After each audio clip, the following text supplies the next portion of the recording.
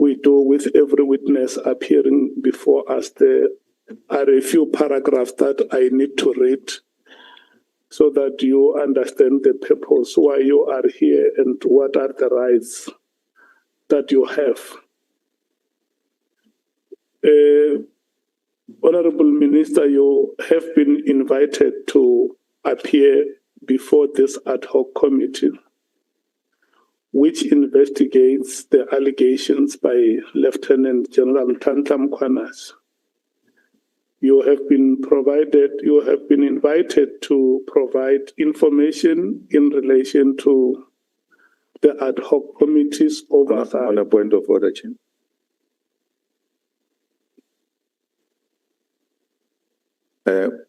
Can I speak? Yes, you can speak. Yes. I thought, good morning, members, good morning, Minister, and people of South Africa. I thought the procedure will be that you hand over to the senior counsel, who will now present to you the witness before this committee and ask you to administer the witness' oath, because he would have satisfied himself that this witness before us is a rightful person who must be before us, and then hand him over to you for you to administer the oath. Yeah, that is exactly what I did, Honorable Member. I requested the senior counsel before I administer oath to say, is there anything that he wants to say? He said he was satisfied, we could proceed. Unless you want him to read it into the record, I can once again give him that opportunity to do so. But I checked with the senior counsel if there is anything that he wants to do before I administer oath. Yeah, that's a problem with our senior counsel. These things of law, they don't have a shortcut. That's what we spoke about even before the witnesses came before us, that the step-by-step includes the following. So he should have done what is expected of him. He can't say, I'm fine. He must say, before you, Chair, this is so and so, wara, wara, wara, wara. I therefore request that you admit, you take and make him take an oath before we can put him on the stand. Thanks. No, it's fine. I note the concern. Let's not crucify him. Let's forgive him. Senior counsel, may you just confirm that the witness that we administer oath on is Thank you, Honourable Chair. Right witness. Honourable Chair, honourable members, everyone watching, everyone present. We are satisfied that Minister Senzo Mchunu is present, is before us. We've consulted with him. Is ready, willing, and able to testify. And before he does so, I would humbly request that you administer the oath so that we can proceed with questioning. Thank you. Okay. Thank you so much.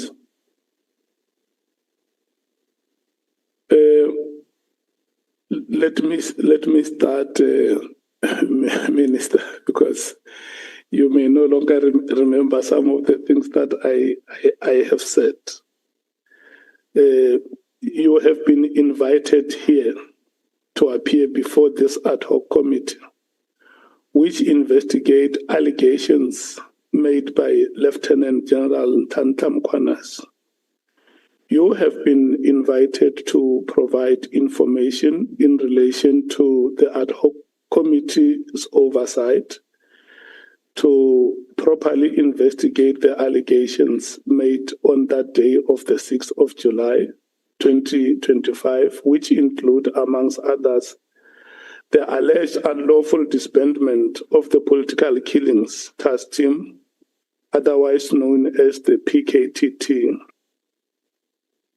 alleged moratorium on the filling of vacancies within the South African Police Services, and alleged corrupt relationship between senior leadership within SAPS and members of the public, as well as political interference in the work of the SAPS. In extending this invitation, the ad hoc committee chairperson has indicated that you may provide such information to the committee if you so wish under oath in terms of the powers, privileges and immunities of Parliament and Provincial Legislatures Act. You have indicated that you wish to take the oath so as to be afforded the protections as provided in the Powers and Privileges Act. Please be informed that by law, you are required to answer fully and satisfactorily all the questions lawfully put to you, or to produce any document that you are required to produce in connection with the subject matter of the inquiry, notwithstanding the fact that the answer or the document could incriminate you or expose you to criminal or civil proceedings or damages. You are, however, protected in that evidence given under oath or affirmation before a house or committee may not be used against you in any court or place outside Parliament except in criminal proceedings concerning a charge of perjury or a charge relating to the evidence or documents required in these proceedings. Please be aware that in terms of Section 17(2) of the Powers, Privileges and Immunities of Parliament and Provincial Legislatures Act, a person who willfully furnishes a house or committee with information or makes a statement before it which is false or misleading commits an offence and is liable to a fine or to imprisonment for a period not exceeding 2 years. Minister, you are required to take an oath or affirm that the evidence you are about to give is truthful. You may choose to take the oath or affirmation. Which one do you elect? The oath, sir. Oath. If you elect to take oath, you will then state your names in full and say, I swear that the evidence I shall give shall be the truth, the whole truth, and nothing else but the truth, and so help me God. My name is Senzo Mchunu. I swear that all the evidence that I will give is the truth, the whole truth, and all the truth. So help me God. Thank you so much. I hand over to your legal counsel. Thank you, Honourable Chair, Honourable Members. Good morning, Minister. And again, thank you for your attendance. Thank you for your cooperation, you and your legal team. It hasn't been easy. Obviously, evidence has been given before, and you were required to adapt just whatever your statement, but we now have it. Honourable Chair, Honourable Members, may I just refer you to the documents that you have in front of you. There are 4 volumes. The first one contains the witness statement with annexures up to annexure SM34 up to page 245. The next volume are annexures SM35 to SM44. So this bundle ends at page 557, and then you have 2 other bundles. We've labelled them Exhibit Bundle 3 and Exhibit Bundle 4, and they contain a combination of exhibits that some would have been already part of the witness statements that have come before you for ease of reference. For example, you'll see the Minister's Directive of 31 December. It's contained in this bundle, and there's other exhibits that are not part of the statements, but which we intend to refer to, and that on the basis of fairness have been made available to Minister Mchunu and his lawyers also to look at, to comment, and I will ask him about it, and so he's not caught by surprise. Minister, perhaps if we can just start off on a personal note, if you can turn to your statement.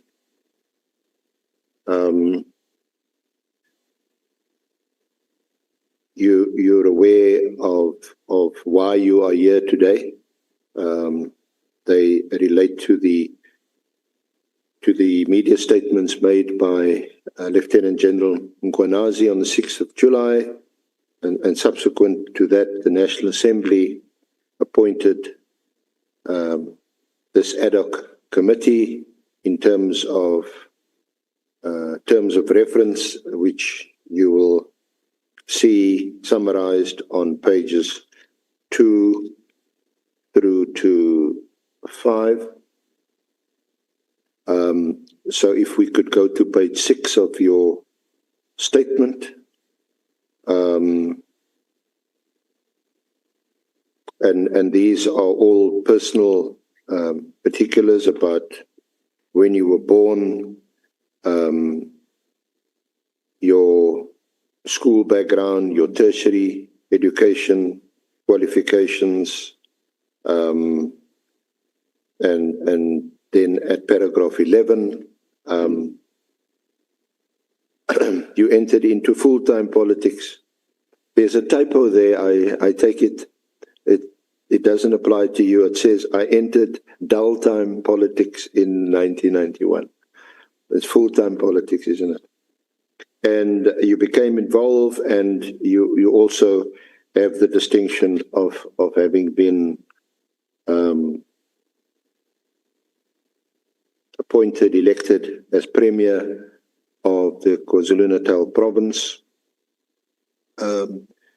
until May 2016, when you were removed / I think you used the word fired. You were elected into the National Assembly, paragraph 13, after the 2019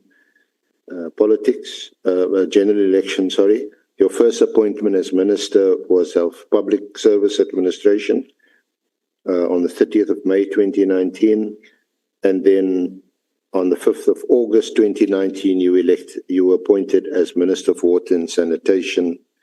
And then after the 2024 elections, after the formation of the Government of National Unity, you were appointed on the 30th of June by the President as Minister of Police. Just before we proceed, Minister, is there anything you would like to add, comment on that's not in the statement, or maybe just comment on any of these issues of a personal political nature? Not really. So you're happy that all this is accurately recorded? Yes.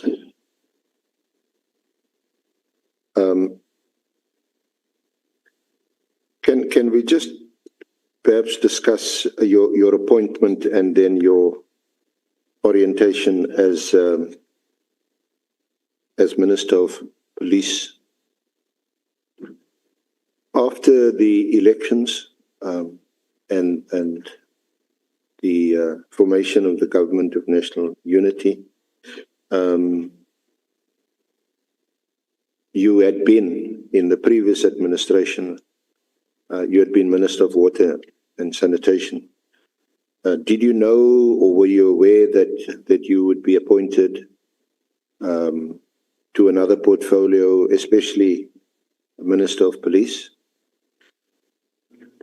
No, I wasn't until it was done. Or maybe just explain to us briefly, how does it work? You just get a phone call from the president to say, I'm appointing you and you don't have a choice, or you consulted, or how does it work? Firstly, I didn't even know in 2019 in the first place that I would be appointed as a Minister of Public Service. And then it went on. I didn't know that I would be moved to water in Department of Water and Sanitation. I didn't know that I would be moved until the announcement was made on 5 August. And then I didn't also know that I would be appointed as minister at all, and that I would be appointed as Minister of Police. How it happened is that I got a call that I should report somewhere, Mahlamanlu, if not Makhato, on a particular evening, and I went there, and then I was informed.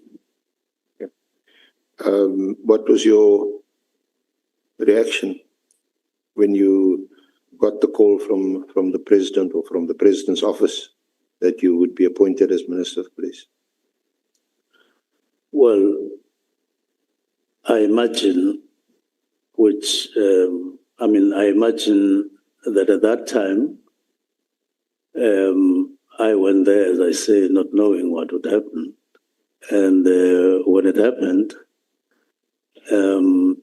I welcomed that, accepted that, and I didn't have a lot to think at that time about, because I was busy with this and that, up until I got time to start thinking about what it means and how I would go about playing my role as Minister of Police. No doubt, as you've come to realize, as you took on the job of being Minister of Police in our country especially, it's a huge portfolio with a huge responsibility. You nevertheless decided to accept that responsibility, and you've no doubt carried it out to the best of your abilities.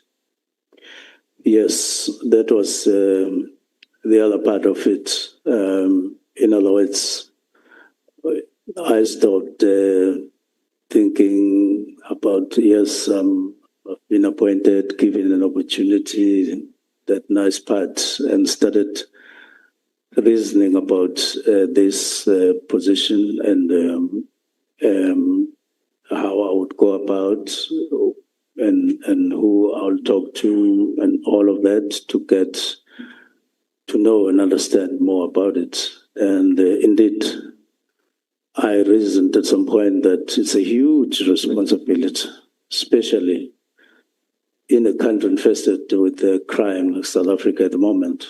From that, even at that time, that you somehow would stand between life and death of each human being in your country, each and every citizen in the country, young and old, alive and sick, and all of that.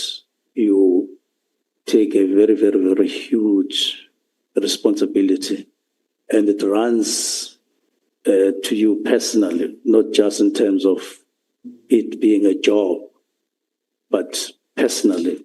That's how I thought about it, and that's how far I went in thinking about what I'd been thrust into. Can we accept that you certainly had not discussed your impending appointment as Minister of Police with the President or anyone else in a position of influence or authority?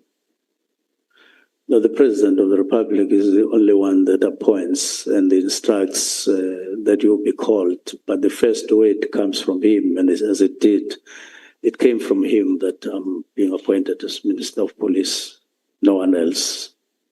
So Well, I didn't know her name. I mean, this is your third appointment as a minister in our government, and all three are important.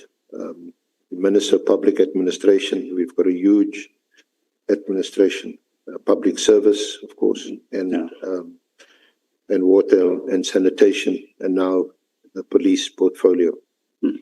So you're certainly familiar with the workings of government and the workings of state, how the state works, how it operates, and so on. Yes, I do, especially because prior to that, I'd had an opportunity of being appointed as MEC for Education, that is member of the Executive Council in KZN as far back as 2009 after general elections. And I served there for 4 years. But I went on to get an opportunity appointed as Premier of the province. All of that exposed me before the positions that you've just spoken about. And I may as well add that when I got to the Department of Education, KZN, shortly afterwards, there was some kind of upheaval when one of the unions, SATU, made allegations against top management of the department that I'd just been appointed into. And I had to then deal with that matter, new as I was at that time, in the portfolio. We started by just listening and sort of ignoring what they were saying, but when they showed seriousness about their allegations, I then had to respond. And we investigated the allegations and went through the whole process and went on to become Premier as well. And at some point, I got confronted with a challenge when one of the HODs, we were filling up a post in one of the departments there. And when we were on the verge of appointing, then one of the unions, in this instance, now made allegations against the individual. And I had to think, what is it that I needed to do? I ended up appointing a panel to investigate those allegations before making final appointment. And then that was followed by a dispute between the individual and myself as Premier, which ended up in the Constitutional Court. And I won it. So that's experience that I got prior to being given an opportunity as minister in the Republic. So you were vindicated in that court case in terms of the way you handled that particular dispute? Yes. Okay. During that, you then also had the distinction of being appointed as Premier of KwaZulu-Natal province. And I take it that during that period, you had the opportunity of interacting at the very least with the provincial commissioner of police at the time. And perhaps during that period, you had also met other senior members of the police. Yes, definitely. Not for the first time, though. I had been interacting with police for quite a long time, coming from KZN, which was almost all the time during the time when you became active in politics as a student. We were interacting with police even as a student leader after that, and or in the course of time. And when I got to political positions in my political party, the ANC, I got to interact a lot with police because of the dynamics in that province at that time for a long time. And then as well as when I became MEC and became Premier. I've been interacting with police for quite some time at different levels. So you have both experience of the police, with the police, the way the police conducted themselves at the time when you were an actively involved student, as an activist. So on the one hand, it's how not to police. And on the other hand, post-1994, hopefully you had a better experience. Yes, I confirm that, Yeah. including getting to experience an arrest in the hands of police. It all happened at that time. So did you get to know Lieutenant General Mkhwanazi during this period when you were MEC, when you were Premier? No, You didn't get to know him at all? no, not at all. Who would have been the Provincial Commissioner of Police when you were Premier? At some point, there was Ngiti, at some point, General Ngiti. That was before. After I became Premier, I can't remember who it was, up until Mamunye.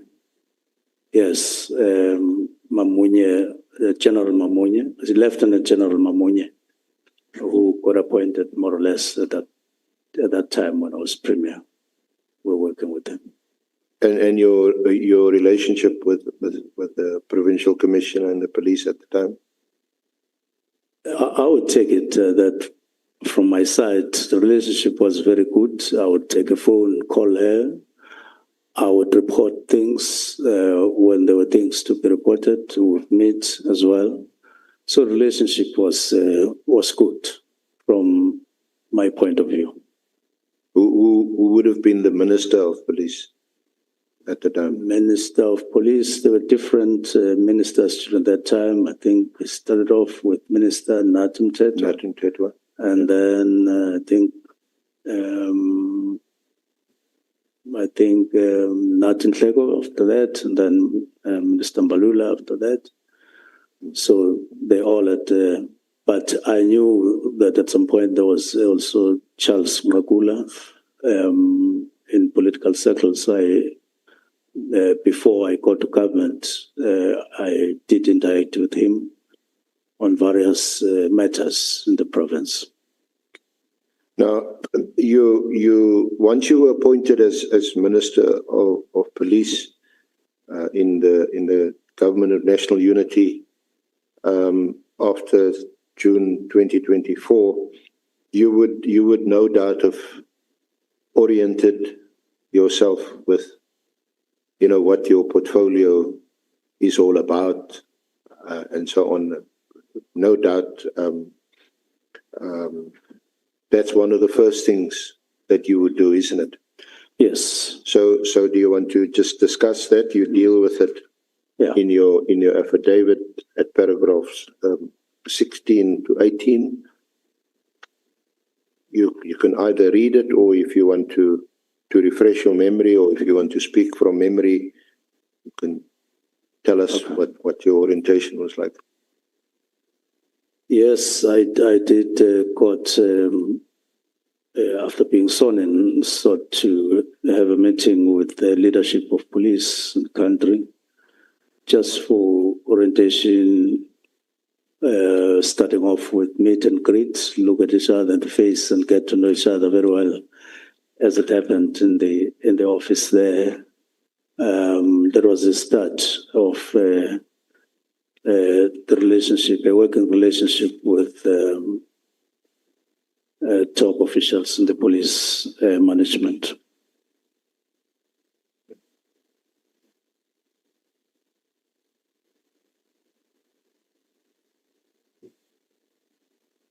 So at paragraph 18,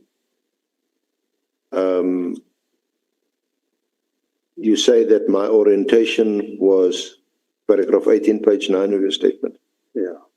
My orientation was extensive and ended only this year.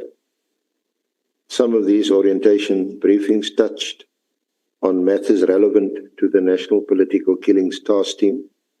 You refer throughout to that task team as the NPKTT.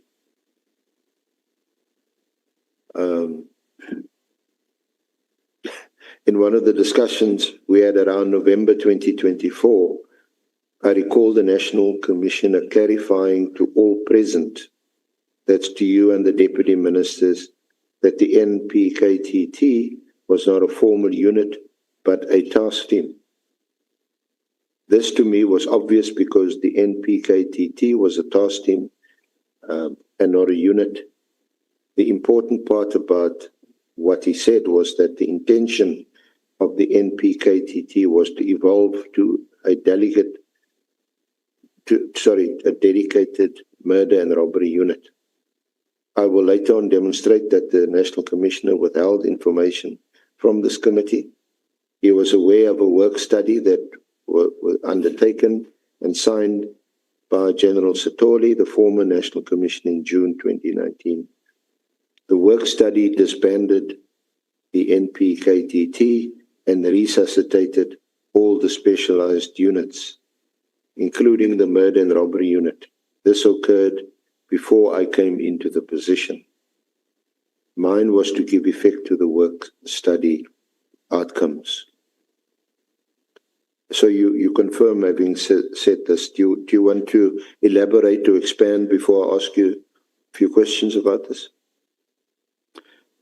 Yes, I confirm that this is my statement as read, and would want to elaborate by saying that I made it my duty after I got appointed that beyond interacting with individual police officers, especially the National Commissioner, as part of my orientation, and interacting with them as groups, as they would organize, that I would go out of my way, understand some of the things from documents, from interacting with other people.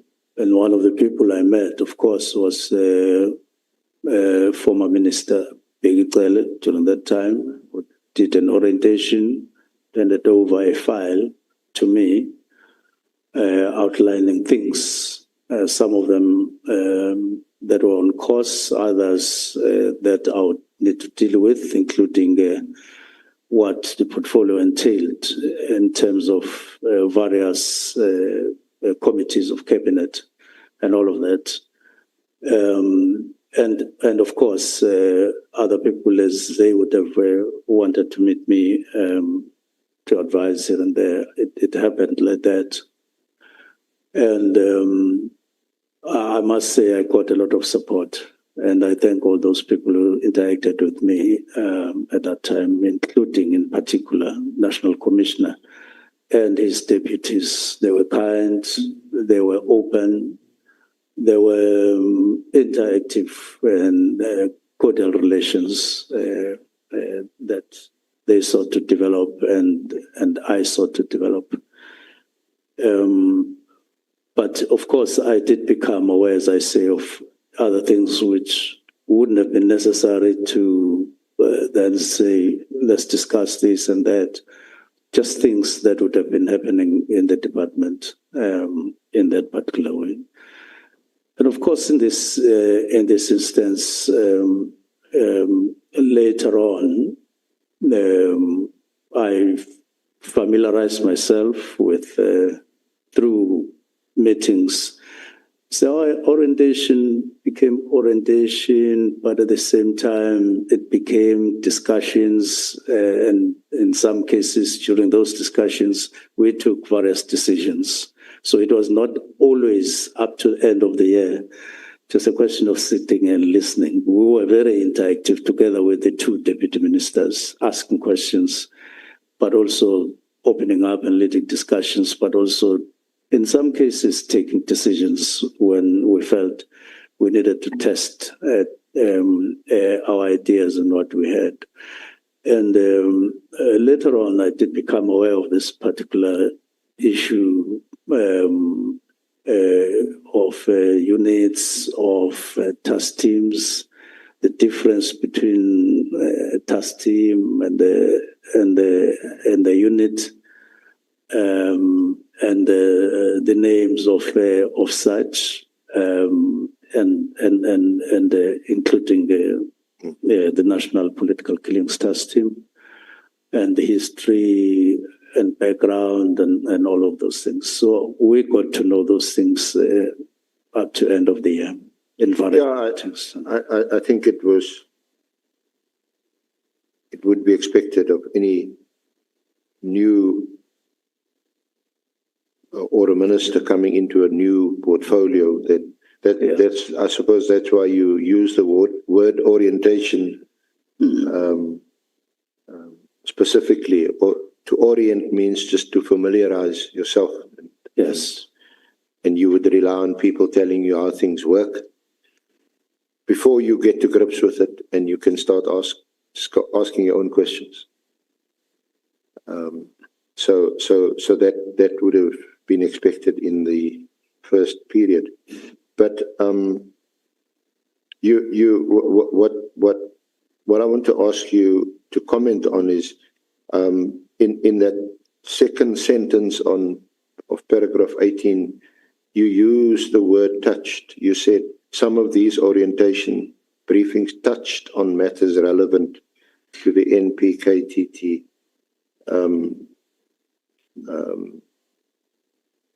That seems to indicate that it was very superficial. There wasn't any sort of deep, meaningful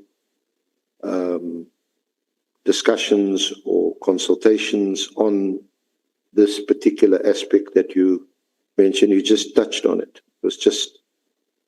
It almost seems to indicate it was just on the surface. Your comment? Not really. As it started, we were quite superficial, like what are the branches in the, or if I call that, or in terms of police, what are the divisions, for instance, what are the units, who had what, just superficial. But then we would have another round, much more intense. And then we started discussing separate things like support services alone. We started discussing crime intelligence alone. Started discussing other matters alone, like Vispol and so on. So it went on and on as we moved on with the year up until this year. So we would have started in a superficial way, but as we went on with our work, we got to discuss things much more intense.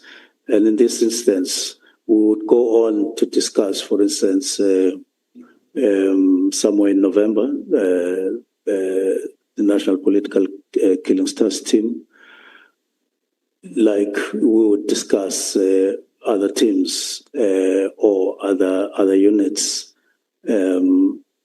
much more than we had at the beginning, beyond just mention. That's why in those meetings we were then able to have opinions of our own as ministry to say, look, this is how we think or believe we should move forward with these particular teams, including the National Political Killing Stars team.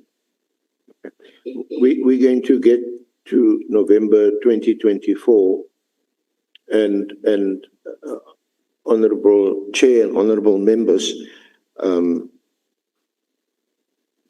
also to link this to the evidence given by General Sabia, where he had mentioned that this had been discussed in November 2024.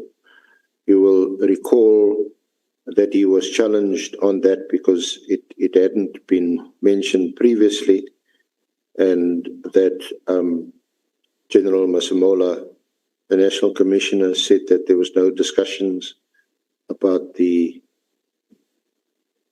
PKTT at all prior to the Minister's directive on the 31st. We had since inquired about this and asked for minutes of meetings and I am going to refer the Minister in due course to the bundle, no, not there, to volume 4, which is exhibit bundle 4, and you'll see there was a meeting on the 1st of November, and it's at pages 163 to 177. But we'll deal with it in a bit more detail shortly. That's the meeting, Minister? Sorry, that you're referring to. That's one of the meetings. Yeah, there were 3 meetings in November. We asked for the minutes of those meetings. The only minutes which we actually received from the National Commissioner's Office were the minutes of the 1st of November. Yes. So I don't know whether you can access the minutes of these other meetings. Not yet. It would be helpful if you could. Yes, not yet, but we know we held a meeting again on the 22nd. Yeah. Quite a larger meeting, and we had a discussion on this. I made statements in that meeting, which are in the minutes of the first. But I know I made statements also in the other meeting. The National Commissioner made statements in both meetings as well. So just before we get there, before your appointment at the end of June of 2024 or shortly after, did you have any knowledge of the existence of the task team?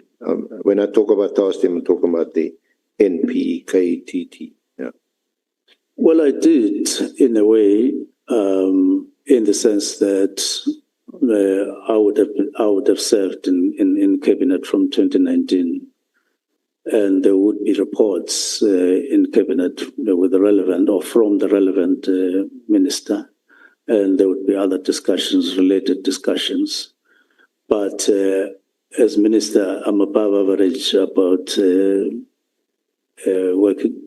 issues affecting government, because we do meet as cabinet from time to time, where you listen to other colleagues making reports or doing reports in various platforms inside and outside cabinet.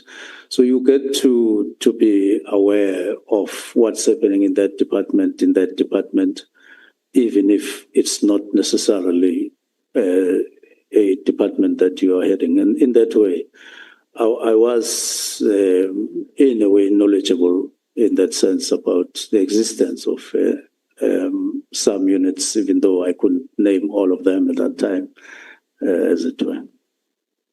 But you would have been aware of a political killings task team, in fact, when you were Premier.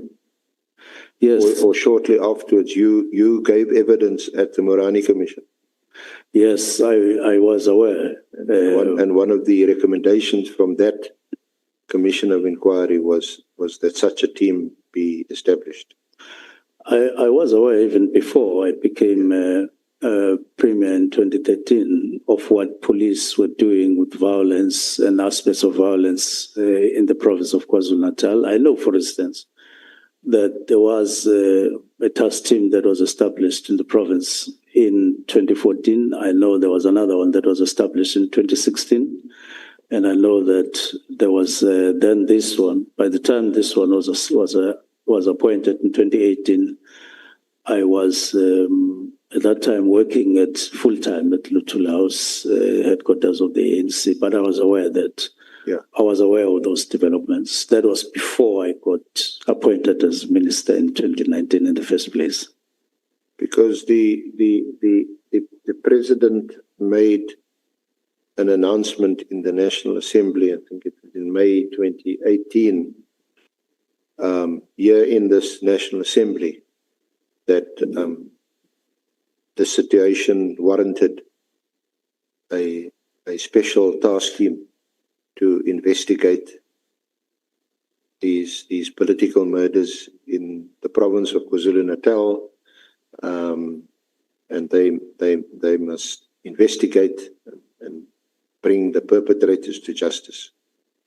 I don't know if you were present when that announcement was made here in the National Assembly, or you became aware of it.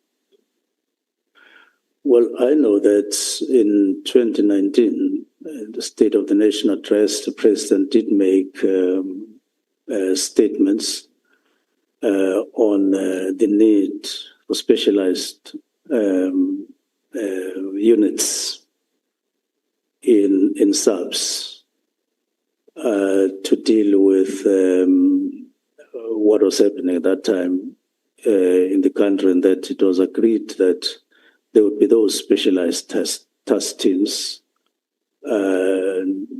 Generally, and later I became aware that indeed relevant minister did start processes of responding to the calls that were made at that time. So I know that there was a particular study that was gone into in that year, 2019, to respond on the call that the President had made, that there is now a need to have specialized task teams, specialized units in subs to deal with various categories of crimes in the country in a much more coordinated, much more organized and resourced manner. And that study was indeed undertaken. But I know that when it was completed, already management of police, and I imagine with the minister leading, they were then entertaining ideas of saying, well, in 2018 we established another task team. We now have completed a study that seeks to rise above various task teams, which, in their view, were not necessarily impactful as they would have wanted them to be in terms of combating crime in the country. And they wanted to take the response of government, as far as this is concerned, to another level. Hence the study, hence then the decision to establish those specialized units in a coordinated way. So were you aware that this interministerial committee had been appointed or established by the President to coordinate this effort of addressing the political killings in KwaZulu-Natal, that interministerial committee being the Minister of Police then at the time, who would have been Minister Pele, and the other ministers of intelligence, state security agency, defense, justice and constitutional development.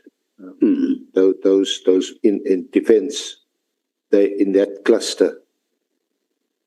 Were you aware of that, or did you become aware of that committee? Yes, I became aware that there was an interministerial task team that was established as an intervention by the President in 2018, and he established that.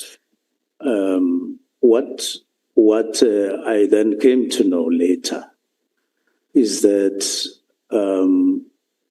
the intervention, the political intervention by the President, especially after one incident or at the time of one of the incidents in KZN, the President directed or commanded that there must be a mechanism to respond to the problem, and appointed the interministerial task team.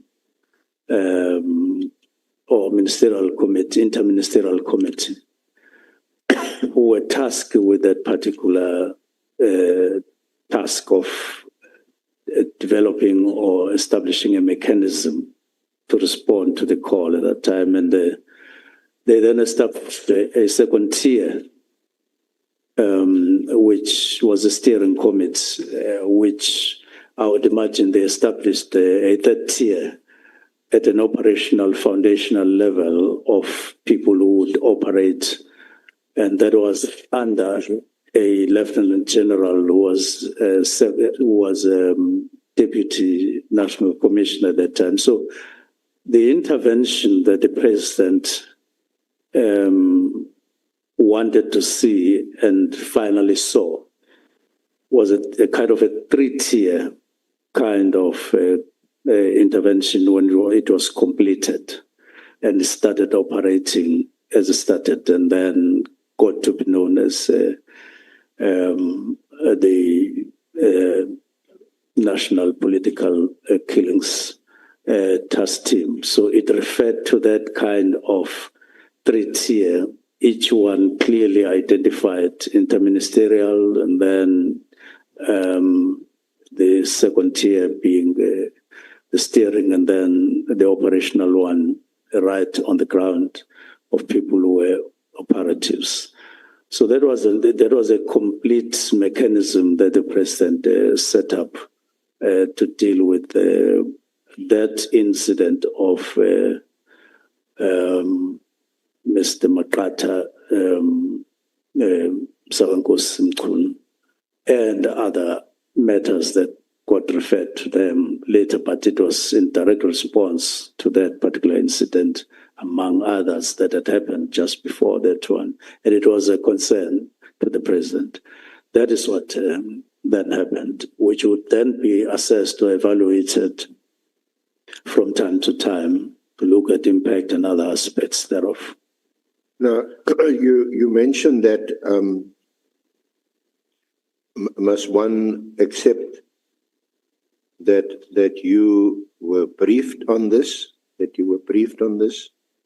on how the team was, or the unit, I think. Would you prefer to call it a unit? I prefer to. Would you prefer to call the task team a unit? No. I actually must express a worry that when Major General Van Rooyen was called, I think, to the Madlanga Commission, and she was asked a specific question: is there a difference between a unit and a team, task team? She, to the best of my collection, said there's no difference. I got very worried because throughout the orientation and so on, up to when I was given leave, there's always been a clear distinction between a task team and a unit. And as a practice in subs, the units become part of the organogram. And that includes that unit that was Katomena task team. I can't remember the exact term that they used, but that one was a unit, meaning it was part of the organogram. But this one, the political task team, has never been part of the organogram, including when we dealt with the organogram under my leadership after I got appointed, because under my leadership, what we did is we took the strategic plan and the annual plan, we started that, and we came together to say, what is the meaning of this in relation to this, the organizational structure, the current one of SAPS? And we reviewed that. We went to a thorough process of reviewing the organizational structure with a view to aligning it with the strategic plan of the department, following the imperatives of the 6th or 7th administration with its 3 priorities. We had a thorough discussion. When would that have been? I may have dates here when we had there would be various dates, but all I know is that in May this year, there's been a signing off of the new organogram that we started discussing last year. And it took months before we could complete it and make it ready to go to negotiations. But it has been signed off this year. And so that kind of process that we went to. So can I just help us understand, Minister? So what appears on an organogram is the word unit. No words like task teams are on the organogram. There isn't. And if a unit is called a task team, then what is the status of this task team if it doesn't appear on the organogram? Is it an unofficial unit? Is it a rogue unit? How would you describe a unit? Yes. Yes, a unit would be deliberately established as part of the organogram for a particular purpose.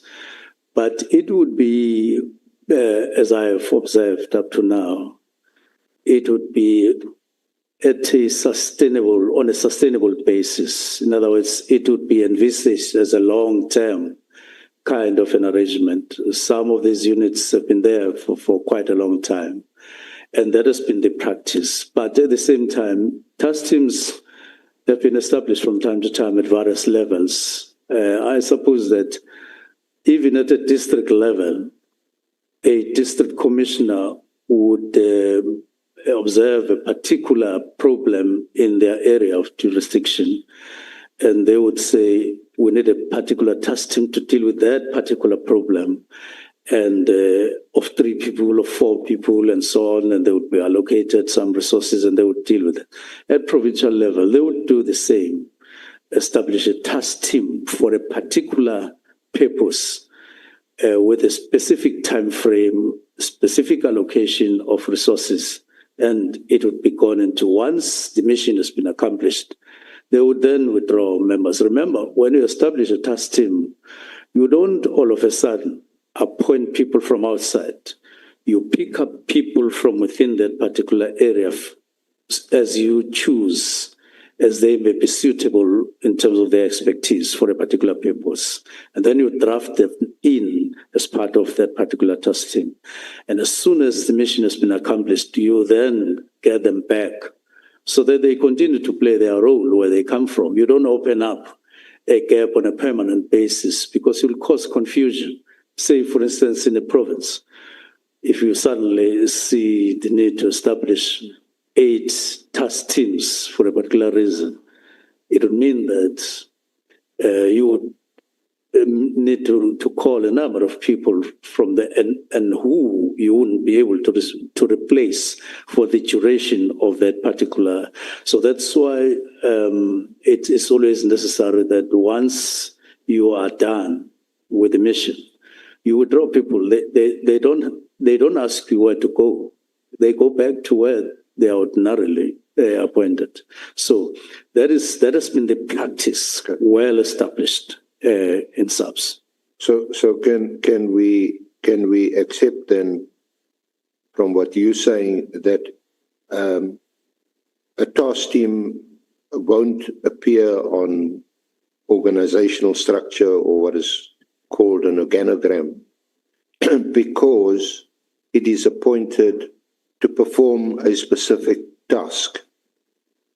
And in this case, the president appointed this interministerial committee to establish a task team to deal with political killings, specifically in KZN. And he made that task team be chaired by the Minister of Police, who would then perform administrative duties of the interministerial committee in terms of agendas for meetings, discussion, and all of those as Minister of Police. And everybody was aware that this is a task team. In fact, throughout government, in my experience, outlined before, once you mention task team in the country, two things jump up in your mind. One is that you are going to pool a number of people with relevant, with skills that are relevant for what needs to be done. Like in a disaster, you put up a task team. You pull up people that are going to be relevant in dealing with that particular task that has been identified in a particular area for that particular time. But it is always an element of a time frame. You don't establish a task team on a permanent basis. If you do, it's rare. It would be peculiar, but ordinarily, a task team has a date of starting, date of ending, pool resources, you pull people back to where they belong. So this particular task team was established as such, as a task team. And this task would be evaluated from time to time and assessed whether it would still be needed as time went on, as it happened. That's the practice. Yeah. So on what you are saying, Minister, so once this task, this job, same thing. You've got a job to do. Yes. You've got a job to do, and once your job is completed, thank you very much. The job is completed, and we don't need you anymore. So in this case, who would have determined or decided that the task has been performed and the team can now be disbanded? Let me just make one example to respond to you. On the 2014 to 16 task team that was in KZN, it wasn't established by the president. It wasn't. It was internal to SAPS, and the minister would have started that one, possibly using his powers in terms of Section 207, 2, where his tasks are identified clearly. So he establishes that and picks up people from this and that unit, from that police station and so on. When it was time, when this one of 2018 got established, the way this one of 2014 to 16 was 2016 to 18, the way it was disestablished, when the discussions took off and matured of the National Political Task Team, people got informed that there is now a new direction and we're setting up a new one and so on. So there wouldn't have been a formal disbandment beyond telling people that we no longer have this one, we have this one. But as per whatever the minister would have directed, in this instance, the president intervened, and I call it political intervention, because before the president established the interministerial task team and directed them in a particular way, there was no such. There was no such. And then the interministerial task team gets to discuss and put together ideas. What form is it going to take? What is it going to do? And so on. And they put in all the ideas as they did. Still, ministers. And the chair is a minister. And it goes on with the work. What happened in the new administration, the 7th administration, there's no interministerial task team in this regard. There isn't. Now, Minister of Police can't establish an interministerial task team. It can only be the President and Cabinet. So you land in that situation. Okay, you start working, you continue working. And then at a particular time, considering a number of factors, which I will go into if you give me time, then you take a particular decision. So before we come to a particular decision or the decision that you took, the evidence is not dissimilar or different to what you are narrating. That there was a task team in KZN 2016, 2017, 2018, established in wake of Morani, but matters had worsened. The situation had been aggravated by more killings.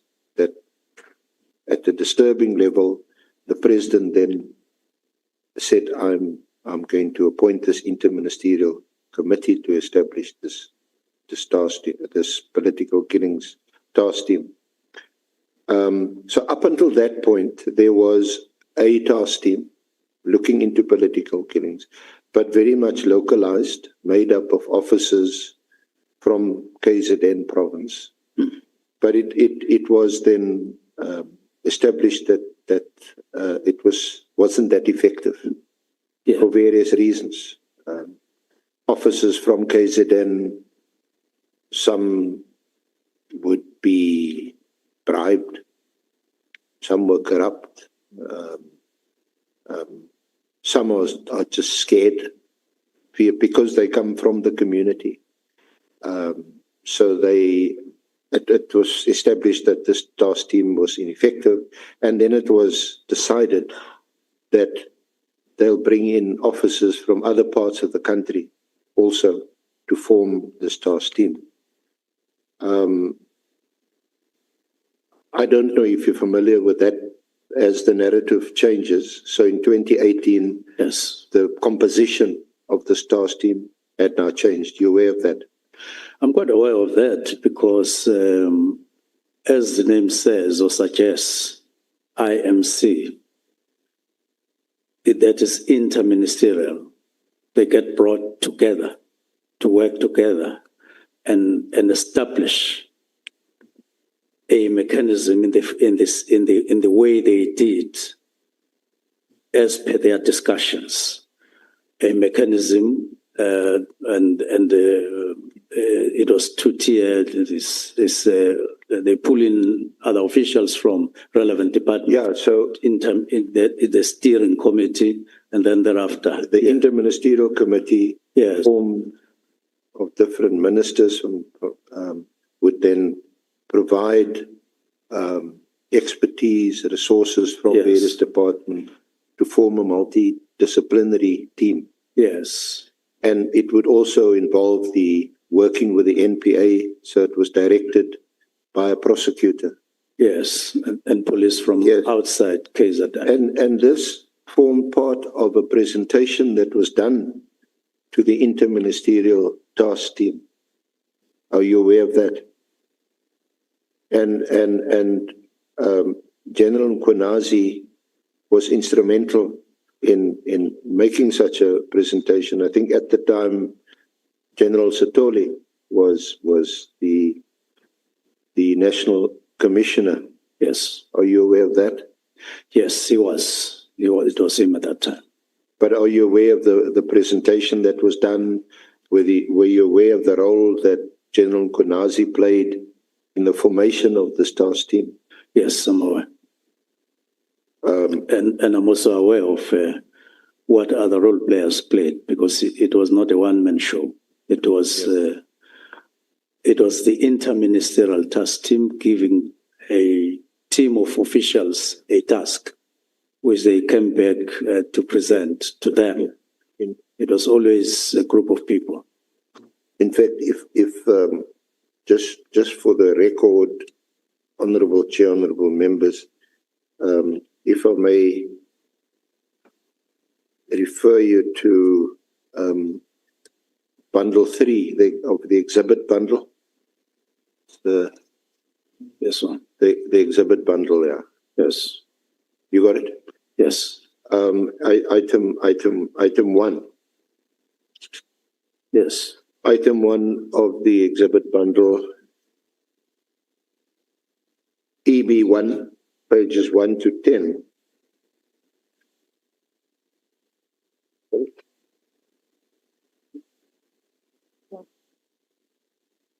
So what page specifically? And you'll see from page, you've got it, the Minister? Exhibit bundle 3. That one. Yes. Okay. You'll see at page 1, this is an information note. And the heading is Implementation Plan. Investigation of political related KwaZulu-Natal cases.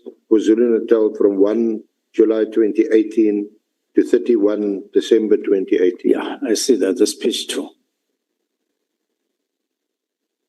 Okay. It is. That's page 2 above. And on page 10, Okay. you'll see at the bottom, it is dated 18 June 2018. Yes, I see that. And you'll see this plan was approved by then National Commissioner Sithole. Yes, I see that. And that looks like his signature or is his signature. And you'll see that this note was compiled by Brigadier Kumalo. Yes, above.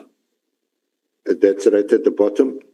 And it's verified by Lieutenant General N.S. Mkhwanazi. Yes, I see that.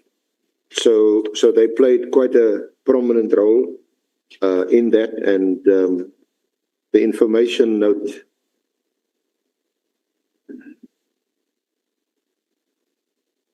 when did you first have sight of this note? Or is this the first time that you have sight of this note?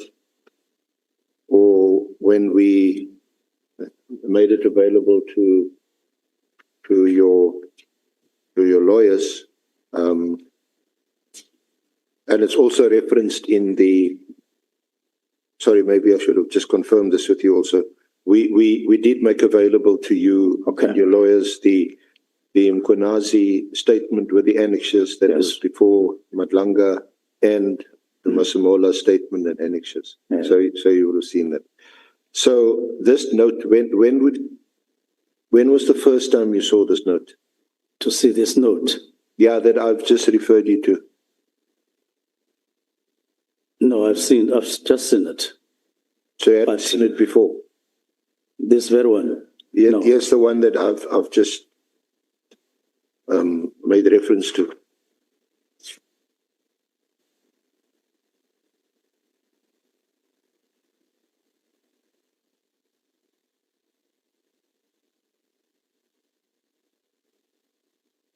The one that was approved by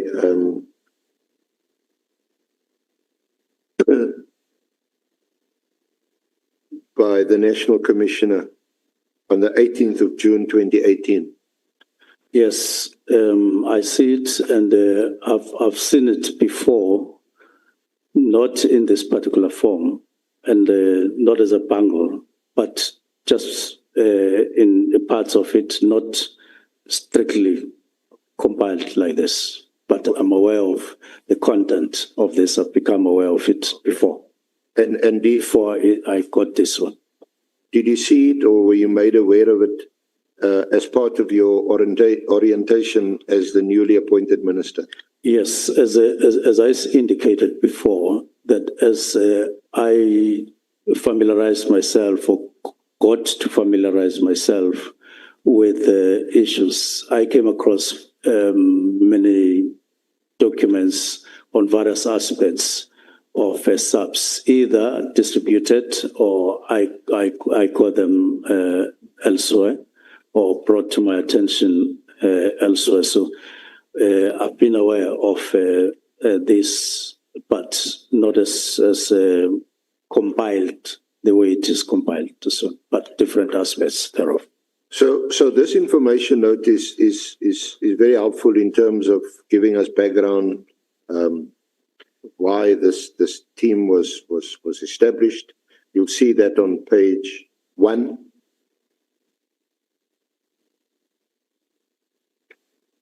Yes. And you'll see in the first paragraph under background that it was established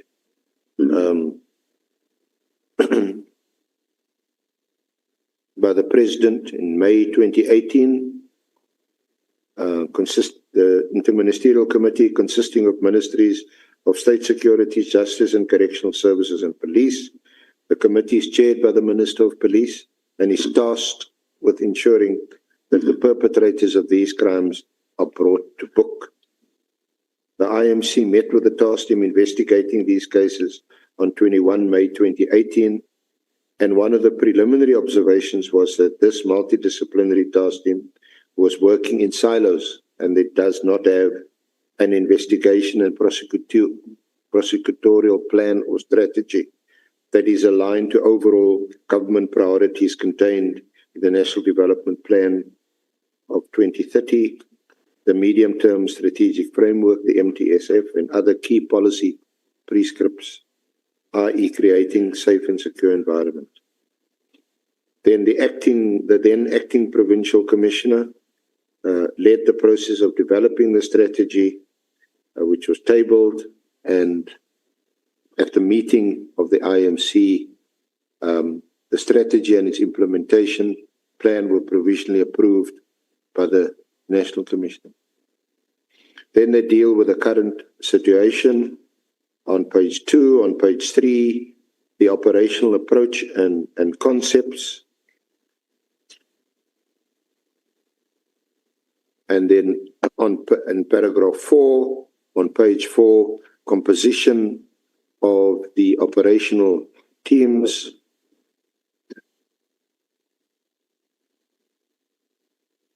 You'll see there it's quite senior, brigadiers and colonels. They're all senior positions, Minister. The cost at paragraph 5.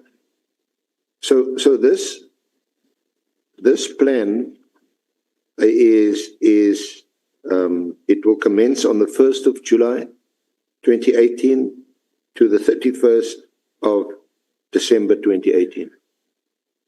So that certainly appears to accord with your understanding. If this is a task team that's appointed for a limited period, and this was in terms of this particular plan, and the cost of deployment of 139 personnel over 6 months is estimated at just under 50 million rand. And the breakdown is provided for on page 5. Then under monitoring and evaluation on page 7, this is spelling out how they will work. And then at the bottom, or towards the bottom of page 7, you see that, Minister? Yes. Under recommendations, the implementation plans, plan for the strategy to investigate and prosecute perpetrators of political related cases to be approved, the project to be approved and funded from the national budget on the estimated total amount of 49,138,808 rand to be managed at Provincial Office KwaZulu-Natal.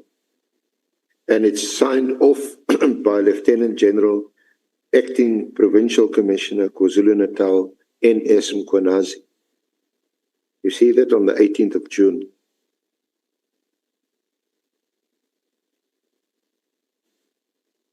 And it is on the following page, you'll also see that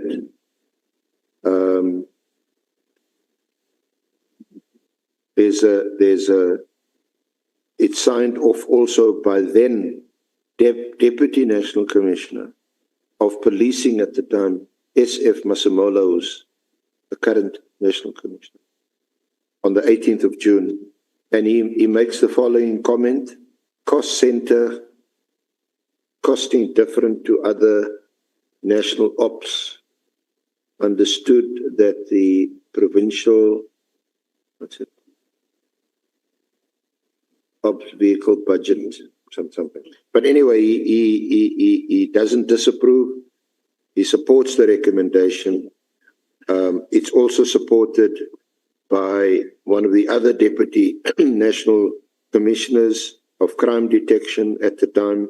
That's Lieutenant General Shumane, T-S-U-M-A-N-E. It is also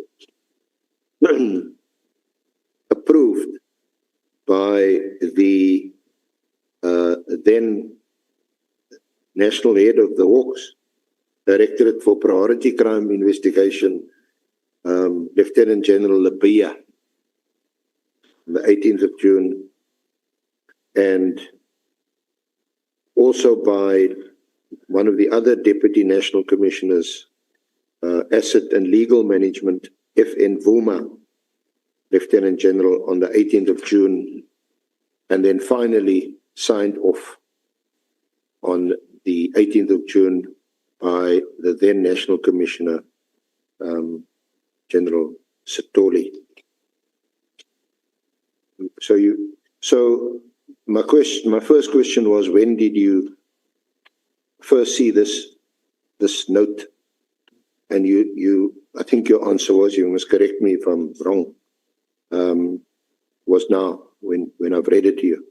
But you somehow heard it in different forms or formats during this time when you were oriented as minister. Yes, I'm saying I did come across this information before. But you didn't see it in this particular format. This note that you've seen in front of you now. Yeah, I'm saying I have come across this information before, but not necessarily compiled like this, but I've come across this particular note before. So,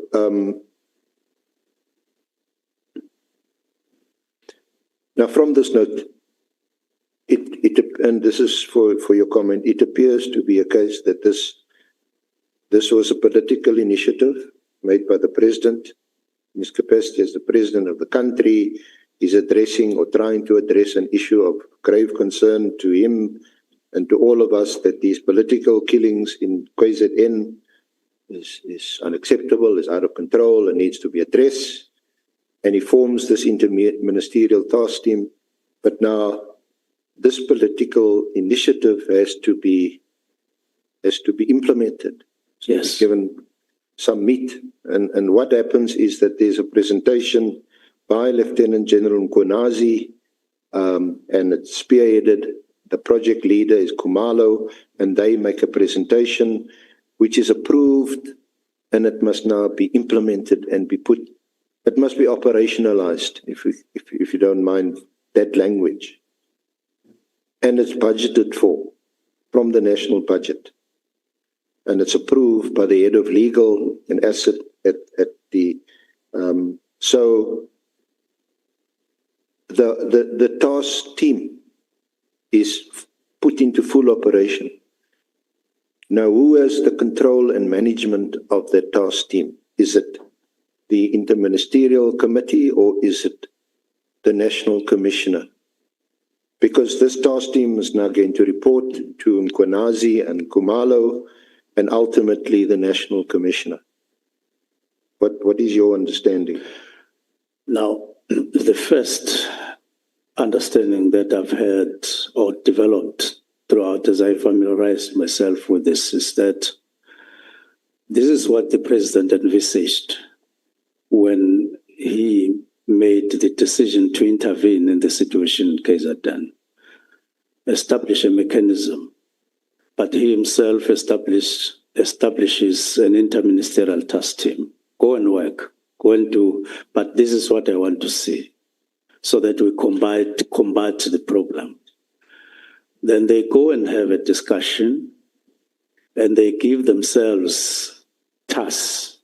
And the key things is to establish structures.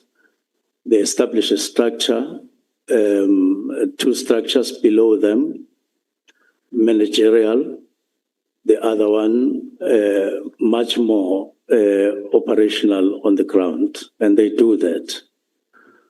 So it is multi-tier as it happened.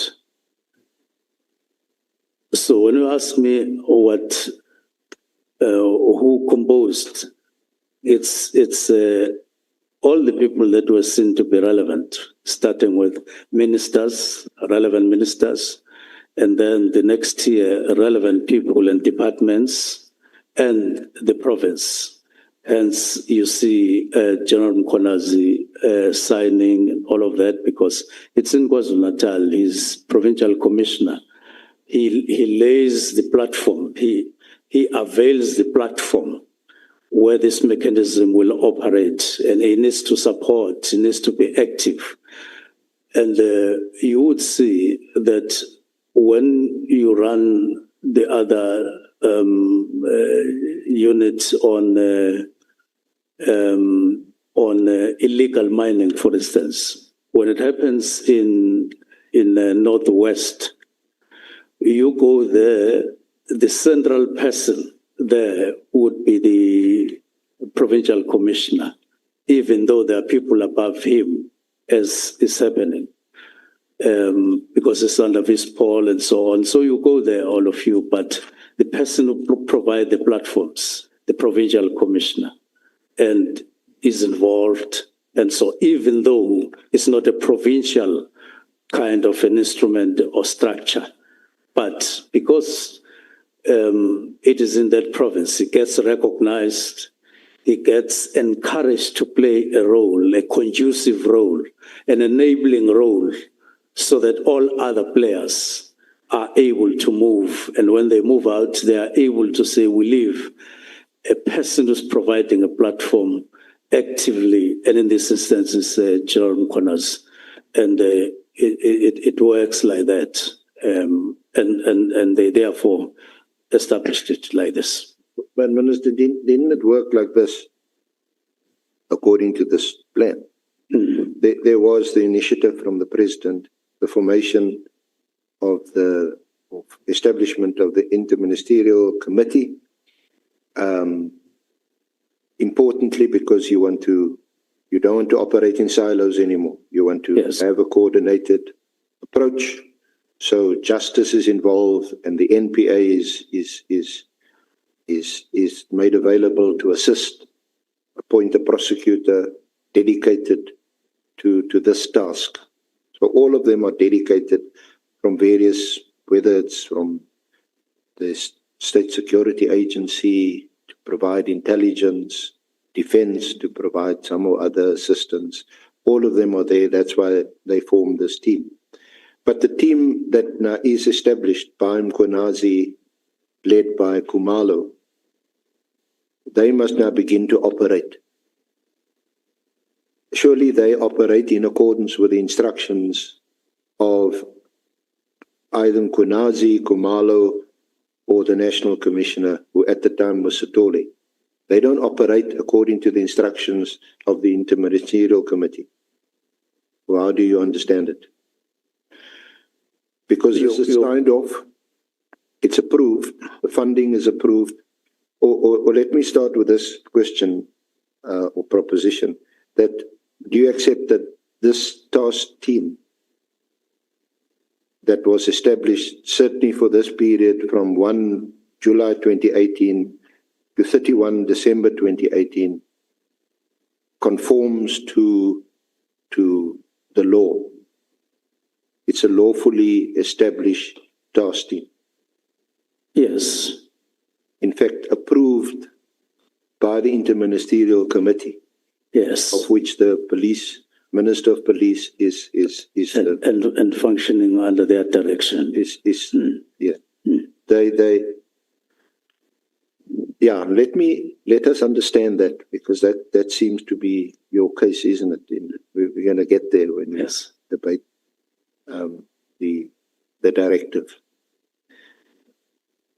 Here we have a plan that's been set out, how it's going to be monitored and evaluated and implemented. But on the ground and how they operate, those instructions are given, as I mentioned, according to this plan, by Nkwenazi or Khumalo or by the National Commissioner. Surely not by any of the ministers.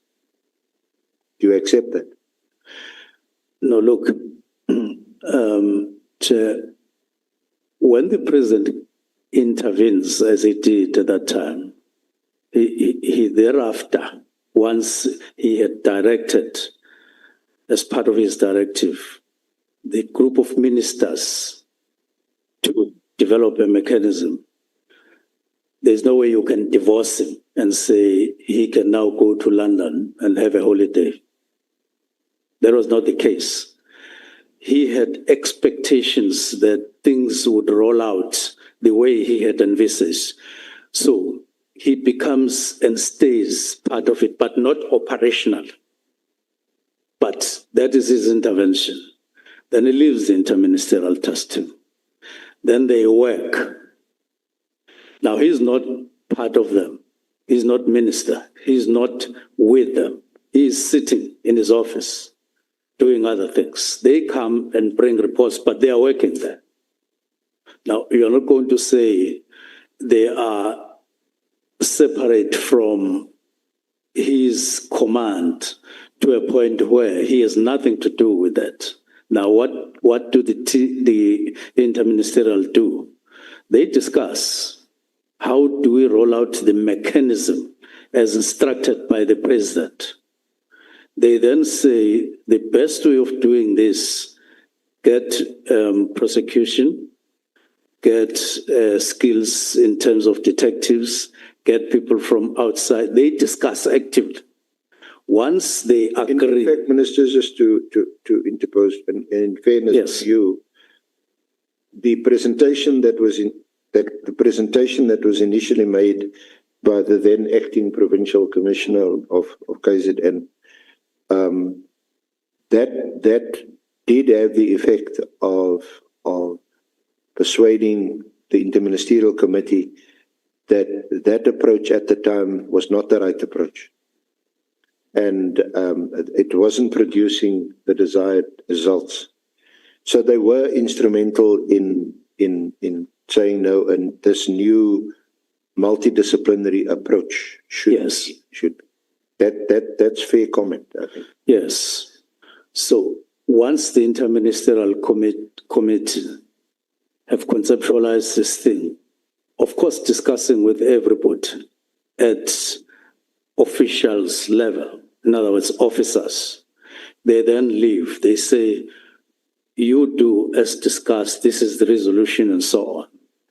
And they start implementing. The people who implement are not necessarily the politicians, but they establish, they direct, they give directives to say, this is how it should happen. And these ones operationalize it, and they become, they bring it into this, they manage it. In other words, it becomes managerial when it gets to implementation, but you can't divorce. As I spoke about 3 tiers, and maybe even 4 tiers if you count the president. And so managerially, they then implement as you see them. So this is at management level. Even them, General Kumalo, General Mkhuna's, would leave certain people, either groups of them coordinated at a particular level. They wouldn't run around with every task of the task team. They wouldn't, for instance, be involved personally on all the investigations, on all the collective collection, on the arrests and so on. They are managing, but there are those who run the actual errands. That is another tier of people. So that's my understanding. Now, what did happen, and this is the uncontested evidence that thus far, is that this task team, its life was extended, because the one that I read to you, this terminated on the 31st of December 2018. But we know it continued to operate. We know that from former Minister Pele, who's coming to testify here. We know that from the National Commissioner, Masimola, who at the time was the Deputy National Commissioner. We know that from Lieutenant General Mkhunazi. So it was extended from time to time. And in that period from 2018 up until now, up until November, December 2023, the task team reported to the Interministerial Committee. I think it was twice a year. They had briefings, and then the Minister of Police, who's the sort of chairperson of this Interministerial Committee, would have media briefings to say, this is what the task team is doing. These are so many cases that have been resolved, and so on. And an example of this you'll find that's also in bundle 3. What pages are they? 20.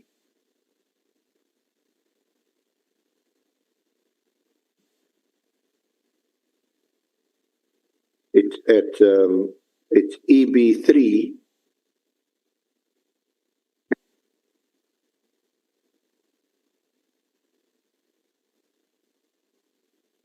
EB3, starting at page 15, and you'll see, for example, at 18, there's a media briefing, 21 May 2018, 3 August 2018. You see it there, Minister? 3 August 2018, there's a media briefing, hashtag Police Ministry, hashtag Media Alert, Police Minister, hashtag Becky Kelly, to give an update on progress thus far on political killings in the province of KZN, 3 August at 11:30. Then there's another one on the 13th of September 2018, again where former Minister Kele featuring prominently, March 2018, on page 23. That's 2019, 28 March 2019, then June 2021, and this appears to be the last one, 6 September 23, and certainly the last time that Minister Pele was Minister of Police. And you'll read from, if you're there, Minister, 6 September 2023, media advisory issued by the Police Ministry. The Interministerial Committee looking into political killings in KwaZulu-Natal will on Wednesday, 6 September 2023, update the media on the latest successes of the team tasked with investigating politically related violence in the province. This briefing follows a meeting of the Interministerial Committee consisting of Ministers of State Security, Defence, Justice and Correctional Services, and is chaired by the Minister of Police, General Bheki Cele. Members invited to attend. That apparently was the last and apparently that was the last briefing, and the President was also in attendance at that media briefing.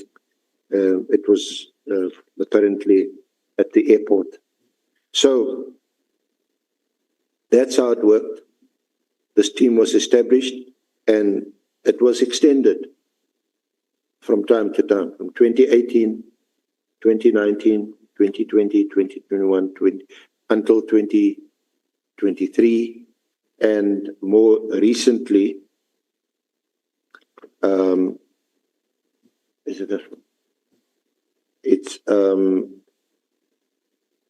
it's attached to your statement at it's SM31 at volume 1.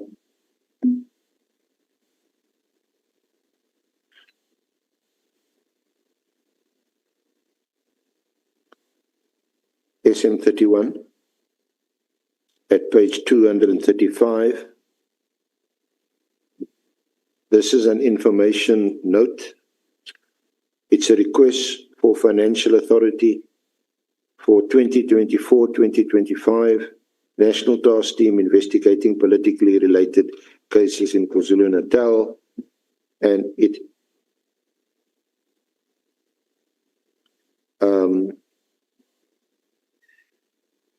and on page 238 you'll see it's approved. Request for financial authority is approved for 20 million rand, and there's a note by the National Commissioner, provisional whilst the finalization of allocation for, what is that word? For is processed. Task team, something beyond elections, so long as there is work to be done, cannot be localized. Anyway, so it is an approval. We know until I think 26 March or 31 March 2025.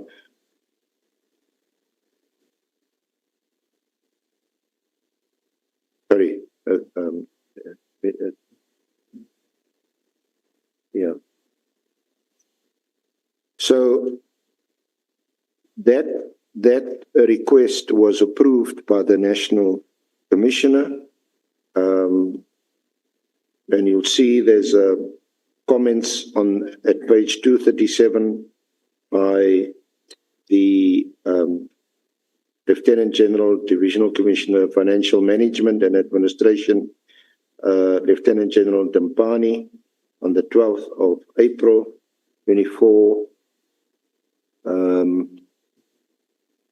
So yes, you'll see on page 237 at the top that it's recommended by the project manager, Lieutenant General Kumalo. He says that the estimated budget is for 94 million. Somewhat be approved and funded.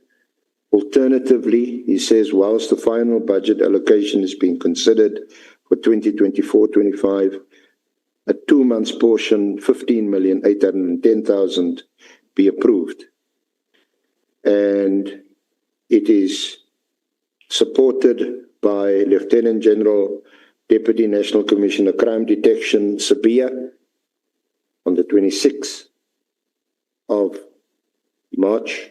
And there's some comments also by Lieutenant General Dimpani, and then eventually the National Commission approves it on the 16th of April for 20 million rand. So up until as we speak, the approvals had been given for this task team to stay in operation until next year. Approvals are given in the same way it has been since 2018, 2019. So do you accept the lawfulness of the establishment of this task team? Yes, the lawful establishment, yes, I accept. But I need to explain one thing. What you have just referred to. I know, to be fair, I know you're not a lawyer, and these things may be open to interpretation. So just be careful when you agree with me. Or I don't want to put words in your mouth. But this team was established and maintained above board from 2018 through now to maybe the next cycle, next year, March 26, and we'll see whether its life is further extended.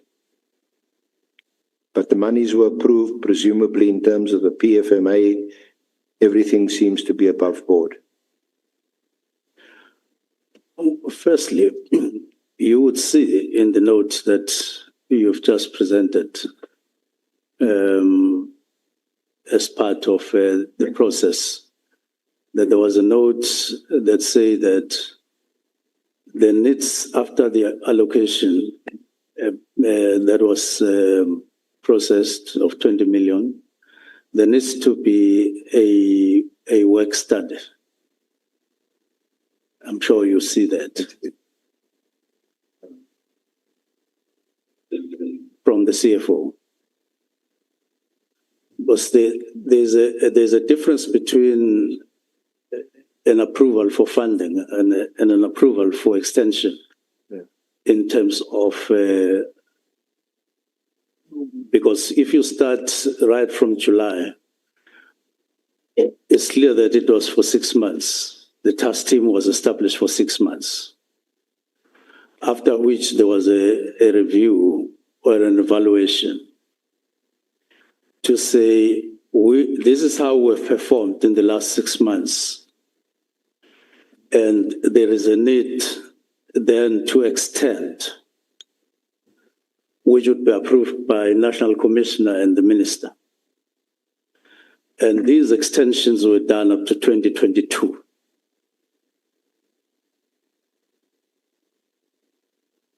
That is the second part, the second aspect. So the approvals for funding are one thing. The approval for the extension and further existence is a different matter. That is my determination, or that's what I've come to understand.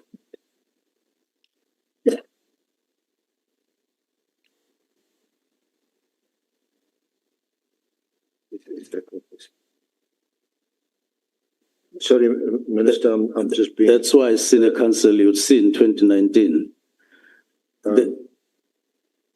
No, I'm just looking at because I couldn't make out the handwritten note from Lieutenant General Dimpani, the CFO, isn't it? The CFO. Yes. At page 67, also to volume 1, there where this note also appears. Yes. Lieutenant General, Divisional Commissioner of Financial Management Administration, Dimpani, approved a significantly reduced budget compared to that initially requested for the financial year, and in so doing stated the following: considering the 11% reduction on the operational budget of the organization, the following are recommended: an amount of 20 million to be approved for the 2024-25 financial year. post-elections, the task team be deactivated as it has been in existence for the last 5 years. Component, I don't know which component, to be tasked to urgently conduct work-study investigation for the establishment of a permanent structure in KZN. But it appears that recommendation by Lieutenant General Dimpani was never accepted by the National Commissioner. Because the National Commissioner, as you see from page 238, then approves funding for 20 million. That is one matter, but I am arguing before the ad hoc committee that there was an extension. There were extensions 6 months after the establishment, 12 months after the establishment, and it continued up to 2022, with the National Commissioner approving, with the Minister approving, up to 2022, signing and getting presentations in terms of assessing the further need for the task team. When you see the CFO saying, I will not approve 94 million, there's a problem, and then recommends this establishment and a work study. That is what would have met the prescripts of the PFMA. That you go for a work study beyond a particular period, you go for a work study, you produce results, you make a presentation, and then so that you approve the budget. It's not budgetary approval without a proper assessment of the need presented, among others, to the minister, so that you continue in the form that it had been intended to. But I know what happened, how the gap got brought in. When General Stoller left in 2022, which was the last time that the approval of 2022, or the approval that I'm talking about, came, which had been the practice before, there was no proper handover between the then National Commissioner and the new National Commissioner, which is General Masimolo. There was a gap. I know that the gap was caused by the fact that when General Stoller left, he was then required to hand over to the minister because the general was not there, had not been appointed. And General Stoller had an objection saying that he has to hand over to another national commissioner, can't hand over to the minister. And then there was a break, there was a gap. After that, what has been happening is the approval of finances, not, in other words, approval for funding, which is different from further approval for the existence of the political killings task team as per its objective, where you sit and assess the need as per the original objective. But the second point is that as early as 2019, the specialized units had been established. And the reason why there was an extended need for the existence of the task team beyond 2019, it was because the task teams, the specialized units that had been envisaged to replace the task team were still in formation. In other words, they were still being established. Now, the view or the vision was that once we will have all these specialized task teams fully functional, you would then cease to have the political killings task team, which itself was a kind of a silo, because it pulled different people from elsewhere, put them together elsewhere, and they were dealing with one province in isolation of other provinces where otherwise matters were taking place. Now, you then needed to approve every year so that you justify the existence of the political task team, which would then form the basis of your approval for funding. That's where my argument is. I differentiate between the approval for funding and an approval for the further existence of the political task team. So what you are talking about was the approval for funding without a necessary assessment for further existence in line with the original objectives of the task team. And I'm adding another one. I'm adding that you now had a different scenario where you had units, specialized units, but which were still in formation. Now, by the time General Masemola approves, as he has done this year, he is doing that over and above the study that got approved in 2019, which has the political killings task team already as a subunit and other specialized task team, including taxi violence and so on.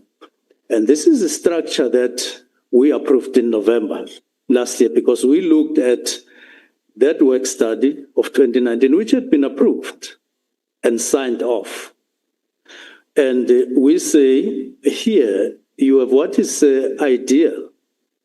Now, remember, by the time we approve the structure, we have the imperatives of the 7th administration, which, among others, say you need to make people of South Africa, all of them, feel safe. Not some people somewhere.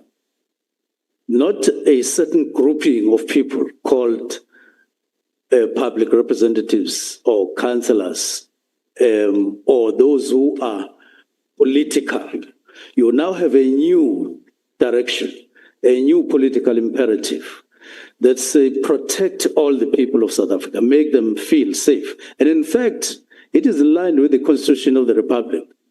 The Constitution of the Republic doesn't allow you to protect some and not others. It doesn't. So when we looked at that, that is when I wrote the directive. I took into consideration, I'm still going to go to the reasons, but I'm just picking up that you had to, you can't freeze people. You now have a new structure that caters for the needs, for the need of or further need of the political killings task team. You are establishing those specialized units, and you have actually gone to establish others, and that you are on your way going forward. But then you still approve the existence. Now, what are you finding? We are going to find that those people who are in the murder and robbery unit that was approved in 2019, approved again when we did the structure in 2024, they are going to sit and not do their work because the political killings task team is there, and it's them who are not going to do work. That's what you're finding in Gauteng, for instance. They have these units in terms of the new structure. Serious and violent crimes, and you have organized crime. And if you establish a political killing stars team in Gauteng, it means you are putting them over and above organized crime units, over and above organized crime, serious and violent crimes unit. There are two units that are now existing. Then you put. So what you are going to do with your fund, you are going to pull people into the political killing stars team, and those who remain in these two units, they are not going to do anything. But you are going to be piling people with an undefined kind of situation. And you're not going to be effective on the ground. There's just no way you're going to be effective on the ground, because you are piling people for the same task. Now, I'm then explaining two processes that are separate. You create the political killings task team for a particular objective. You assess it in 6 months. You then sign to extend it up to 2022. And you don't do it after 2022. But all you do, you approve funding for that. And from where I sit, you don't meet the prescripts of the PFMA. And therefore, if you're called by SCOP, if I'm called by SCOP to say, how do you justify what you were funding beyond 2022, we will not have an answer. Because what the motivations that you were getting, they were motivations for money. They were not motivations based on proper assessment for the need to, because if you did the need for further existence, you would have found that the structure has since been reviewed in the form of specialized units, which was not there when the task team was established in 2018. That's my argument. Okay. Thank you, Minister. Honorable Chair, shall we take the lunch adjournment at this point? And we can debate this issue further. Thank you so much. Honorable members, and thank you, Minister. Honorable members, I'm giving you a break of 1 hour.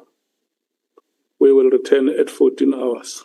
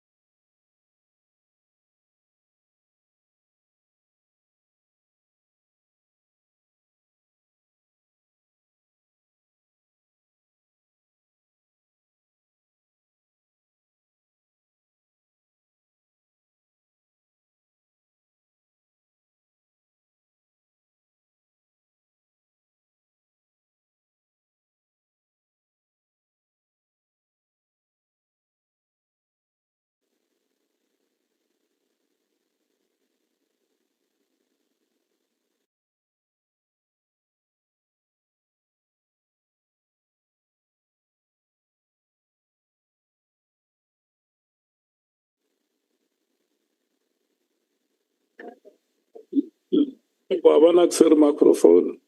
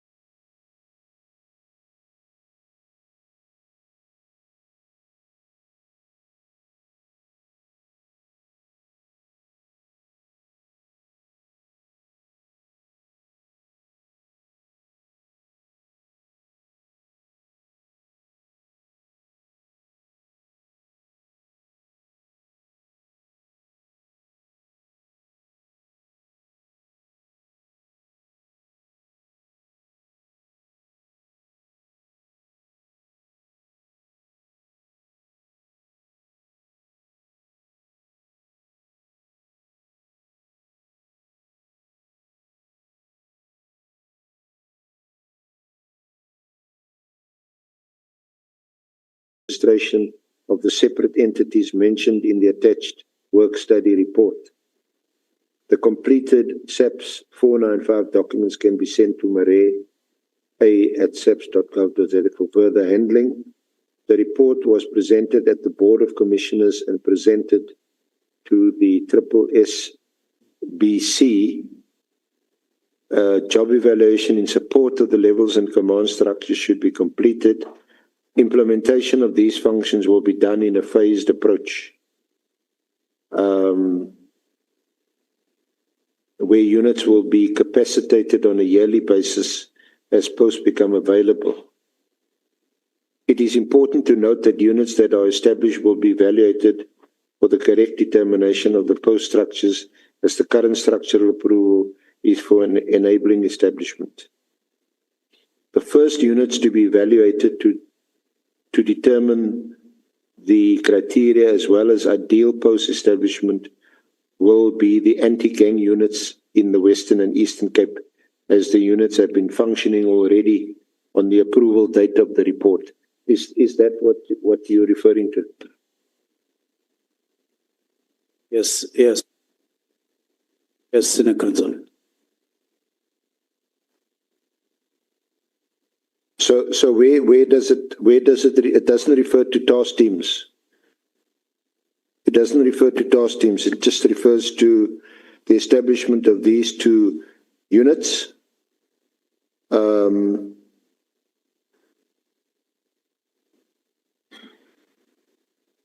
It says the first units to be evaluated to determine the criteria as well as the ideal post establishments will be the anti-gang units in the Western and Eastern Cape. No, it doesn't say, it doesn't talk about units. It doesn't also say that these units will be phased out or disestablished. No, they were referring to what had happened by that time in provinces, and they make examples on those two provinces. But if you look at 35, 36, from 35 to 36 of my statement, page 16, the work study reportedly effectively disestablished the NPKTT and established a single murder and robbery unit that would effectively carry out various functions of the different task teams under one umbrella.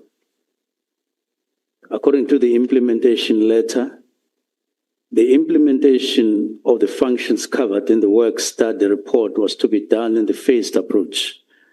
That is on page 16. It goes on to say the only specialized units that became operative upon, they were making an assessment at that time.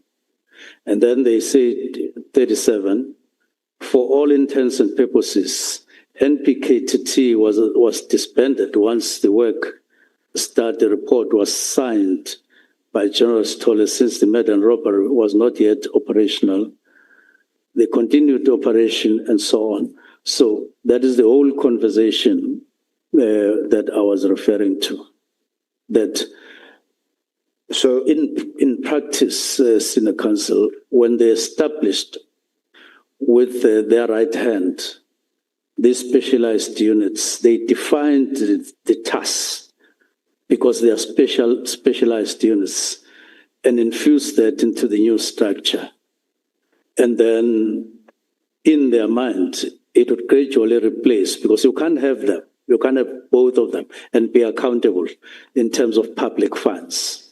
You can't establish new units, but then you keep NPKTT. And that doesn't mean that NKP and National Political Killings Task Team was no longer working or was not effective.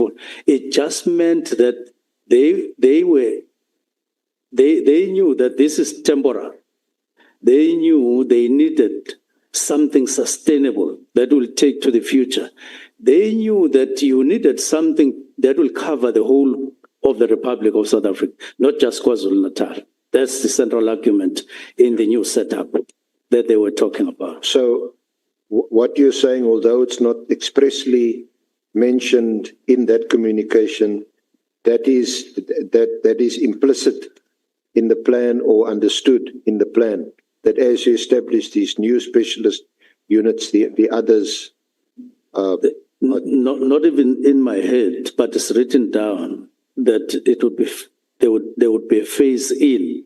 And the reason why they kept on signing extensions, it was because the process of establishing the units into their fully fledged position took some time. That's why they extended the team. Now, I'm going to invite you to, because this is an I think it's called an implementation letter, which you've attached at 91, 92, and refers to the work study of 14 June 2019, which was approved by Lieutenant General Sitoli on the 26th of June 2019, right? Now that plan has been copied to us by your lawyers. It actually is an annexure to, I think, one of the.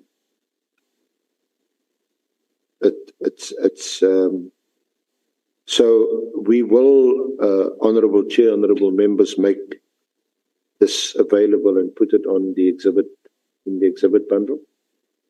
So I don't know if you have it, because I think for completeness, it is important to look at the actual work study.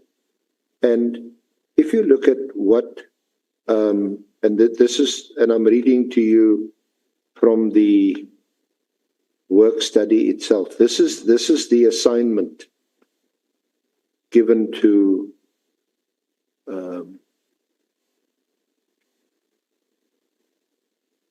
it's got a specific focus on gangs and gangsterism. The history and the background, I'm reading from paragraph 4.1 of the work plan.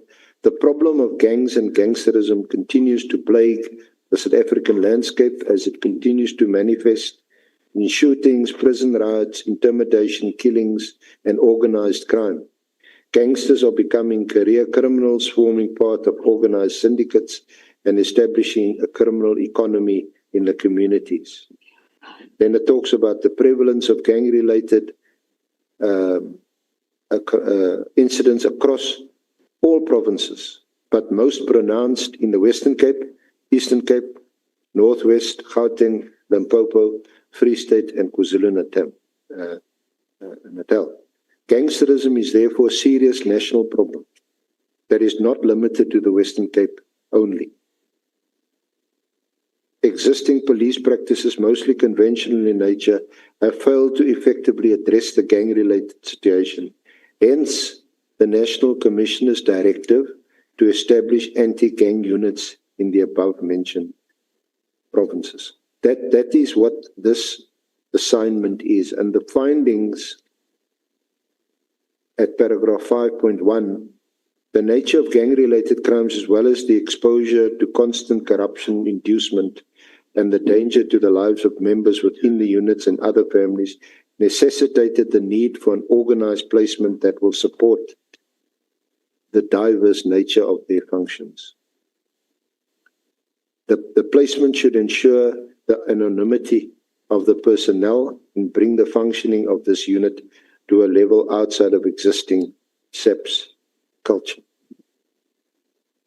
Yes, one thing that could have helped Senior Council is to, as I requested, to put on display the organizational structure so that you can see these units in the structure that was agreed on. Well, the more recent one is the one you showed me earlier.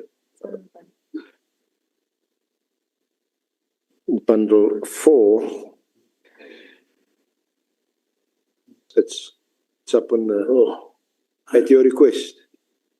Yes, I didn't know I'm putting myself at a disadvantage because I don't have it in front of me to a point where. Oh.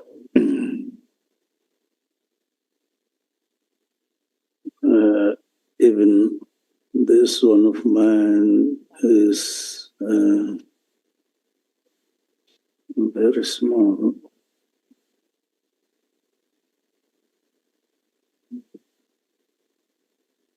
I don't have to see this. I need somebody to come and unsigned in 2020 May 2025. That shows, I don't know whether it is this one.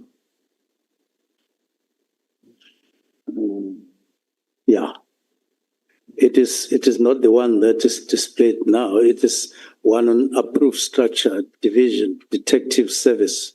I don't know whether they have that. That's where these units are. At least I can see what I'm talking about, what I wanted.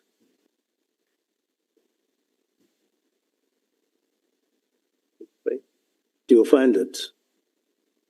So yes, is that on view 180, page 180? Yes. Now, if you look at these boxes from the left to the right, you count 1, you count 2, you then come to box number 3. It will show serious and violent crimes,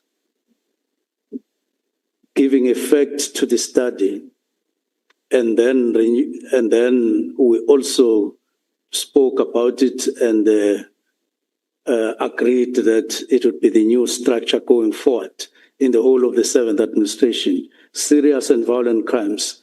If you look at that, the section head, murder and robbery. If you look below that, stock theft, because it's a hazard and a problem. People are complaining about it on the ground all the time, and we need to strengthen and oil that. And then you have vehicle theft, and then taxi violence. And then you move to the next box, which is organized crime.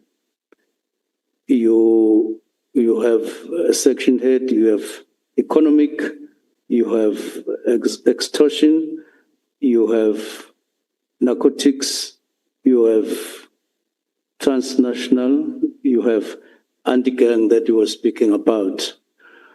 Now, in a more elaborate one, murder and robbery is understood to include political killings. There should be a small box there indicating political killings belong to serious. Sorry, Minister, just to be fair to you, just to point out, this is dated the 15th of May 2025.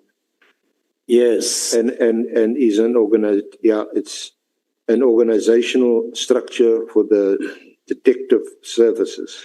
This is the ones in the council 2025, 2026 to 2029, 2030.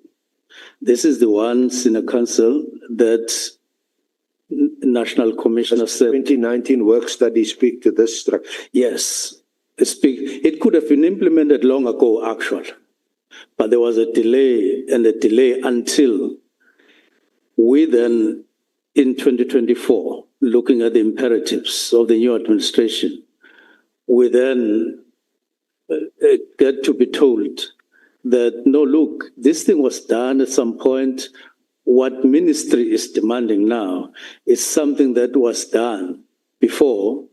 It's just that implementation didn't go according to plan, Sarah.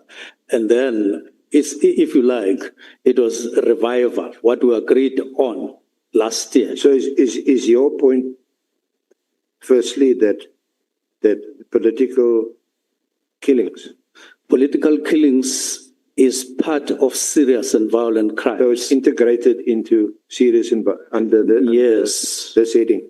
Yes, because serious and violent crimes, in actual fact, as you see below, section head, it said murder and robbery. That is where political killings are put in terms of the work study and in terms of the newly adopted structure. So once you have that, you have a structure that is streamlined. What you fund something that is streamlined, but not for one province. And you fund it for all the provinces, but most particularly the 4 provinces that are leading in murder in the country, which is Gauteng, KwaZulu-Natal, Western Cape, and Eastern Cape. Now, you can't cover all of this, just those 4. You can't cover them with the current National Political Killings Task Team. You can't do it. You need a structure like this to cover all provinces, especially the 4. And then, it's not just the 4 that are going to have this. It's all provinces. You may differ in sizes because other provinces are small and they are less problematic on this. But you will see, I don't know, the crime stats that are going to come. We are most likely to see the 4 provinces leading, including in murder. Now, when we come to Parliament, to the Portfolio Committee, every meeting of the Portfolio Committee, we are under tremendous pressure from members of Parliament who are in the Portfolio Committee to say, deliver the number of killings the Constitution doesn't say political killings that you should be concerned about, but I accept that at the time it was necessary for the president and for government to focus on what seemed to be a precipitating issue or a pressure point. And then it got done, just like you had in the Northwest, the mining problems. So you did some concentration there. But going forward with the taxpayers' money, you've got to cover all the citizens of the country in all provinces. And therefore, the structure talks to that in a specialized way. The only thing that needs to be done is implementation and strengthening. But to strengthen, you need money. Now, you can't get that money from Treasury all of a sudden. You need to look within your resources. You will see that this structure, as an example of our efforts, it no longer have the inspectorate. There was something called police inspectorate. Now, when we engaged, management said, what do they do? They gave us what they do and so on. Now, we realized that they are in uniform, they have boots, and we said, no, let them come out of offices. Let them go to the street. The task of the inspectorate will be done by, they will have to plan how that task gets taken over. But what you need now is personnel. What you need is specialization. What you need is money so that these people can work, all of them. That is what the structure is trying to address, the imperatives of the 7th administration. So does that also conform to your explanation that even though the money was approved, it doesn't necessarily mean that the task team continued to be in existence? The challenge that we have, Senior Council, at the moment is that if you look at money that is allocated to National Political Task Team and you look at their work, fine. They are working, they are doing work. But the percentage, first I must talk to categories of murders in the country. There are 4 categories of murder. You have organized murders or assassinations. You have taxi. You have political killings. You have personal killings. This, according to the Global Initiative study that was released in April this year. And you can't beat it. It's factual. It gives you high percentages for organized crimes. It's about 35%.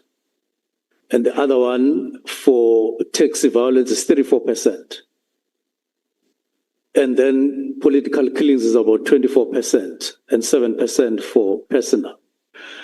Now, if you are Minister of Police You are made to preside currently over 120 billion rand.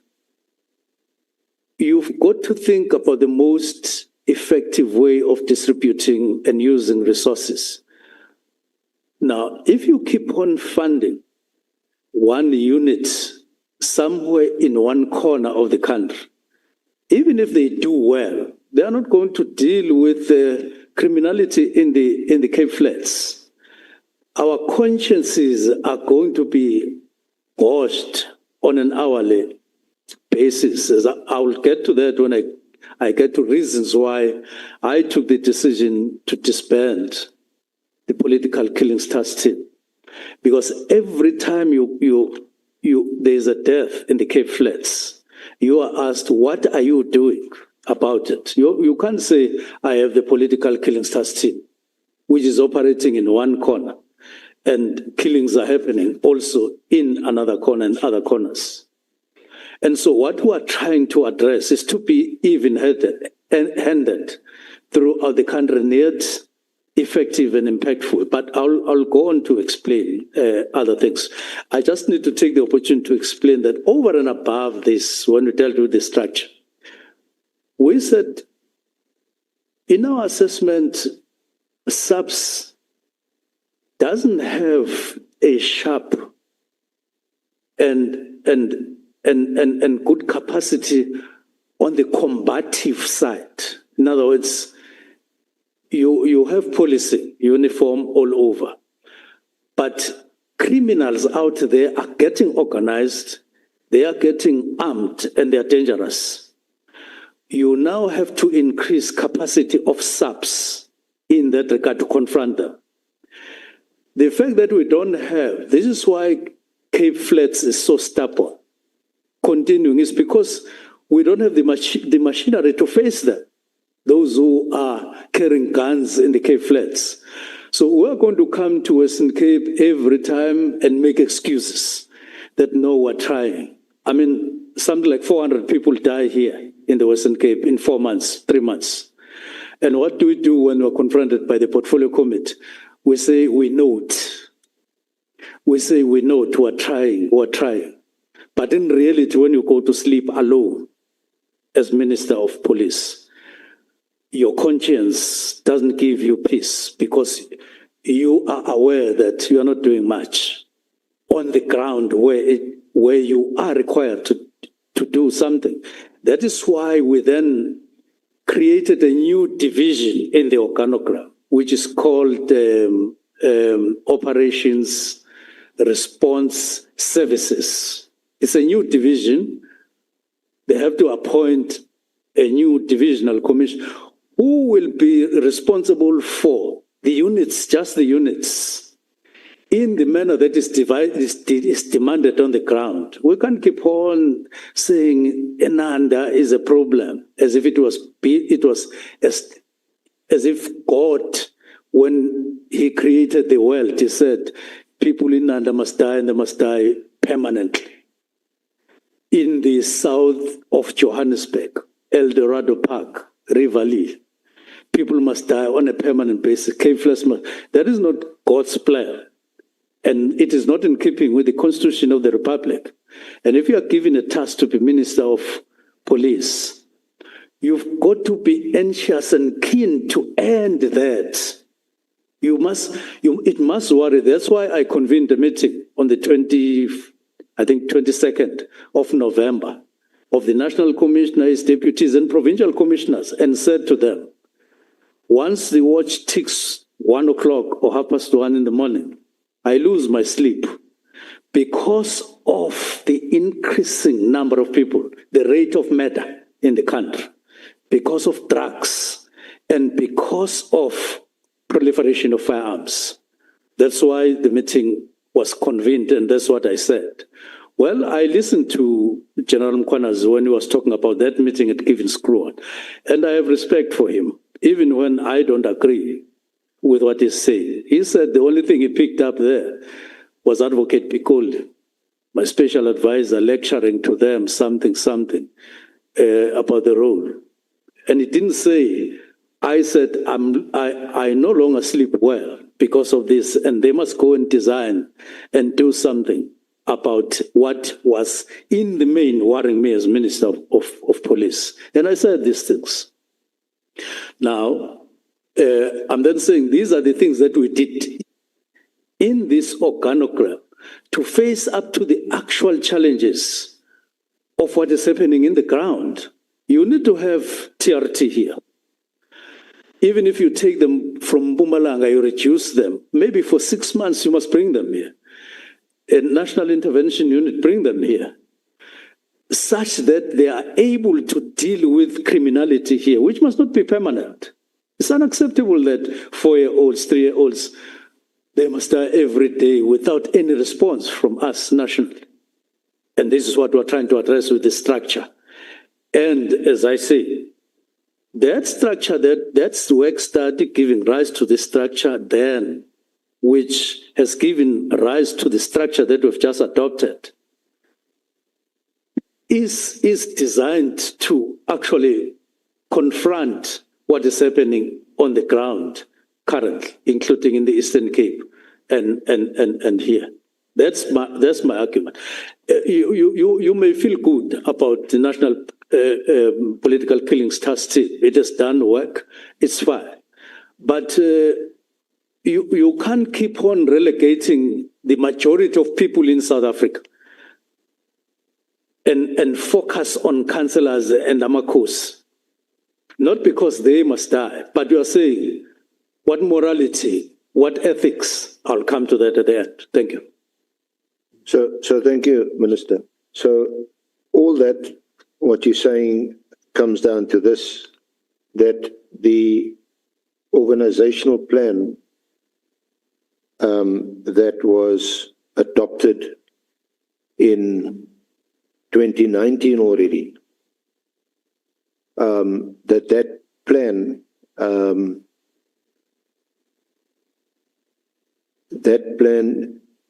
involves the disbanding of the political killings task team. It's inevitable, even if it's not said by the word of mouth, for you to see that this is what it meant. Yeah, because can I just read to you what this plan says and what it says it means? It says under organizational placement, National Detective Service, all specialized capacities, there are 4 major changes proposed in this review of the structures of the Detective Service. Current approved national structure is attached for your convenience. That's that one that you know. There's a subsequent one which I'll also refer to. The first and foremost addition is the addition of murder and robbery, inclusive of taxi violence, as a section under the head-specific crime investigation.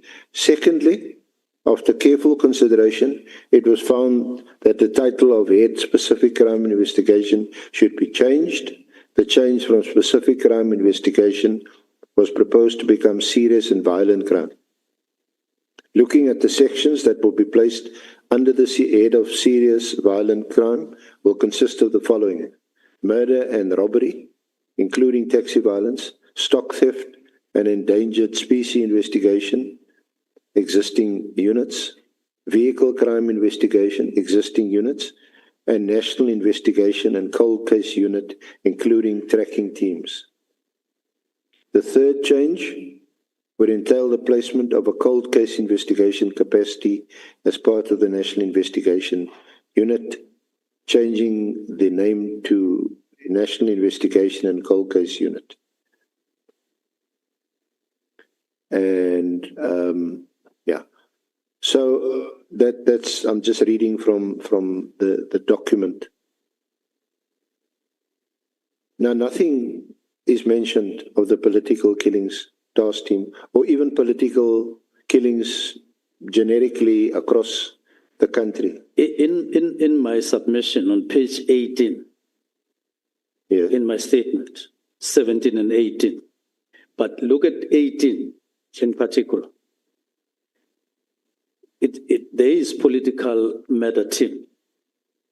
It's added there, which I said would be part of matter and robber in terms of your structure.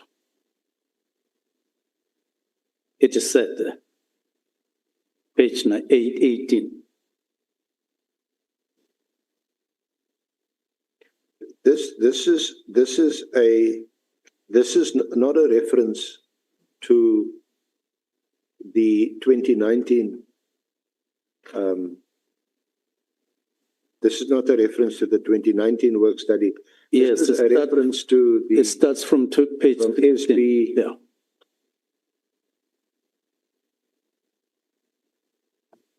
Volunteer. Sorry, that's a reference to SM2, which is on Honourable Chair, Honourable members, SM2, which is on page 93. Yeah. In my statement, Yes, that's a reference, but and what you, or maybe just confirm it, what you refer to is what is on page 103. Look at page 103. Yeah, page 103. There's a reference here to political murders team. Is that what you're referring to? yeah, I'm relying on my statement more than on any other document. In my statement on page 16 up there, it says on number 34, on 14 November 2019, Major General Nzima. Then you read on, you go to 17, you read on, you go to 18. That's where you'll find political matter team included. Yeah, I'm afraid I can't agree, Minister, that that's what it means or that's what it says. Just look at, if I don't mind, can you look at page 103? Because this is also of which document? Sorry, My statement. to your statement. Yeah, it's annexure SB2. Okay. SM2, sorry.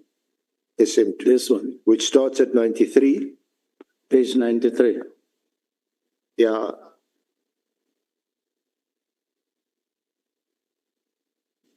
It's in bottom. Okay. Yeah. So if you can go to you'll see on SM2 at page 93, evaluation of the implementation of approved work study investigation for the establishment and review of resources for specialized investigation capacities, detective service. This is the other work study of it is designation now,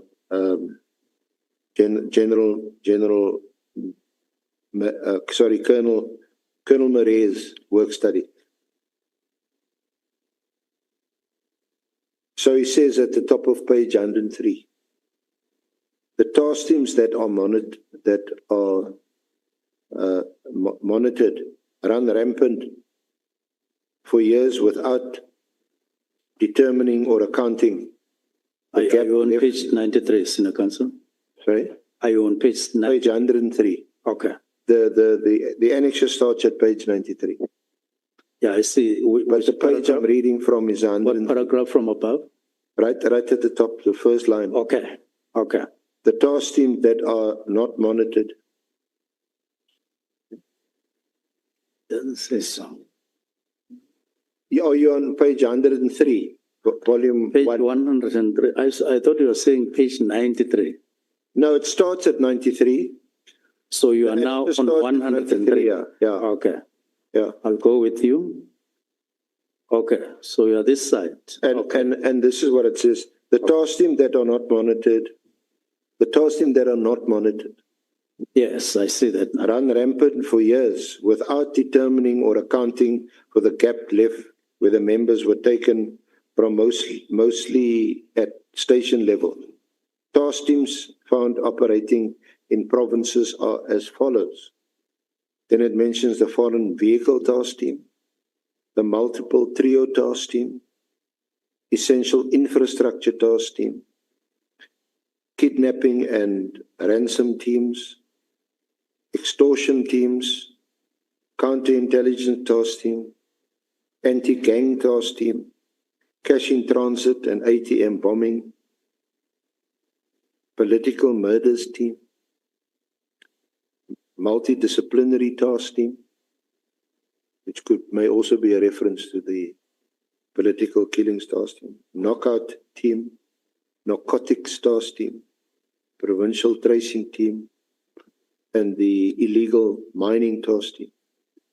So that is a criticism of all these task teams. What they are saying there is that when you go to the provinces at that time, you find these are all that you find, all these task teams.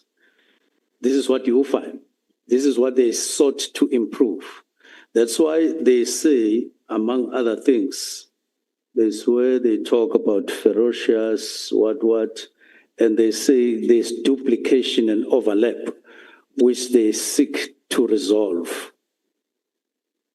So can you explain? Because this is evaluation at that time. Can you explain, and this is the outcome. Honorable Minister, why of assuming, because it's not specifically mentioned here that this is a reference to the political killings task team. Why is the political killings task team singled out from a number of other specialist teams that are criticized for the same reason, that they run rampant, that they don't account for their money? They are taken from various stations. Because they are not, in terms of the evaluation, they are not as coordinated as they should be. And they write down that they run rampant and so on. In other words, as part of what they need to correct. It was self-criticism. Now, I mean, we've had this discussion for quite a few minutes now. And I'm not sure that all of us understand or are clear about what you are saying. And I obviously say this with due respect. So my question is this. Where was this discussed with the people who could or do understand what you would be referring to? Did you get into a room where this was discussed? Was Lieutenant General Kumalo present? Was Lieutenant General Nkwenazi present? Speaking for the political killings task team and some other senior officers talking about other specialist task team, narcotics, illegal mining. Maybe they could have made out a case and said, please, don't disband me. Don't reintegrate me as this plan suggests or proposes. Don't reintegrate me into murder and robbery because we're doing well. Here are our statistics. We're effective. The process started in 2019. I was not there. All right. They then say, this is the work study. Okay. You now have to implement it and so on and so on. When I come during my time, this is last year, everybody is there. We're discussing the structure, the new organizational structure. Building on this evaluation, among other things, and so on. So we're now in 2024. Everybody is there up to the signing in May this year. Nobody was not there. Nobody was not there. Everybody was there. Nobody, for instance, said, when we were looking at the organizational structure for the 7th administration, nobody said, I'm raising my hand, feature in the new organogram, the political killings task team, and make it a unit everywhere.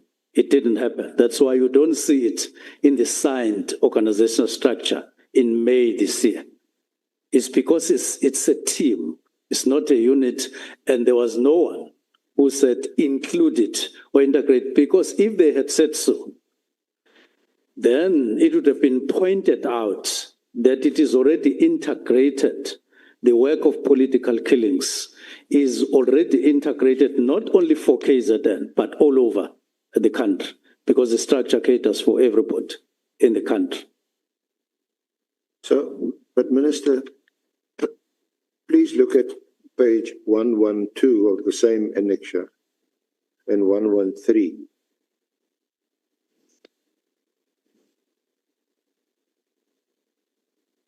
And if you look at towards the bottom of page 112, these are recommendations.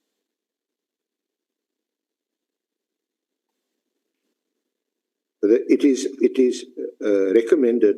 Are we on the same page?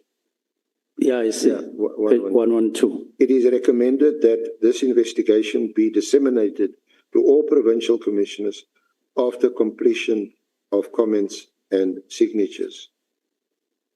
Proper planning and implementation be done, criteria be developed, and just fast forward to page 113. Mm-hmm.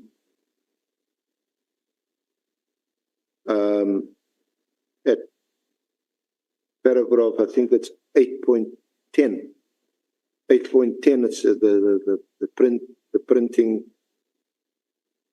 is not so clear. Yeah. Can you make that 8.10? Current task teams be subjected to an impact analysis by organizational development and strategic management in the province to ensure the feasibility of the existing teams.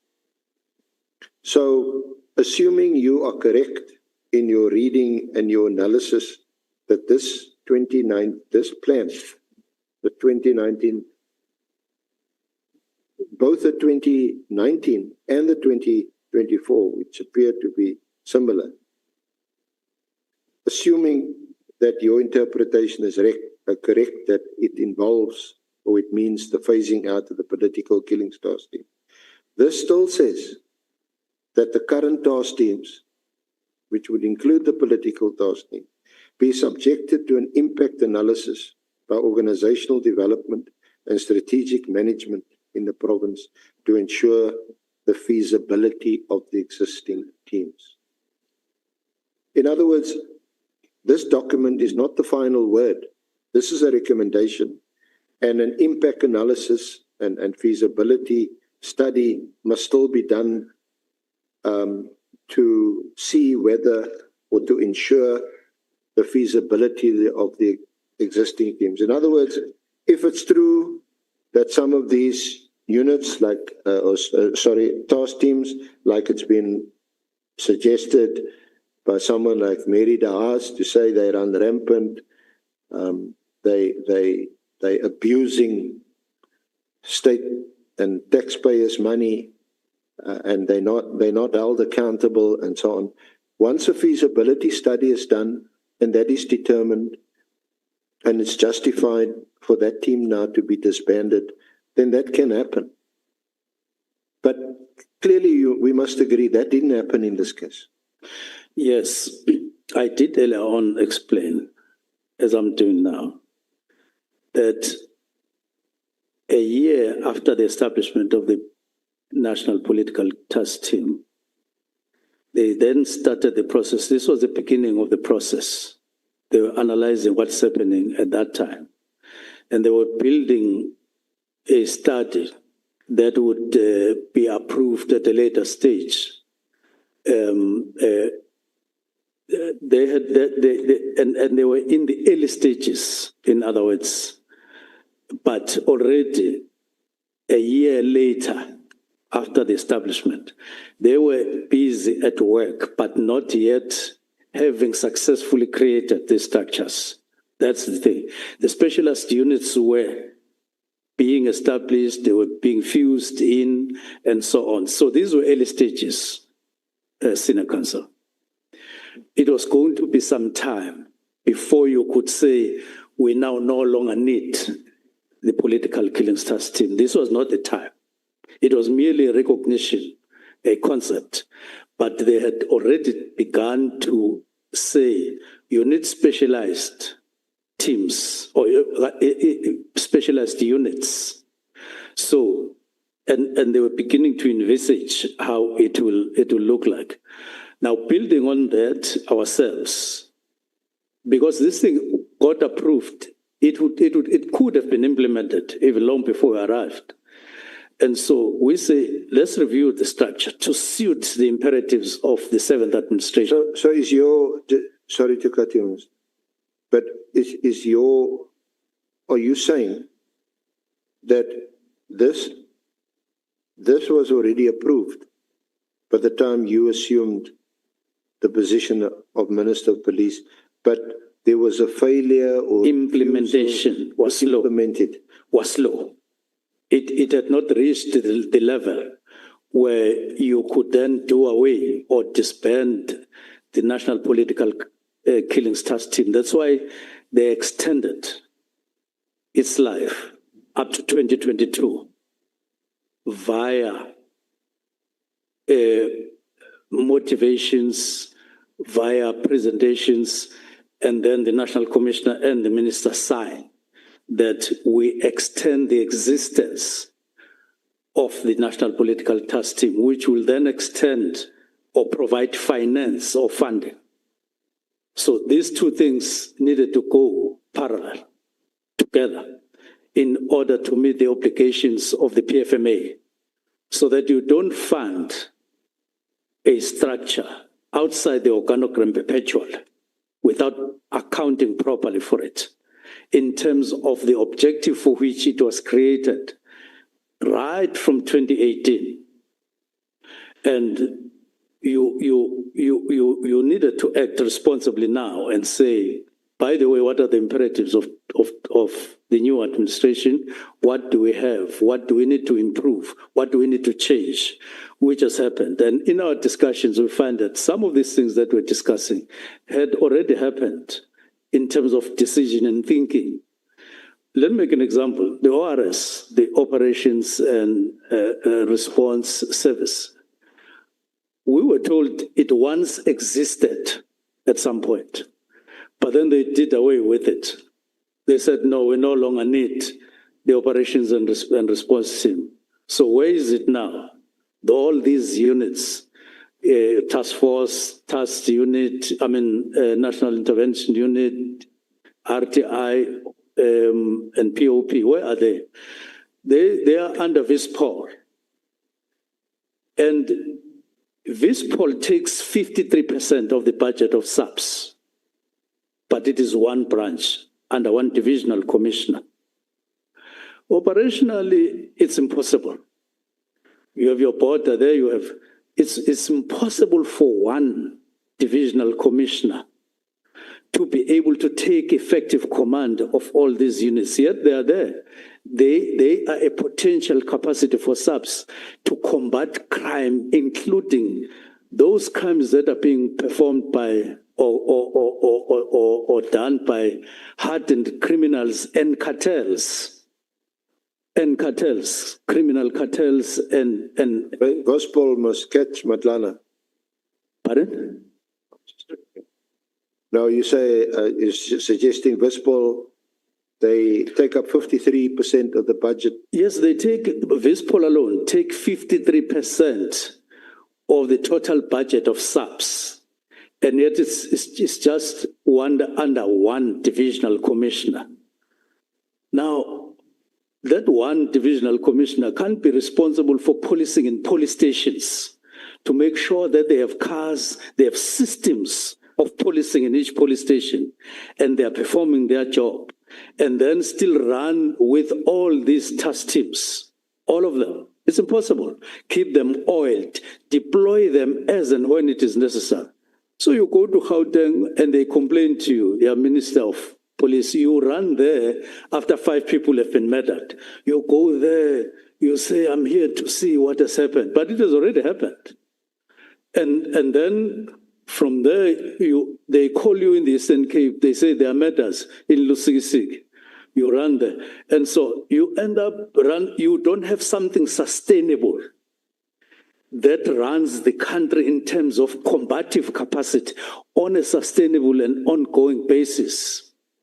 So when 6 shots get released for 5 nights in the Cape Flats, where are we? In terms of rushing where the bullet has been released and dealing with the culprits there, where are we? We come in the morning in the form of a uniform. Even if I fly from Pretoria or from wherever, we gather there, I get accompanied by many police. But what is the results? I go out, I go away. As soon as these criminals see Minister is gone with this group of police and so on, they start from where they ended. Because nobody deals with them to a point where you get to know who is doing this and what do we do with them. It doesn't get to that point until it happens and then we investigate. At one point, I held a virtual meeting with the National Commissioner for an hour. I counted, it was 1 hour, the two of us, virtual. And I say, National Commissioner, I can't tolerate what is happening in the Western Cape on an ongoing basis. I'm now quite a number of months into the portfolio, and I'm not going to be able to answer in 12 months what is it that I've done in that particular period. Please, let's do this. Deploy intelligence, crime intelligence to the Western Cape. I want names of people who are killing people in the Western Cape. I want name and surname through intelligence services. Go and do it. After you gather all the necessary information, then you can deploy specialized forces, sub-specialized teams. They now have the name, they know where and so on and how, both on drugs and others. Because crime has a name and a surname. Each committed crime in South Africa has a name and surname. You've got to trace this name and surname to prove that you are working, you are there as police to protect life and limb in the country. If you don't do that, you are generally around with uniform until you point to a particular criminal who fired a shot that killed someone. Well, that's what Lieutenant General Mkhonazi and his project leader, General Khumalo, that's what they say they did quite successfully. Each crime has a name. They got the names, they made arrests, they got prosecutions, they're working in a multidisciplinary team, and it's a rapid response. All these problems that you've highlighted with the situation where we respond too late, yes, we never respond. They're able to respond because they specialized, and they've been doing it since 2018. They say successfully. I respond as follows. They have become a factor in reducing political killings in KZN.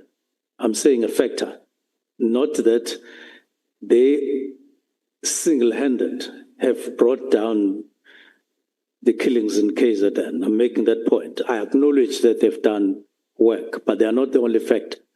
If you look at other factors. But you're talking about a team of 68 people as far as, or 100 and something, because when we last spoke with General Masimula, we're talking about reducing them to 68 as we're phasing out. Now, supposing they are 130 or something like that, they are operating from KZN. And at some point, for some reason, you deploy 10 in Gauteng.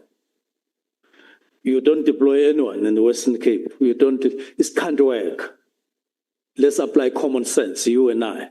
Yeah, and you may have a point. They draw from different stations across the country. and they're not replaced. Presumably some of the best or better. It won't work. What will work? And they also have they also have a rotation. They also work on a rotational basis. So they are not budgeted for.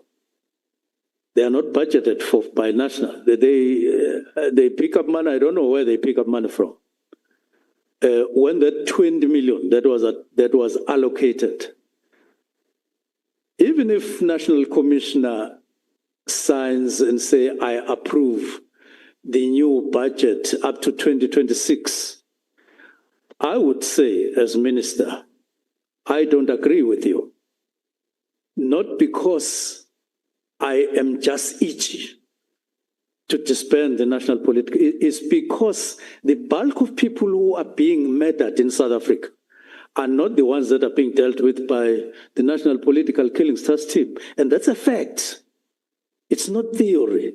It's not what I like. It is a fact. I've recently said the studies released last year by the Global Initiative tells you 34% of murders in South Africa are done in organized crime in that category.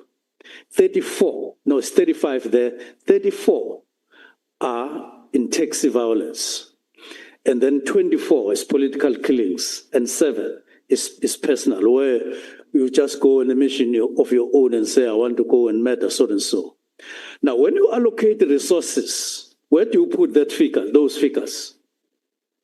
When you say to the nation, I have the National Political Killings Task Team that is dealing with all these matters in these categories throughout the country that I'm talking, are you speaking the truth? You're a liar. You're a liar to the nation. No matter how eloquent you put it, no matter how you look like in the face, it just is not reality that we're dealing with. You are just talking. Even if they clap hands for you, you are not dealing with reality. That's what I'm talking about here. Now, you are minister of, you are given a job, minister of police. What do? You've got to run the country, not KZN. You've got to reduce crime. You've got to reduce murders. You've got to reduce proliferation of arms throughout. You can't deal with it with one temporal task team based in KZN. You will never do it. No matter how you claim, no matter how many times you go to TV, you will never do it. You'll never do it. That's my argument. No, I hear your argument loud and clear, and I'm sure so is everybody in the room and in the country listening to what you're saying. Just if I could add, part of your responsibility when you're given a job is to dedicate your thinking and focus. Use the chair that you are given in the office and the whole office space to think properly and to think reality, and not to come with sophisticated creations of your own and address people and say, I'm dealing with crime. And you leave people crying in reality, meaning you're lying. Now, Minister, all that you said may make a lot of sense to a lot of people. But what I want to understand, and all of us want to understand, when did you get into a room with your National Commissioner, Lieutenant General Mchunu, who started this political killings task team, and Khumalo, who's the project leader of the task team? When did you get into a room with them to have this kind of discussion or debate? Now, to some of us, maybe all of us, I'm not sure, it may sound very persuasive that, why have a dedicated political killings task team when we have murders taking place? There's taxi violence killings, there's gang wars on the Cape Flats, much higher, and there's this team, and so much money is being spent on this elite task team. It is not right.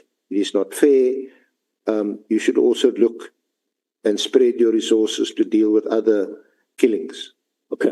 And then by way of a discussion and a persuasion, or maybe even a direction, you can say no.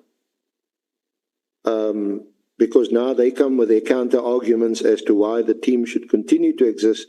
And you say, I hear you, but I don't buy your argument, and I'm now going to make the following decision. Can we agree that that didn't happen? No, I agree that I should get space to respond to your question. Yeah. All right. Now, when the president decided to intervene in KZN in the form of establishing this, he didn't call General Masimula, General Mkhwanazi, and General Kumar to talk to them. He didn't. So let me start afresh to satisfy myself that you are focusing as I'm responding to you. When the president flew to KZN to respond to what was happening, he didn't call General Masimula, General Mkhwanazi, and General Kumar to confide with them somewhere. He didn't. He addressed the nation. He said, to address what appears to be a crisis, when I am there as President of the Republic, I'm intervening. I am establishing a mechanism to deal with the problem that I see. It's going to take the form of an interministerial committee who will sit and discuss further the mechanism that I am telling them to design. Those are the people he sat with. And it's important to do so, to note that. And that team of ministers didn't call just General Masimula, General Mkhwanazi, and General Kumar. Because in the first place, the political killings task team was not there. So they called the team of people, they called DGs actually, and they called General Mkhwanazi because they were talking KZN. So a collective of people. They said, look, we're tasked, we're an IMC, we're tasked to do 1, 2, 3, and so on. Let's talk on an ongoing basis. Come and present to us what we are briefing you about as our mandate. Then they went to craft whatever they crafted, and it got briefed. They got the briefing back, and then it was endorsed. That briefing resulted into a steering committee and an operational plan, or as an operational plan as part of. So when I come here and I'm asked that question, why didn't I call those 3 individuals? I respond in the way that I'm responding. But my response also includes that all the things that I've spoken to you, Senior Council Chair, up to now, happened in their presence. All of them. Because they are part and parcel. The work study, the implementation, the extensions, and when extensions didn't take place, but funding continued, they were there, all of them, and so on. Now, I look at the thing. Sorry, it happened in their presence, you say, but you weren't there at the time. Pardon? You weren't there at the time. The work study and all that.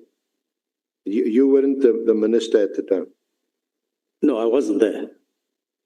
There was a minister, though. There was a minister, and that minister tells us, and will come and tell this honourable committee, that the task team was in operation, and by the time he left office, and as recently as, I think it was March 2024, he held his last media briefing. 2023. March 2024, the last interministerial committee briefing was held in March 2024. And as usual, he says, you know, your comrade, He did the presentation and the task team was still very much in place, and he was happy with the work that they were doing. That was in March 2024. You were appointed on the 30th of June 2024. Yes. So he doesn't seem to share your understanding that the task team was phased out or was to be phased out, or as you contend that since 2022 the task team was operating unlawfully. Now, let me take this opportunity to outline reasons why we disbanded the task team. In fact, why I issued a letter of directives, the 3 directives, so that we don't take one aspect. For instance, I would respond to you that my predecessor can't be part of what I mean, you can't say he will come and say he is not happy, as if it is his duty to do so. Now, it's not. I'm here now taking you through the reasons. Could I go ahead, Senior Counsel? Just hold a moment, Senior Counsel. Honorable Malema. Sorry, Honorable Chair. Hold. Sorry. Let me start. The first reason. I have recognized an honorable member. Thank you, Chair. I think the question was not answered about whether did you meet Honorable General Masemola, Oh, yes. Khumalo, and Mkhwanazi. Not whether when it was formed, the president met them. That was not the question. The question was, did you meet General Masemola before we go to issuing of a letter?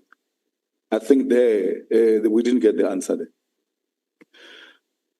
Now, I'll accept that and then respond by saying the meeting on the 1st of November, where I made remarks or statements of a policy nature. I don't know whether that has since been supplied to all of you. Those minutes, you will see who was there. And you will see which, the minutes of 1 November 2024. Yeah, the distribution may not have taken place, but it's Minister, sorry, if just to refer the Honourable Chair and Honourable Members to the relevant volume, it's Exhibit Bundle 4, and it's at pages 163 to 177.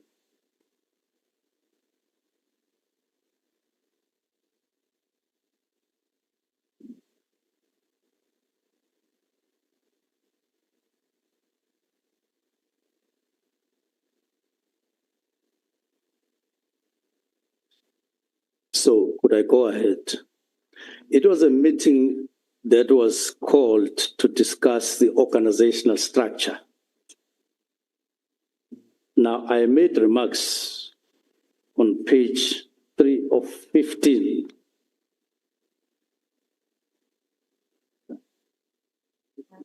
The people who were present was Minister of Police, and I welcome Deputy Ministers, National Commissioner, General Masemola, and all other people who are present. Now, it doesn't say who else was present, but maybe if we get information, my understanding is that we were with provincial commissioners as well, not just General Mkhwanazi alone. So I make remarks there. The minister further indicated there was even labor there. Page you're reading from? I read from page 3 of 3 of 15. of 15. The minister further indicated that there must be reconsideration and review of certain capabilities, such as political killings task team, which are primarily about addressing serious crimes. He stated that SAPS should guard against creating structures, units based on specific category, while these duplicate the existing capabilities, e.g. taxi killings, political killing, all being about murders. This is what I said in the presence of management. Now, further down in the same page, you will see what General Masimula said. General Masimula indicated that the matter of the provincial commissioners was resolved some time ago, which was under discussion. It goes on and talk about. So he further stated that in terms of the inspectorate, in principle, management agreed that there's a need to do away with it. That's the first unit that we dissolved. And it's not and this is a unit. It was not even the task team. It's a unit in the organogram. However, there are difficulties with doing away with the unit right away. We acknowledge and accepted that. He gave example of affordability and so on. He further explained that a political killing capability that is in place was in a form of a task team and not a fixed unit established. So these were elaborate statements that were made in that meeting of a policy nature, and they were present. That's my response. But there is another meeting that we held. I think it was on the 22nd. It's just that we couldn't find minutes. It is called policy statements that I made together with the National Commissioner. He made in one of these meetings. Yeah, the minister directed that the presentation should have a narrative in relation to the. So I'm making reference to that to respond to the question. But I never met the three of them to say, General Masimula, General Mkhonazi, General Khumalo, come, let's have a discussion. But let me then go to the reasons so that you will see that there were ongoing discussions on various aspects, and there are certain things that precipitated the decision to disband. Before you proceed, Minister, are you satisfied, Honorable Member? Honorable Ngola? No, thanks, Chair. Just to check that the minutes the witness is referring to is bundle 4, page 164. And if the witness has actually noticed that the minutes are not signed. Just that, Chair. Thank you. The minutes for which meeting?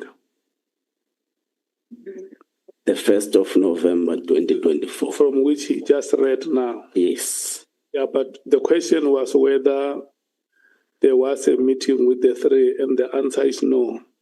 Yes, Chair, I understand that part, but I'm saying if the minister noticed that they are not signed, so it actually touches on the authenticity and the credibility of the minutes. I was just raising that, Chair. It's fine. Thank you. Okay. Then let me start with the reasons. So the first reason,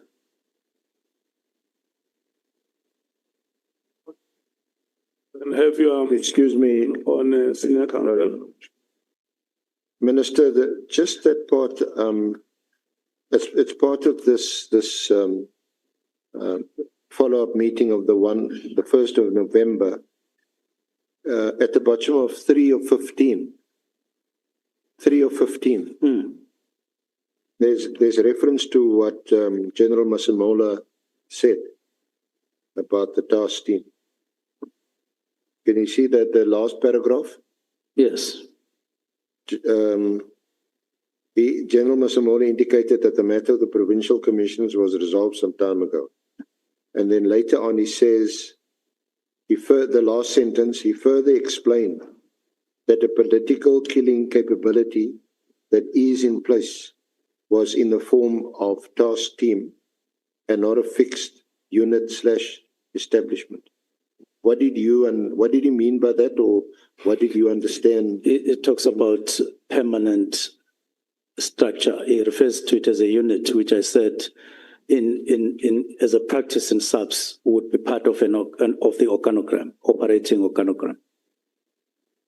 So it's not fixed, it's temporal. Yeah. Yes. So what was he not saying that this discussion about organizational structures does not or should not include a reference to a task team because it's not a fixed unit of the establishment? What is important is to note that there's acknowledgement that it is not a permanent structure or a permanent establishment. It's not a fixed establishment. I think we all accept that. We accept Yes. that it's been extended from every year, from 2018 Yes. through now to 2026, except that your position seems to be that from 2022. 2022. I'm saying from 2022, there was no substantive discussion to extend the existence. There was whatever happened after 2022, which as the last signature of the National Commissioner and the Minister on the establishment, on the existence of the task team, was then for financial purposes to say fund, and then it was as it had happened up to 2026 is funding, but we're no longer there. We are now on my reasons why. Yeah, but just to pause there, Okay. because it's important that we get this clear, because the former Minister Pele, certainly accepted right up until his last media briefing on the task team as the chairperson of the interministerial committee, that there was such a task team, that it was in place, that it was operating. And I would agree with him. And that the interministerial committee, this political committee that you're talking about, was briefed, well, twice a year. I would agree with him. Yes.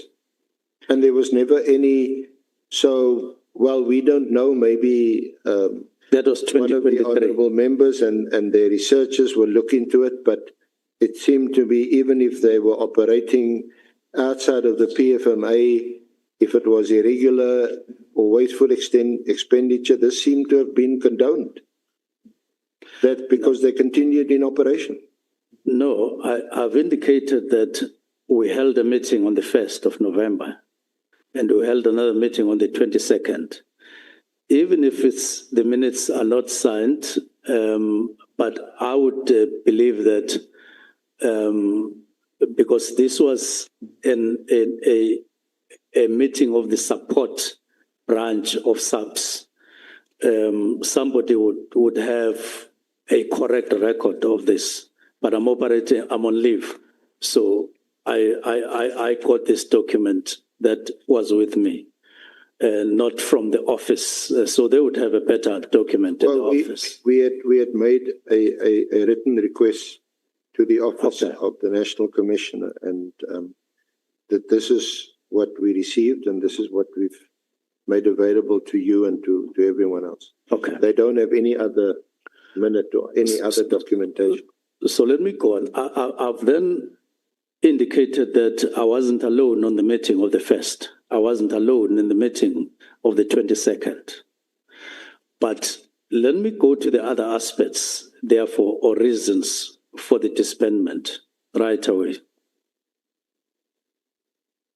if I could be allowed to do so. So the first reason is my belief that if you continue to have a political killings task team,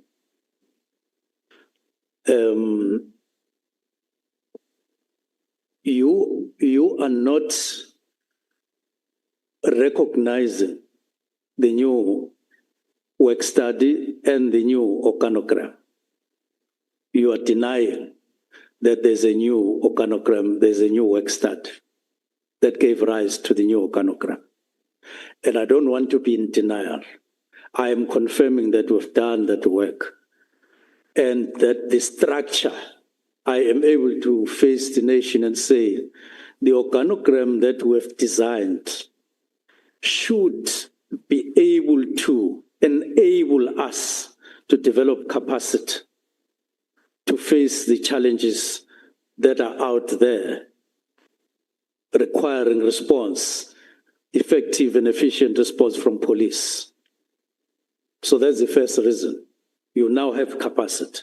We have done the work, we have processed together with everybody in the department, not alone. It is there in place, we just have to implement.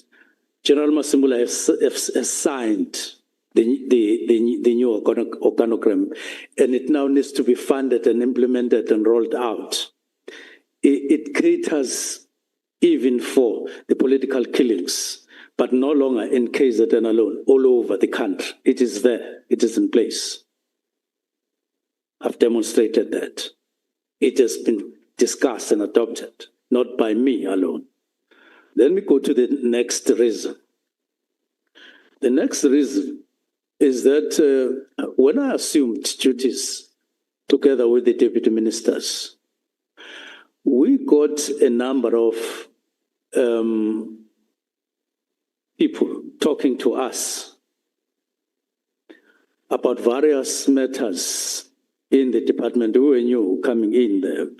They would phone, they would WhatsApp, they would email. Others, in my case, they would ask for confidential meetings and so on. And I do state that in my affidavit. Now, these people, I mean, they would call you when you are in the car. They would call you wherever and so on. But some of these people, like the ones that are included here, because they're in different categories, like Mary De Haas, for instance, she wrote extensively to us and then wrote to Parliament as well. And so Minister, sorry. As well. And so Minister, sorry.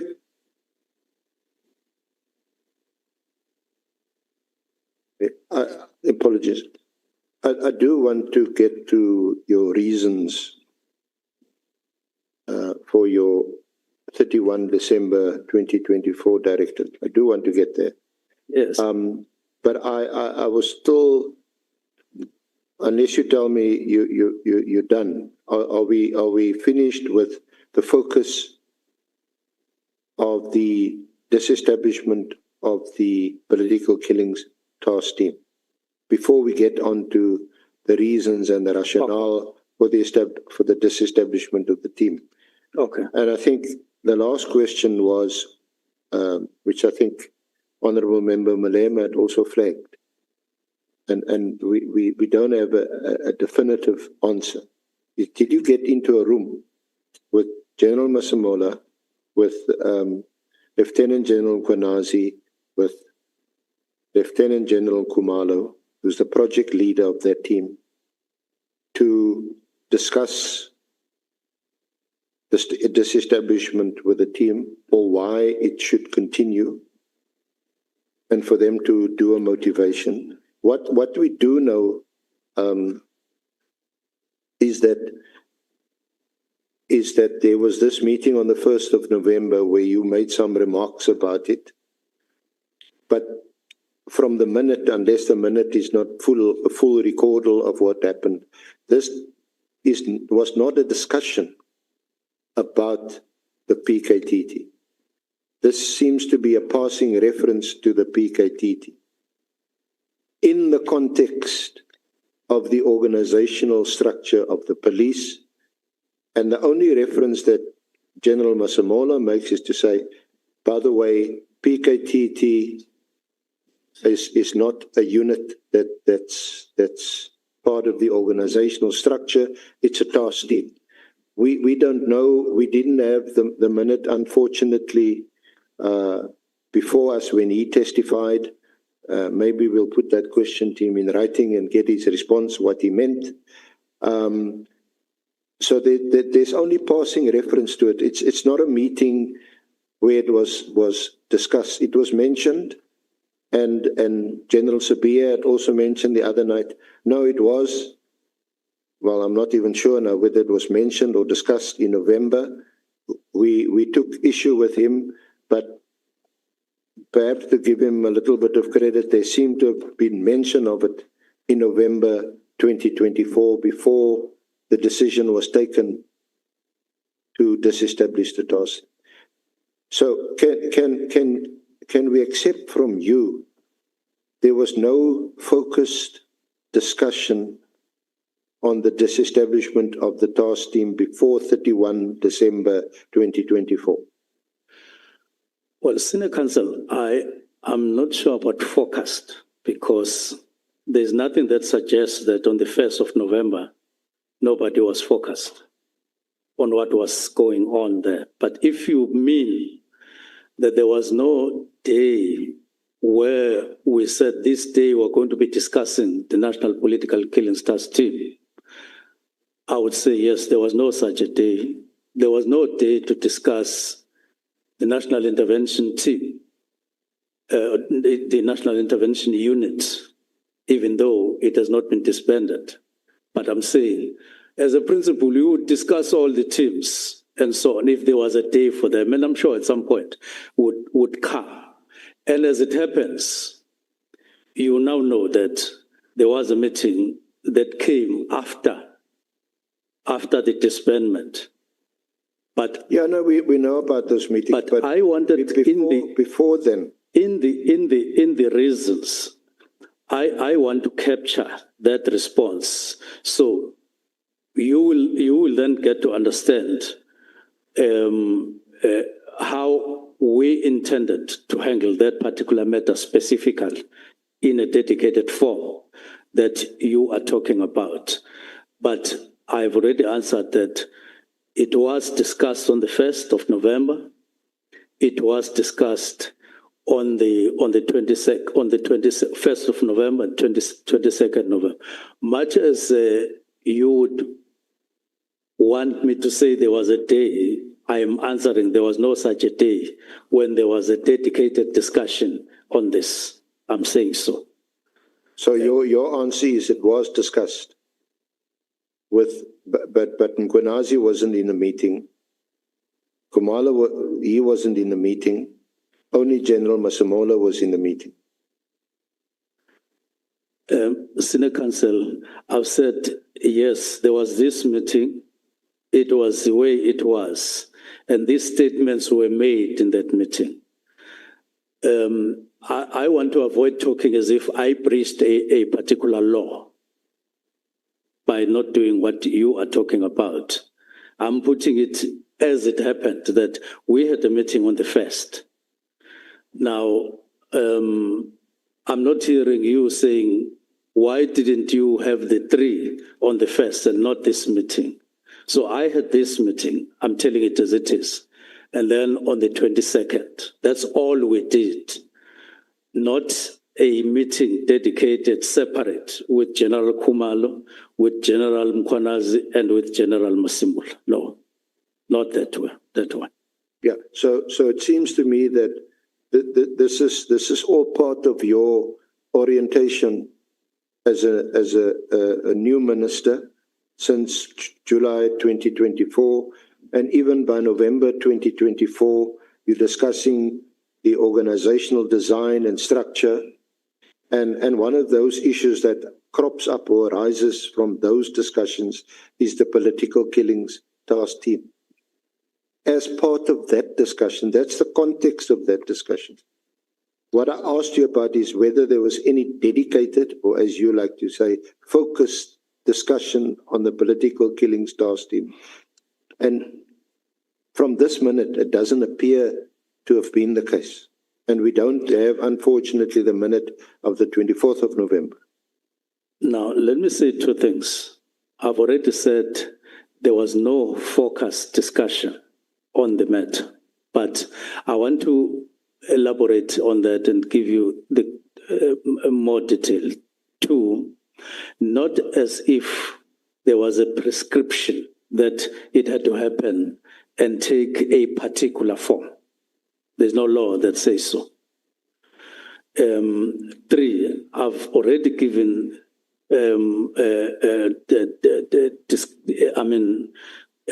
given what happened on the first and what happened later. But now, give me space to give you reasons why we disbanded. And some of the answers from your question, some of the answers you will get as I move on the matter. I'm saying this to lessen the burden on senior counsel to say, answer this question. I've answered. Okay, can I go ahead? Okay, go ahead. Final. All right. So the first reason is that we get to the department, we do various discussions, consultations, we read, and so on. And then gradually, I get to learn about all these things that were spoken about up to now. What happened in 2019 and so on.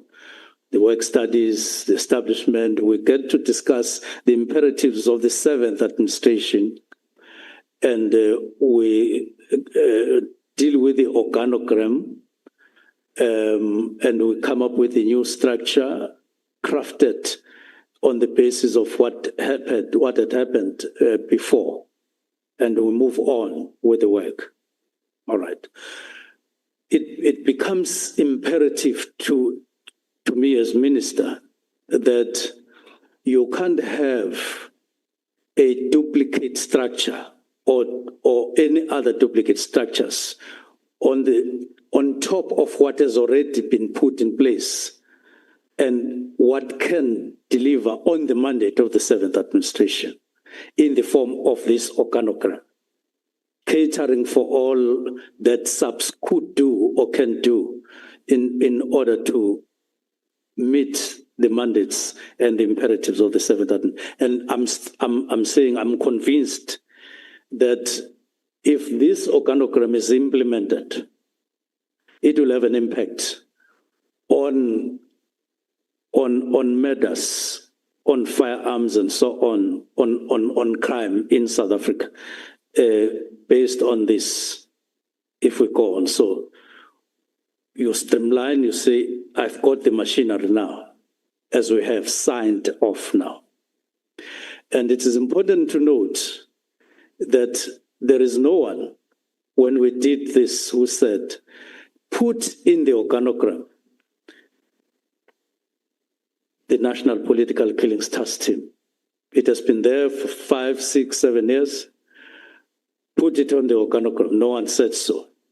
Not Commissioner Masimula, not the other generals, including General Mkhwanazi or General Kumar.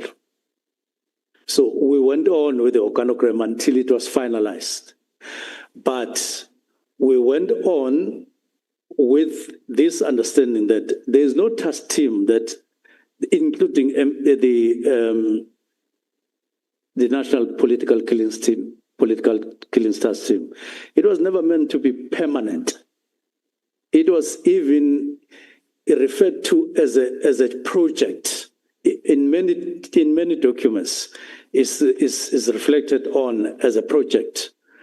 Now, if it's a project, it tells you that as a project, it would have a particular time frame of starting, particular funding, and particular time of ending. It's not a permanent project. So that's the first reason. Second reason, I began to say I got to interact with a lot of people. Deputy ministers also got to interact with many people. Now, others made written inputs and others didn't. The categories of people who were speaking to us are different. Maybe let me start with the one that even finally made me write on the 31st of December. A number of people who were part of the National Political Task Team sent WhatsApps to me and to the deputy ministers over a long period, shortly after we started working in SAPS. Others, as I've said, would want to see me privately, confidential. And we had talks. And there are quite a number. Now, those people would say, we don't want to be revealed. We don't want to be known. We just are coming here to say there are these particular issues. And let me categorize them. They are in two categories, those issues. They are of an HR nature. The practices within the National Political Killings Task Team, the way they practiced HR matters or handled HR matters. Two, they are of a nature that made me feel that if these matters are not attended to expeditiously, they have potential, if not already, of damaging the reputation of SAPS, amounting to others defeating the ends of justice. So they were in two categories. Now, those matters, as I've indicated, they were detailed in the conversations in various forms that I've indicated. Now, I had to process. First, we started with a meeting on the 21st of November with the two deputy ministers convened by me to say, what are you picking up since we started? So each one of us said, hey, because we were specific, we're discussing what we were receiving, the complaints, the grievances, and all of that. So we discussed this. Others we had already started addressing by allocating, you address the problem of so and so, you address the problem of so and so, and that was done. And we're beginning to do work. But I convened this specific meeting.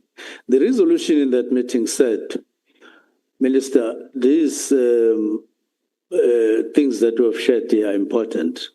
Go and engage the National Commissioner. That is what came out.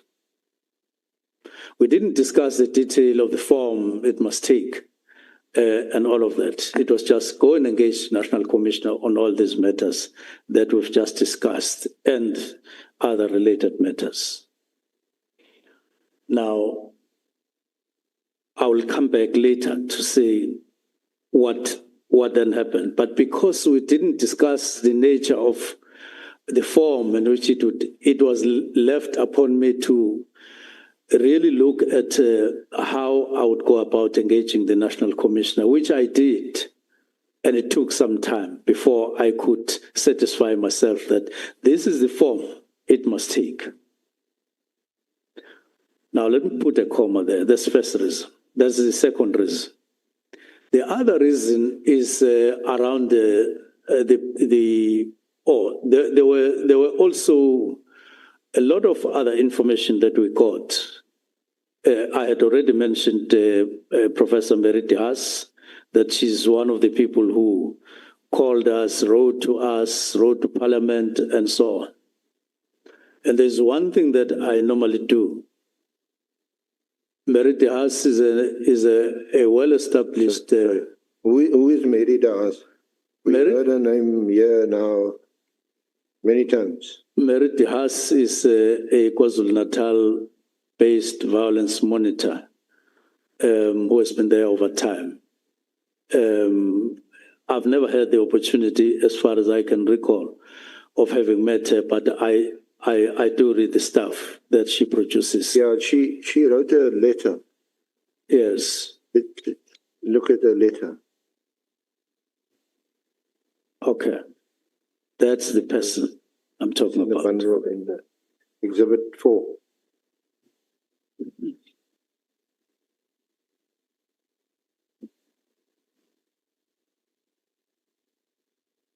It's at pages 14 to 21, Exhibit 4. Yes. So, you never met her? If I recall, if it happened, it happened. It must have happened some time ago, long time ago. When you were the But Premier? not when I was MSc or Premier or what. I don't recall, let alone after becoming minister. And but I've read her statements. So she's not an advisor to you? Not at all. You hadn't met her. She writes to you merely as minister on the I suppose 31st of October 2020. She wrote to the portfolio committee. She's not an advisor either. There, she wrote to them as well. All right. So and you don't know her? Then I read what she wrote. You've never met her. You don't know her personally. Did you check out her credentials? No, I know her. You know her? Yes. She has been there in KZN for a long time. It's difficult to miss anyone who is in Parliament who comes from there. You would have heard or known or read. Even I don't come from there, but I've heard of her over the years. And then to be fair, she's at times she bravely stood her ground during the apartheid years, and there was police brutality. So I do, but I'm not sure that if she writes a letter to me and I'm the Minister of Police, I'm necessarily going to take her advice or take her seriously. No, I haven't said I took her advice. I merely said she wrote to me. Well, you're not dealing with your reasons. The Meriti Haas letter is one of those reasons. She wrote a letter to me. I'm still telling the story, what happened. So she wrote to me and I read it. But let me open up about what I normally do when I receive letters or calls. I normally don't ignore when people write or call me. I try and make an effort to respond to what they say. There are many people who have phoned me over time, but I've never met them. But sometimes I respond to them. So I did look at the letters and so on. And I also read her correspondence to the portfolio committee. If I'm not mistaken, she would have written to me and CC'd them to me and so on. Now, I do also ask my communications people to get articles written by people about South African Police Service to get them to me in the form of copies and so on. Not with the purpose of responding to, but getting to know what they have to say about South African police, including her. So I then indicate what she was saying on various occasions about that, and I read those things that she spoke about. Then there's another lady called Patricia Mashale, who write almost every second day about South African police, especially on the negative side. So I read what she writes, but I've never responded, and I've never called her to discuss any of her articles or letters or WhatsApps or whatever. I just read and keep. And at some point, the way she writes to us, I got a bit worried because she seems to know quite a lot of things, including letters written by this person or that person within SAPS. So I asked the IGI to say, can you work on the profile of this lady? I just need to know more about her. And he did. And he wrote back to me about what he was saying to me about her and so on.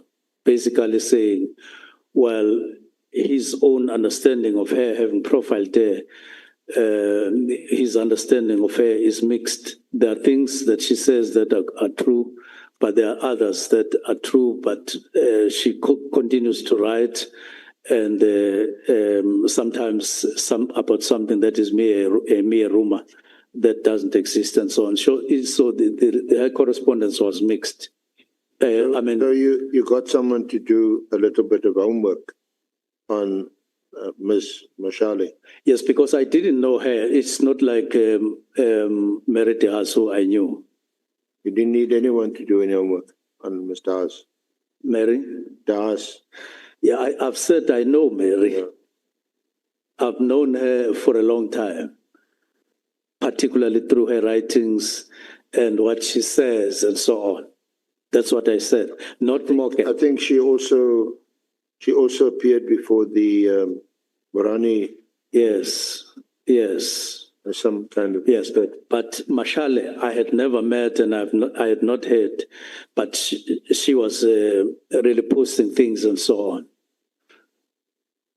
And then I asked the IGI to look at and write to me about her, and he did, and I read it. And at some point, I shared the understanding of the IGI with National Commissioner to say, hey, this is what IGI is saying about Patricia Morgan. But National Commissioner, she has also written to her or sent WhatsApp to him and so on. We just shared that generally and we passed. Okay. Now, there's the second category. Yeah, before you proceed, there is a hand from Honorable Malema. No, thanks, Chair. I understood the minister to have said he asked the IGI, which will mean Inspector General of Intelligence, to check on this person. Now, after he gave that answer, the SC says, you are saying you asked on someone to do homework. You can't refer to IGI as someone. He has to be referred to as IGI consistently. Yes. You can't make that mistake because it's going to disappear. He said he asked IGI to check on her, and the SC says, oh, you asked on someone. It can't be. It has to be one answer, and the minister answered that. So I just wanted us to have had the same understanding. That it must go to the record as the person that the minister requested to check on Miss Patricia Mashale. That person is the Inspector General of Intelligence. Point taken, Honorable Malema. Yes. So I wrote to the IGI and He then responded. So, Minister, you say the name of the person is Miss Patricia Marshall. Yes. Okay. Yes, Chair. And the matter was referred to the Inspector General of Intelligence. Yes, because in particular, she would write about crime intelligence matters quite extensively, and she would send emails and so on. That's why I went to the Inspector General of Intelligence. And then I got the advice in writing about her.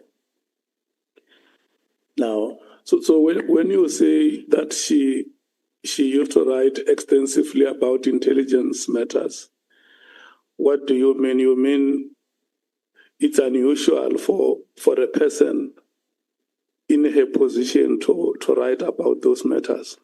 Or did she have a more than sufficient information that you would ordinarily expect her to have? No, what she did is write and send you a WhatsApp on your phone on a frequent basis, not regular, frequent basis. She would send you documents which appeared to be SAPS documents, genuine, but send them to you. She would send you reports of one situation or the other, criminality, and so on. She wrote also about, she sent me when about that those weapons and people that we found in Mpumalanga. She wrote. I want to know, is she qualified to be in possession of such information? I wouldn't say she qualifies because not all of it. Other information may be general or public information that everybody knows is reported in the news.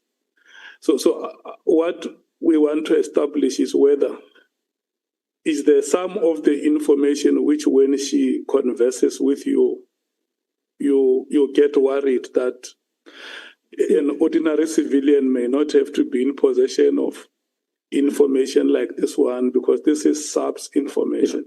The frequency with which she wrote and the stuff she wrote and sent and so on is the one that made me say, who is this person? IGI can you profile?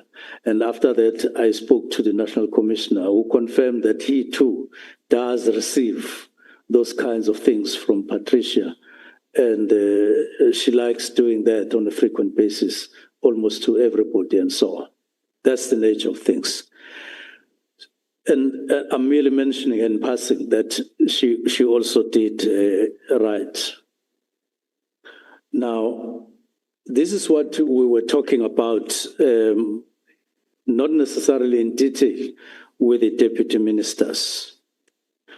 Now, I said I would come back to that other category I started with, but this is what happened. The other reason is around budget matters. Now, on budget, I'm trying to check my submission where I wrote about budget. On budget, I've already indicated that throughout, or let me indicate that throughout our discussions with SAPS management, from when we arrived during orientation up to the end of the year and beginning of the year, there was always focus and emphasis on the decreased budget. In other words, decreased resources within SAPS. You would ask, why don't we do this? Why don't we do that? They will always say, there's no money. There's no money. Even after we identified what we referred to as priorities, ministerial priorities that were expanding on the other priorities of the state as a whole. But they continued, like technology, for instance. we have had extensive discussions on technology.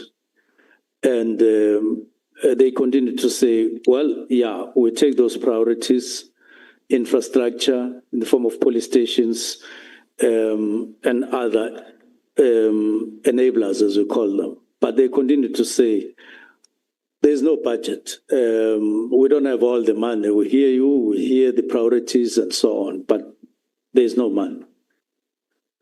And therefore, this was lingering in my mind all the time to say, where can we make better of resources to subs because of the shortage? So budget allocated to subs was one of the main factors, key factors that made us think, what is that we need to do? When we took the decision to disband the police inspectorate, what we had in mind was, how do we optimize the resources that we have?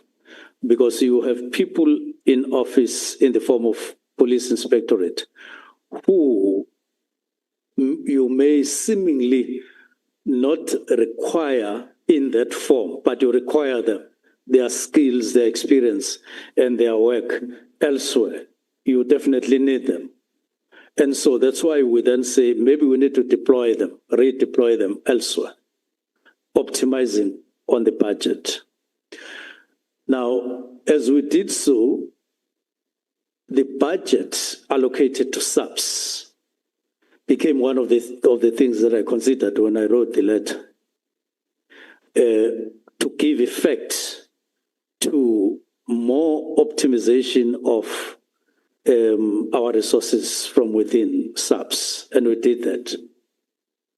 Now, the budget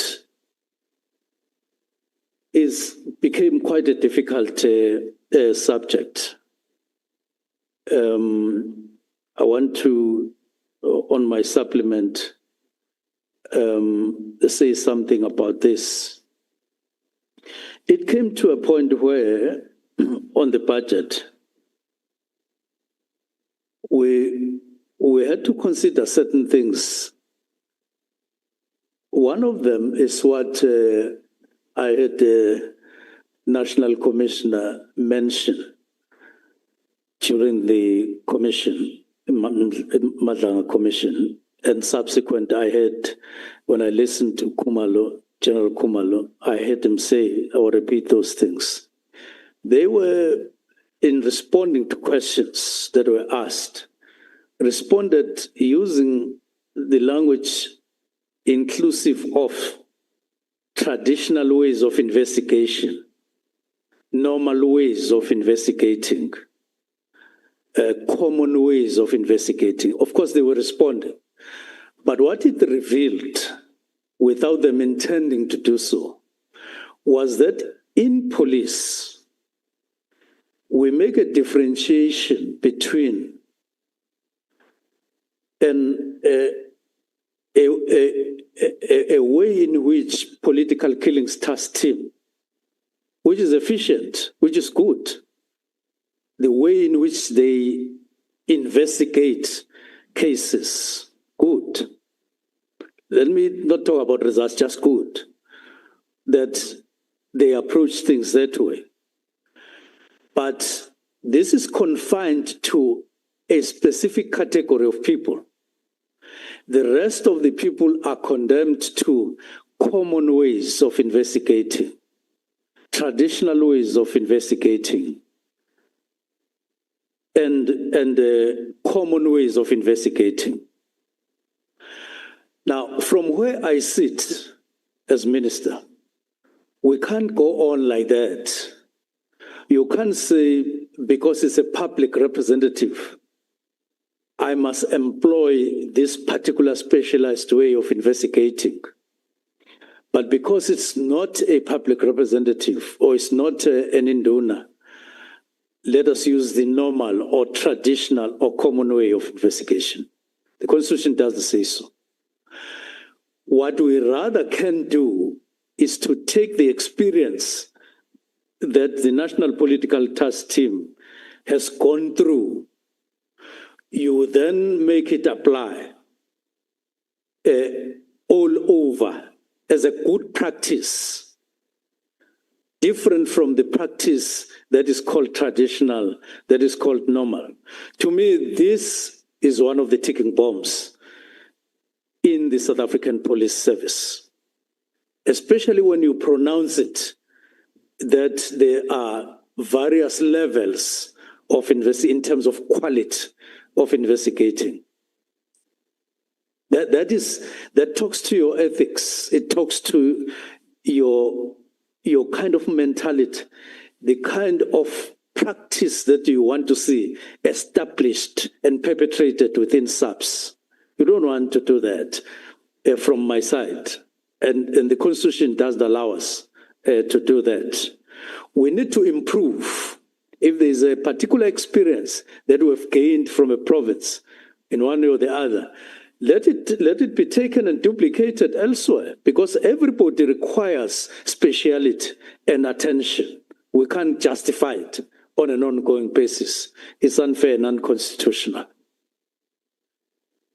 So I'm on the budget that it has got dynamics in it such that, in summary, you need to optimize how you use your budget. And I'm saying there are ways in which we have intervened to optimize. We even held a meeting. We called it the optimization of the budget.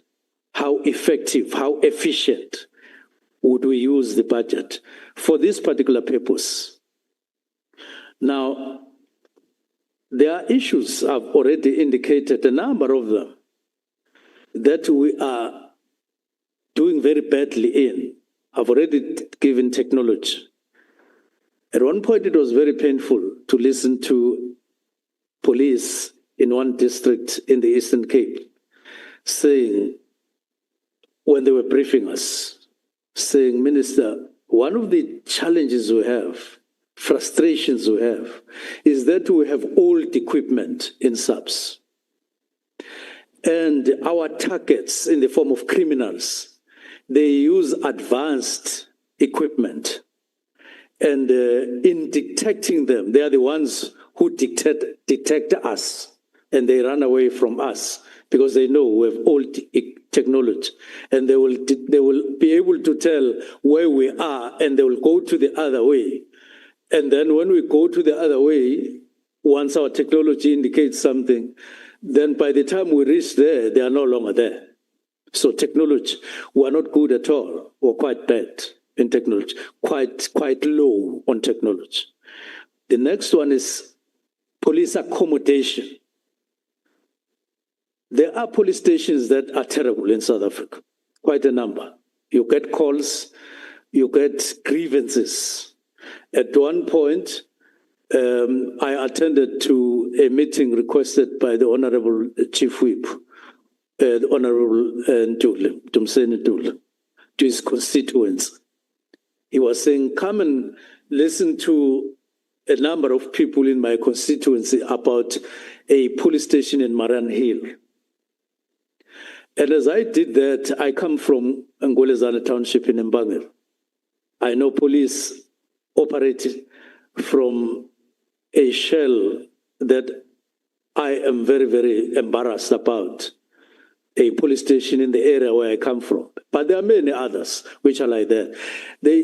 When you look at them, you can't believe that there's somebody working there or who can do any good job just looking at the structure of the building itself. And we are far behind with huge backlogs on police stations. So we need money like that.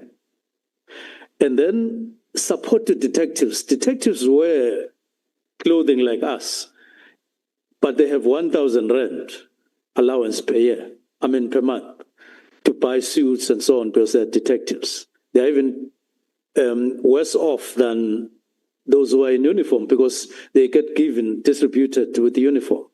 So we needed to say, how to improve this situation as a matter of fact and not make assumptions. That's why we convened a workshop, 3-day workshop in March, to say, how do we improve some of these working conditions in SAPS, personnel and vehicles. If you hear somebody in SAPS saying that in our police station, there are only 4 vehicles. My guess would be there are more than 6 vehicles allocated there. It's just that half of the vehicles that are allocated to that police station are not functional. So out of 6, there are 3.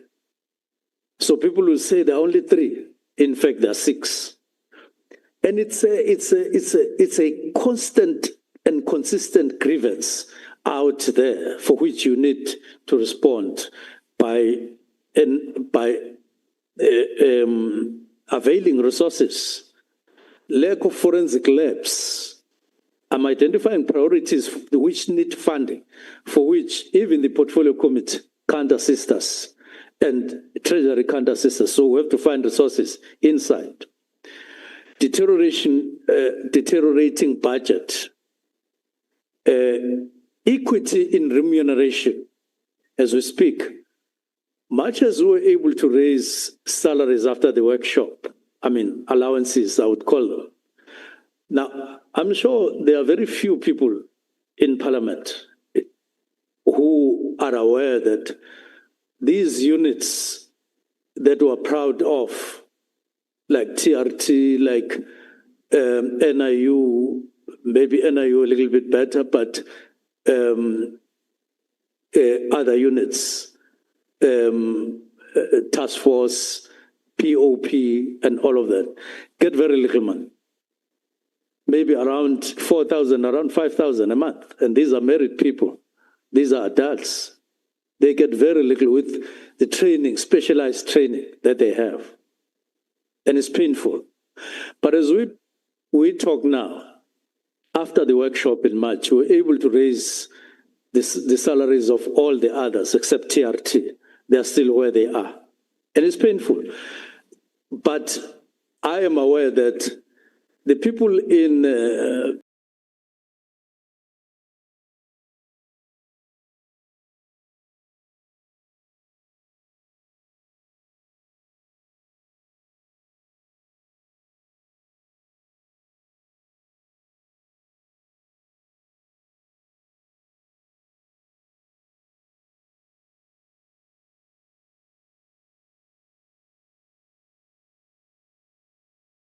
PKTT, it's not a fault of those who are in PKTT. Their claims are far better than those in all other units. I'm talking about units while they are only a task team. They have better cars. They have better accommodation. All these others, including detectives, they use barracks and they use private homes of people and they're vulnerable and so on. So we need to bring equity on those matters. Now, I'm then saying this is one, just the dynamics of the needs for the budget, which made us think that we need to optimize and so on. Now, let me go on to another reason. Suppose the chair, can we take a short break? Yeah, I wanted to check how many more reasons are left, because we want you to break. Okay. Now, how long will it take you to present all those reasons? I'm sure if you give me another 30 minutes, taking delight that tomorrow I'm back here. And I want to explain to the chair, from the 6th of July, I'm wearing General Mkhunu's. From the 6th of July, I'm smelling General Mkhunu's. And this is the first opportunity that I'm getting to explain myself. And I'm going to do justice to that. And I'm pleading with you to give me the opportunity to do that. Considering as well that he has gone to the commission for quite a long time, piling the accusations on a point of order, and so on. So I'm responding to those. On a point of order. Let me take, because I didn't want you to debate them. On a point of order. Let me take the two hands, Honorable Malema, Honorable Skosan. No, I don't think you explained properly to a minister. We are not leaving. we're asking how long will you take to respond to this question so we can break for comfort break and come back. You are still with us. We can be here until 2 in the morning. Don't worry. We're just asking for comfort break. I would say thank you very much for that. I'm very, very comfortable. And I'm subject. I thought that you were saying go and see, you want to break. So I'm obliged to your direction, to your directives. Yeah.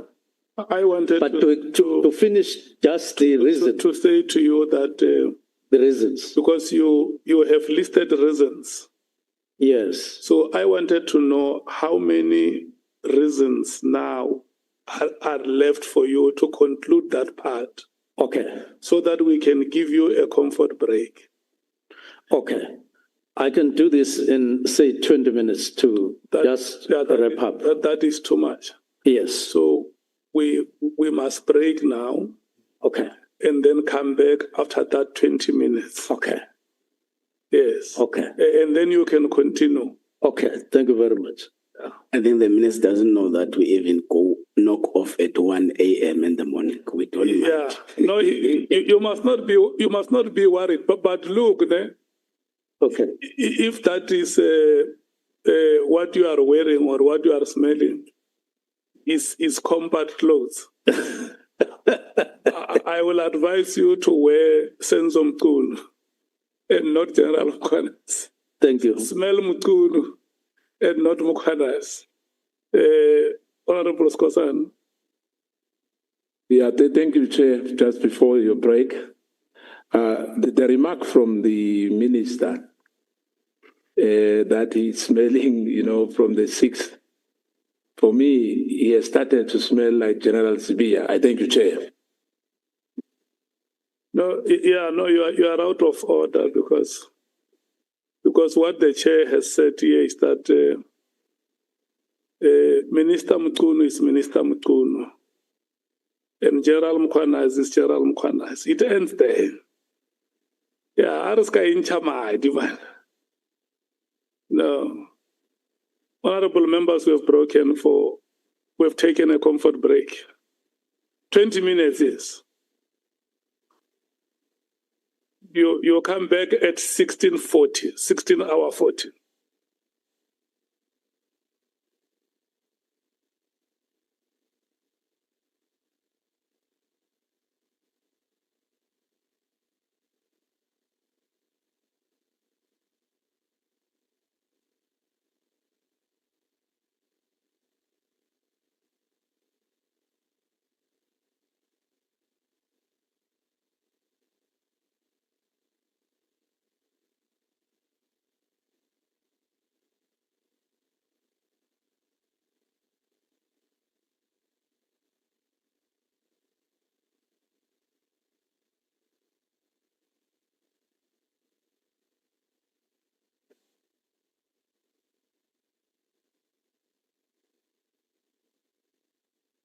I was a group.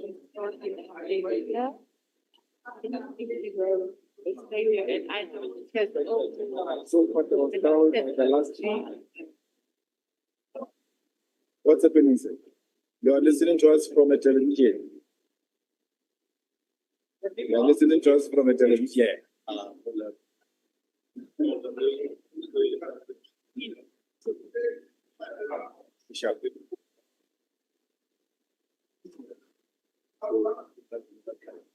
Hauna mchongo sana. Ndio. Not I saw you sleeping. Excellent. I saw you sleeping again. You didn't.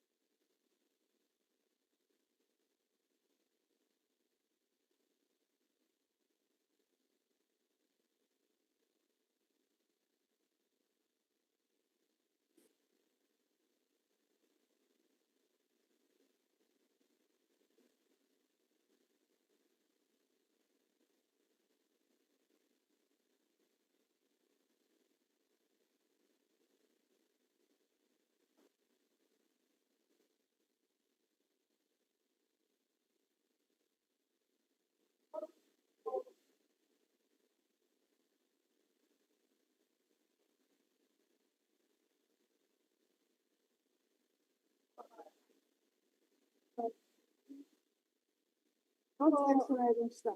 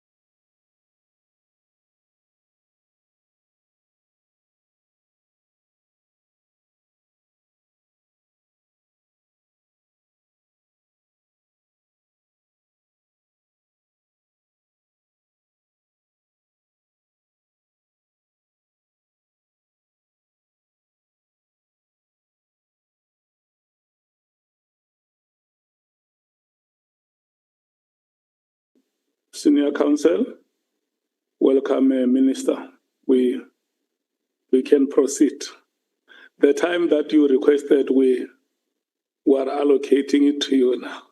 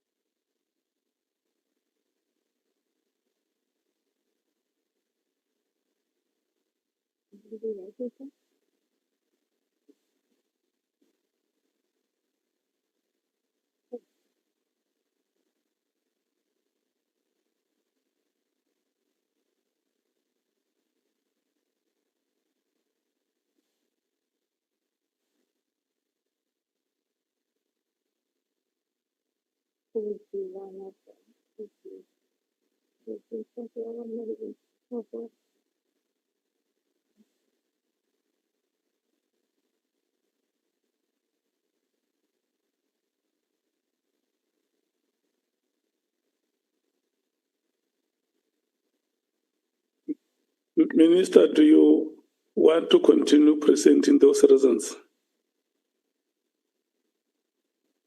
Yes, please, sir. I was waiting for Senior Counsel to. Okay. I think he's still reorganizing himself. You can just proceed and present those. Complete that part of the reasons that you were presenting. Yes, I'm done with the budget. On that note, and I'm now wanting to just summarize the reasons, but by going back to the one where I put a comma. The group of people that wanted private conversations and others sent WhatsApps and so on, and who expressed concerns about their security and all of that, and who I said what they were saying to me, I took the decision that whenever there's an opportunity, which I didn't think at that time, I didn't know what mechanism we would need to follow. I decided and accepted that their safety would almost be in my hands, because if I go and say so and so and so and so has said 1, 2, 3, it wouldn't augur well on their part. And this influenced me not to go to the National Commissioner as I would have done with other grievances and other complaints, because there was now security. It had nothing to do with trusting or not trusting the National Commissioner. Even the DMs, I didn't go to them to say there is this, but this process of thinking what mechanism the engagement would take, especially on this particular aspect, it took me really some time to settle with something that is a balance that I was happy with. Now, let me divulge though how I had when finally in those in that last day of the year, I decided to write the letter. First thing, I calculated months I'd been appointed to police. It was 5 months at that time. And when I looked at our performance, I was happy with our performance in terms of progress that we had made. But it didn't meet my standards, I must admit, it didn't. So I thought we would have done more in terms of progress on all the difficulties that we were coming across and make subs work better, especially if calculated from one imperative of this seventh administration, make people feel secure in the country. So I felt that we were lagging behind and there was a gap. So I then said, no, I'm not going to, this was a decision that I had been nursing, but without settling for it, deciding that I'm settling. Now, when we broke after the 28th, we only stopped working on the 28th of December. I had time to sit. I went to my home in where I grew up in the rural area. Some of the rural areas like mine, they are open, really rural, and you think better when you are there. Some of you who come from those areas that are open, I see Honorable Mngangwe smiling. He knows the processing. I then got time to think in a concentrated way, 29, 30, because I must be honest, it didn't end up, even on those days, I had not settled to it, no, I must write a directive. But because I put myself under pressure to really come to the conclusion of my thinking process, there was also an intervention that at the beginning of the year when we open, what is it that we will be upfront in terms of dealing with and delivering? And so early in the morning on the 31st, I woke up, I took the pen.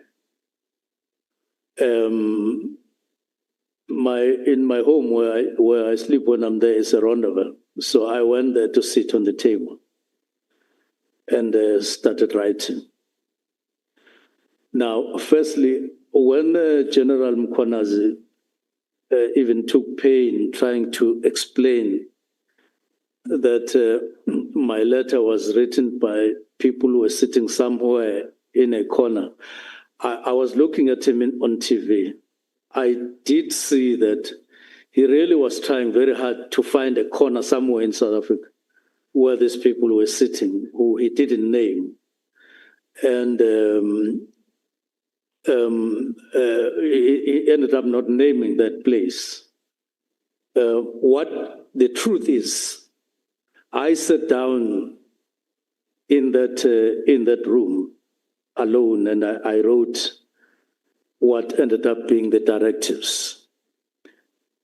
Why did I select the three? They came from the work that we had been doing. And in my assessment, they came up tops as uppermost in my mind, also considering the views of people. Now, which are these issues? It is the disbandment of the political task team,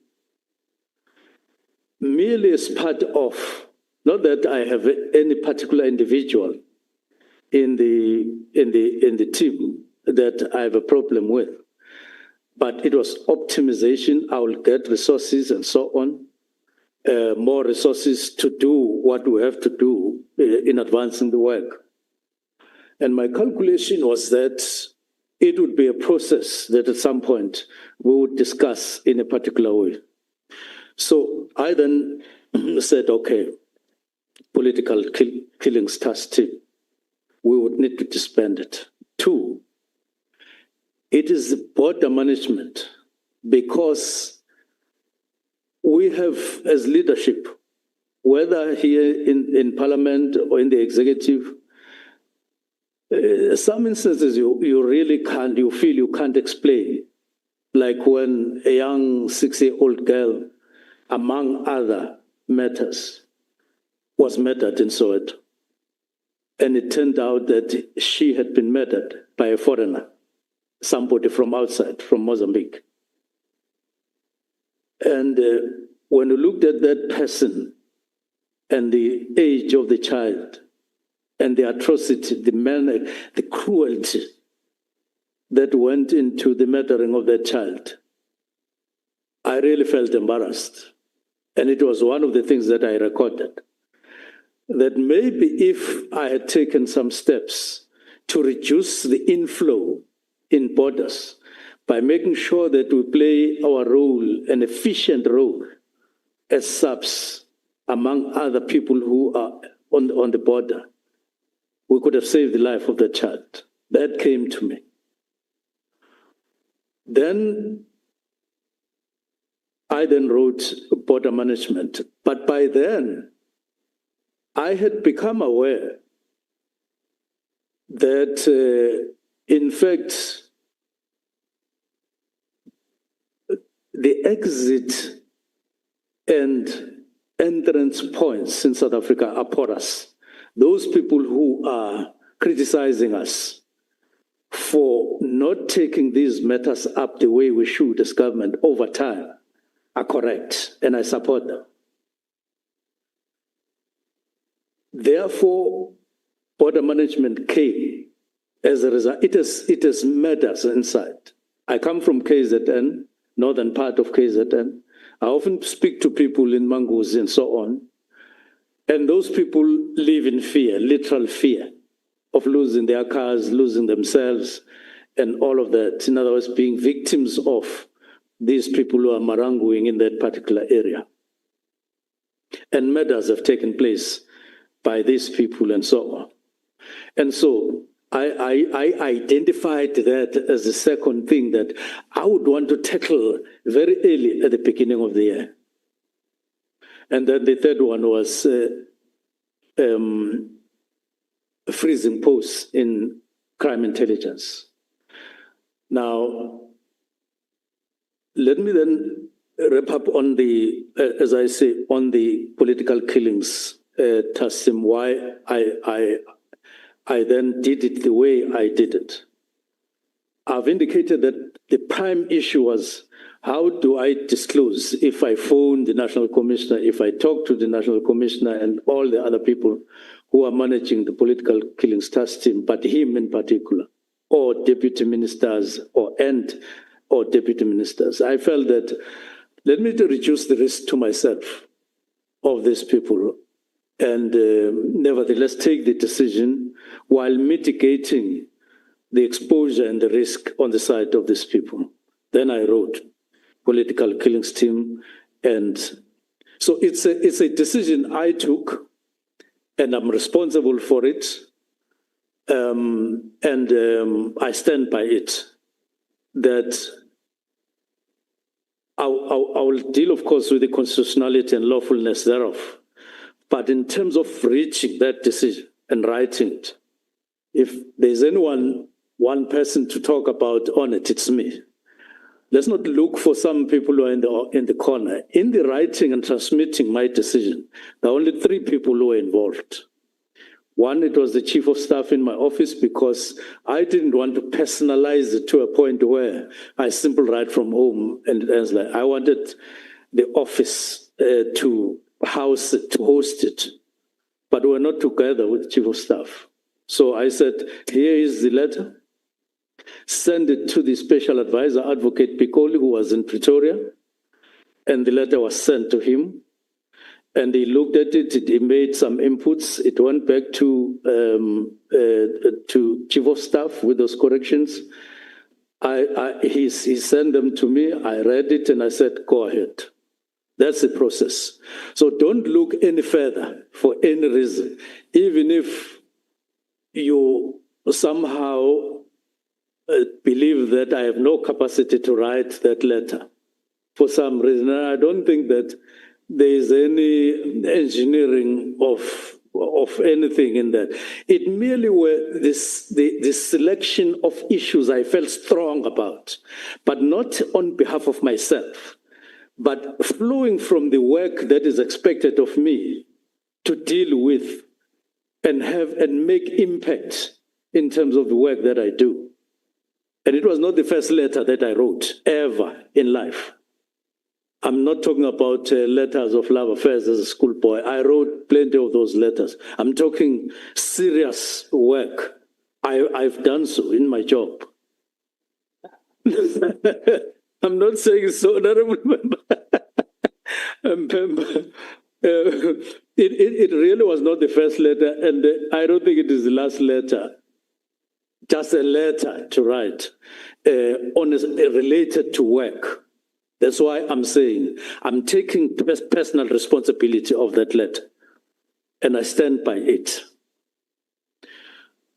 Now, with identifying those three matters, but the reason why I couldn't call General Masimula, called General Mkhwanazi, called General Kumalo to my home or elsewhere is because the finality of engaging on that matter came in that particular form in the last days of the year. So if you ask me, why not when we were together, I had not concluded. I'm honest about it. I make an effort to be honest all the time. I may not reach highest levels, but I always try to be honest. There was no one, and I would want even the ad hoc committee, if you want, to take the gadget that I used, if they will not have taken it, to go and search whether that doesn't originate from there, and I trust technology. It can do. I will hand it over to the ad hoc committee. You will never find it having originated anywhere else. It originated from, and I was sitting alone at home. But there were other people like my wife, they were there, my children were there. I'm not meaning. But when I wrote, it was written by me, it was sent and to two other people. So don't be under any illusion, no matter how serious it is said, no matter who says so. It was written by me, that letter. So the reason why I couldn't consult, it was because of, in the main, the circumstances for that group of people. I've gone on the group of people to engage evidence leader to explain the situation and said, I wouldn't want to talk on behalf of anybody, of any one of them. I would want the ad hoc committee to make means for them to come and give evidence, their own evidence. As they said to me, if they were lying to me, they will lie to you as well.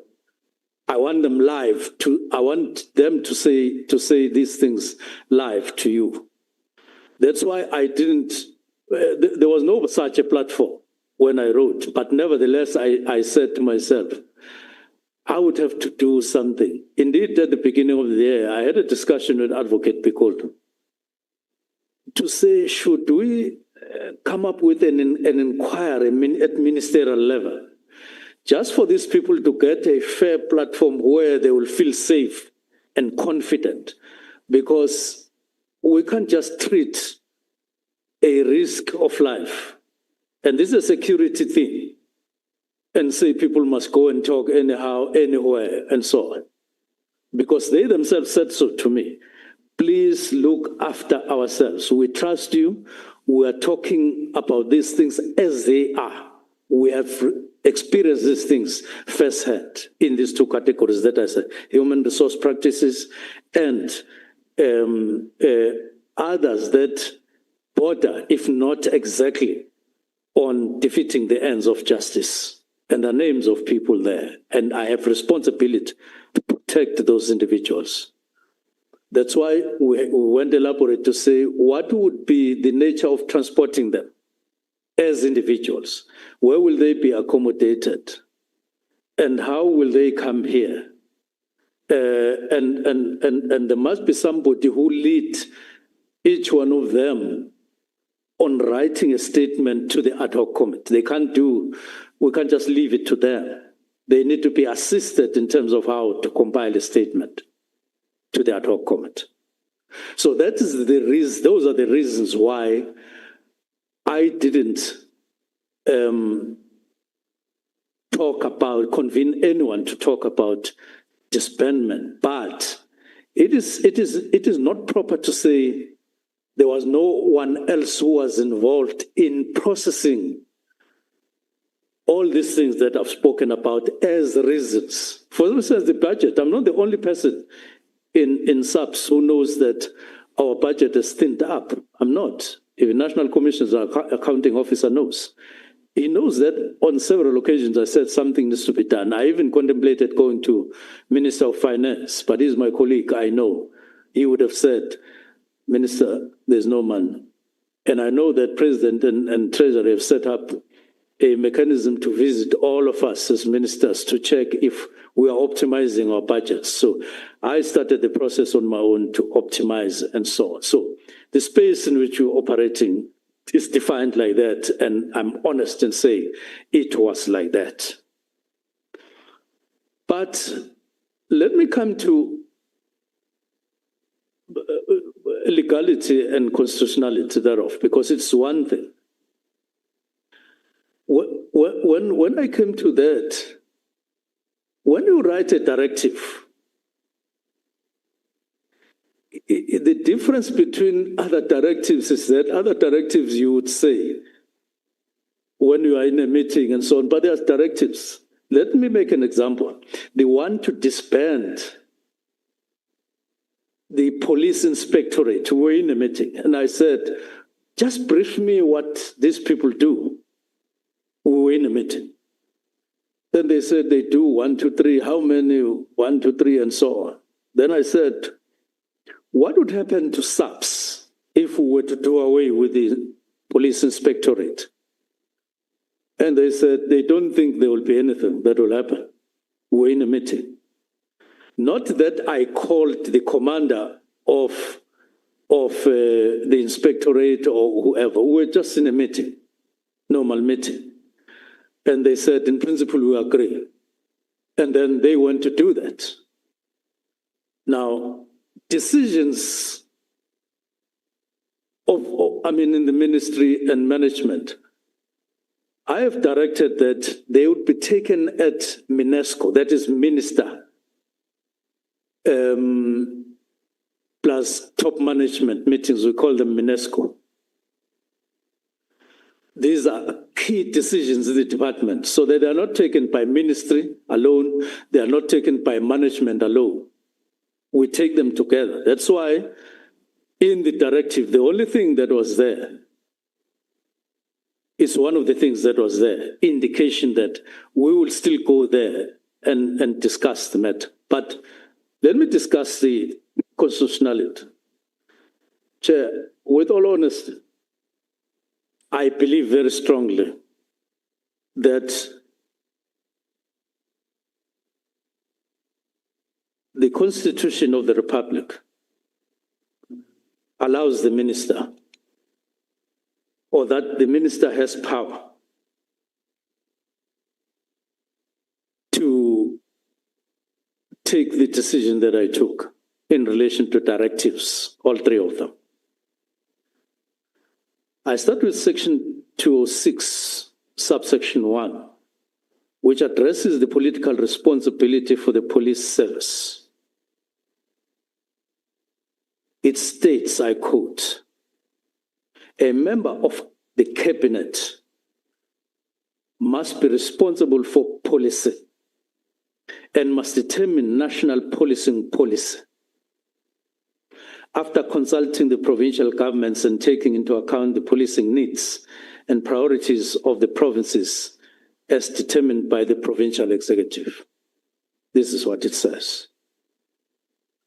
You may have heard one of the generals in the Madlanga Commission saying, the policing policy that has been endorsed and is in operation is the first one since 2018 to be, or if not since whatever period. I think she was saying 1994 or something like that. So that policing policy, we developed it, it is in place, in line with the statute. But as it says here, you determine, taking account. That's one. 207, it deals with a different matter.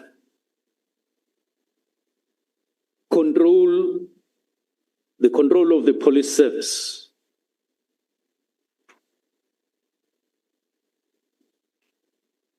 Now, it reads as follows. The president, as head of the national executive, must appoint a woman and a man as the National Commissioner of Police Service to control and manage. Yes, I was looking for manage. Control and manage the police service. And subsection 2 says, the National Commissioner must exercise control over and manage the police service in accordance with the National Policing Policy and the directions of the cabinet member responsible for policing. So there is me sitting down, writing what I believed to be directives, 3 of them, in line with these powers, and sending them to National Commissioner, who I know is responsible for management and control of police. It deals with that. So I write to a directive. There's a further section, 208, which governs the civilian secretariat, the establishment thereof, and so on. So in a nutshell, and I know it's easy because I'm talking to colleagues in Parliament who make laws and they are clear about this. So minister has 3 powers, broadly speaking, in summary. Determine national policing policy, direct the National Commissioner when exercising his or her powers of managing and controlling, and 3, direct the civilian secretariat, which must be established by national legislation. The Constitution, which is my next point, does not prescribe the content of the national policing policy beyond saying, go to the provinces, check what their needs are, and determine accordingly. This is left to the minister, except that particular prescript, which you can't do away with. You can't do without, of consulting provinces. However, the policy must take into account, yes, as I say, the Constitution contemplates an all-encompassing policy which sets the framework for the operations of the policy for the police. Once determined, the police must operate within the contours of such a framework. So minister is given a role, there's no doubt about that. It's given a role. It's not something that I crafted myself. You are given by the Constitution to say when the National Commissioner exercising control and management, it must be within the contours of your determinations and of your directives. Which directives must be there and must be given? Not when they are not given, when they are given. So I did that. And I believe I'm here to learn how would I have given these directives outside the Constitution, as some people believe. So the Constitution and the SAPS Act envisage that the policy and directions will be enforceable. Hence, the civilian secretariat to evaluate and monitor implementation. That's why the statute therefore assigns the institution of the special function to monitor their implementation, which is an institution, the Secretariat. Now, the nature of the direction that minister may issue to the National Commissioner is not specified. It doesn't have color. It doesn't say it's only this direction that you will give. It is red or it's green or it is gold. It is not. It says you will give directives. And I wrote directives and I gave them. It's not specified in the Constitution.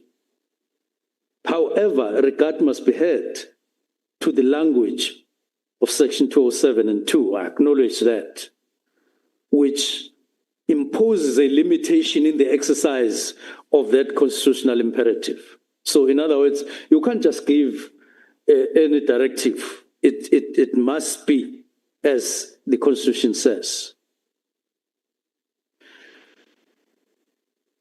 The provisions empower the National because these provisions, 207, 1 and 2, empower the National Commissioner to manage and control the service.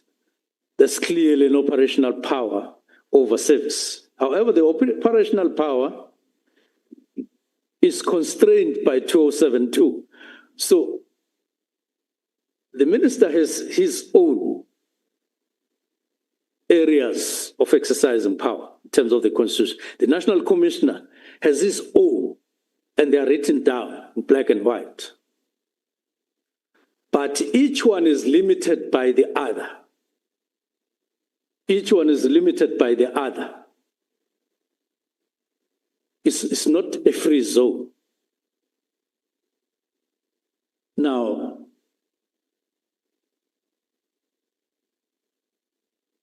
when I elaborate on my own, I'm not a lawyer, but I've been minister in other departments.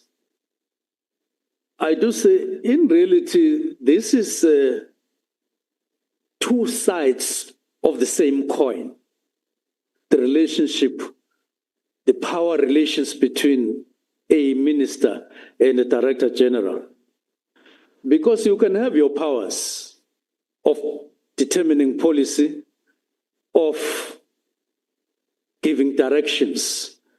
But if the director general or national commissioner is not there and it doesn't cooperate as the other side of the same coin, you won't go anywhere. Similarly, national commissioner can't just do outside of the directives, outside of the policing police. So this is a compelling kind of issue or exercise of power relations between the two. Then we go on with the powers. So I believe, honestly believe that I didn't exceed the powers of the minister in writing those directives, nor did I exceed the powers of the Constitution and even the Act, the SAPS Act. Now, the issue of the time, I'm just taking leisure to deal with, I attached immediately. Now, the directive would still have been the directive even without immediately, but I added immediately because, as I indicate, I wanted to send a message to be understood that I would want the National Commissioner to have this in mind, but it was not like in a drill. You know, in a drill, you say left, and the person you are commanding must really lift the left leg, as and when you say, on time. Left, you say right, they must take right up. You shout another instruction.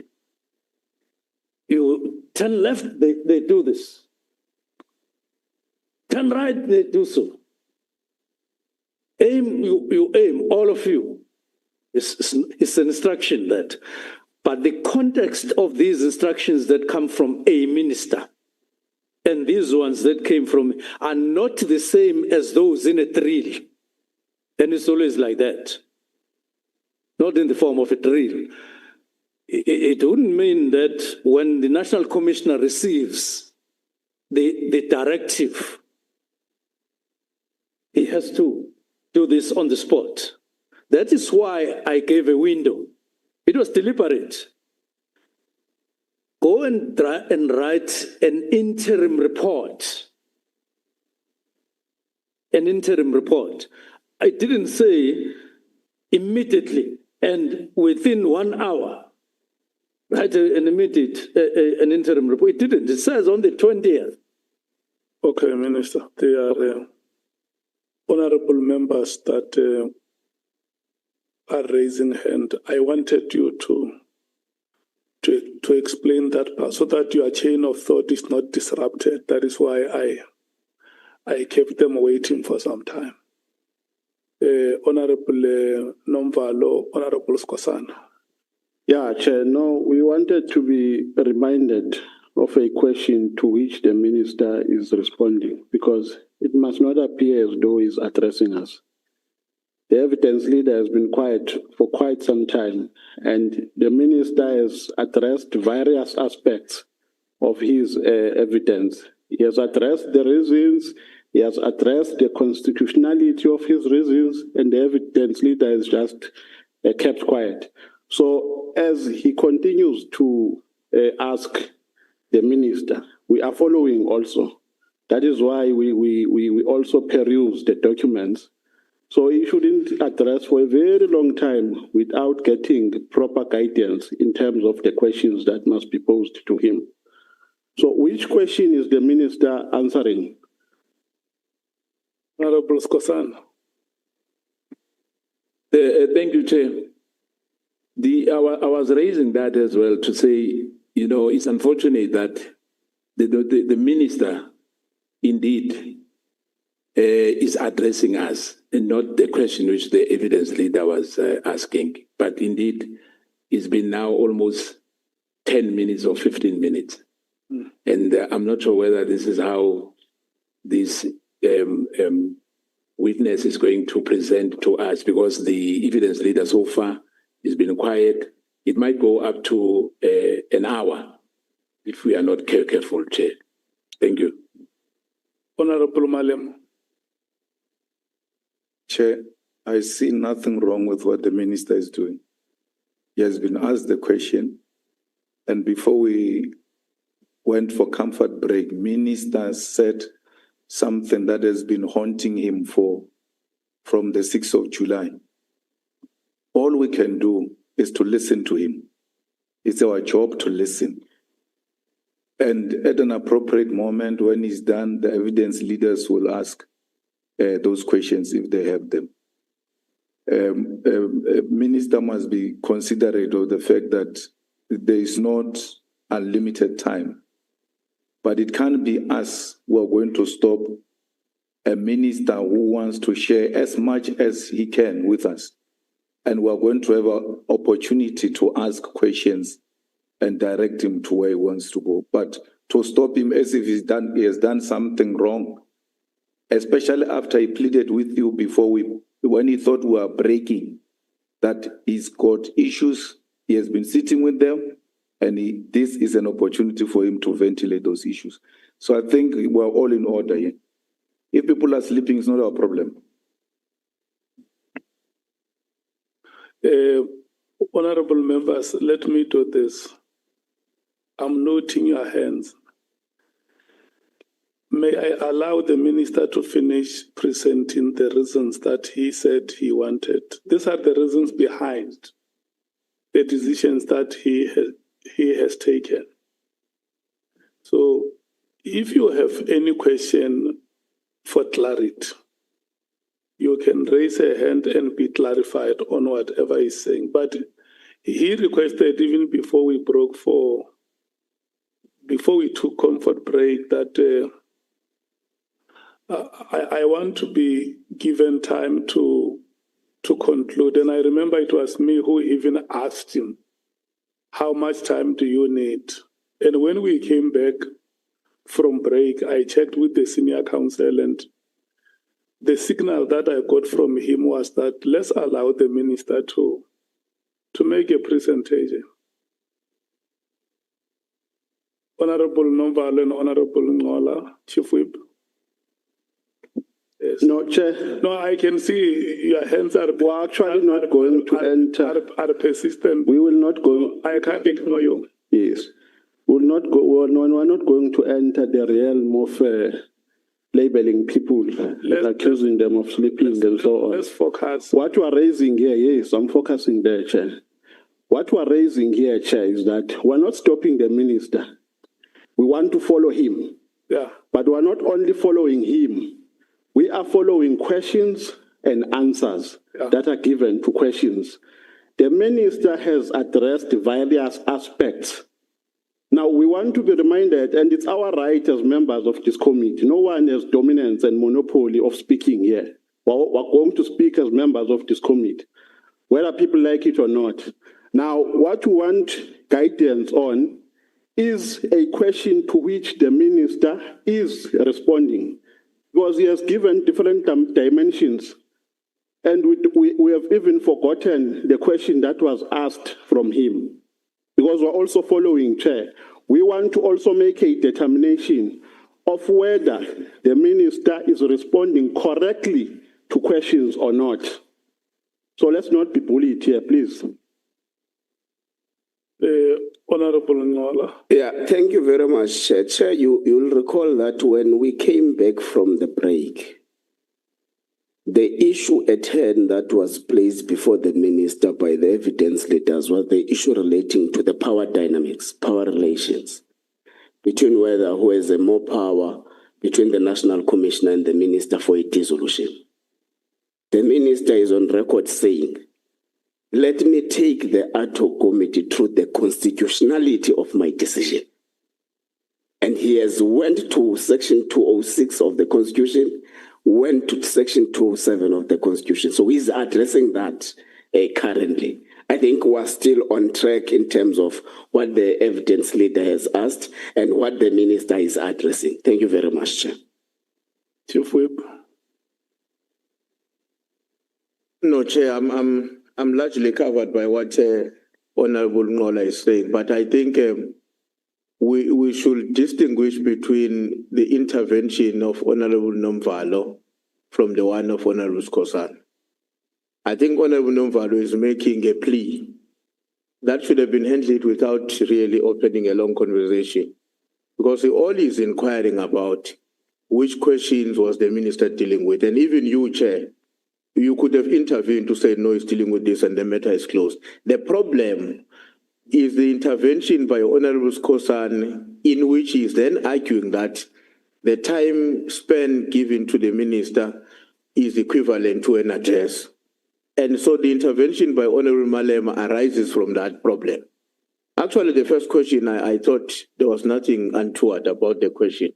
The problem was the intervention to suggest that the length of the response is equivalent to an address. So that's what I wanted to say, Chair. Thanks. Honorable Malema. No, Chair, as long as you press a mic here and speak, we're going to respond to you. And don't say we. If you've got a concentration problem, it's not a collective problem. Don't make it our problem.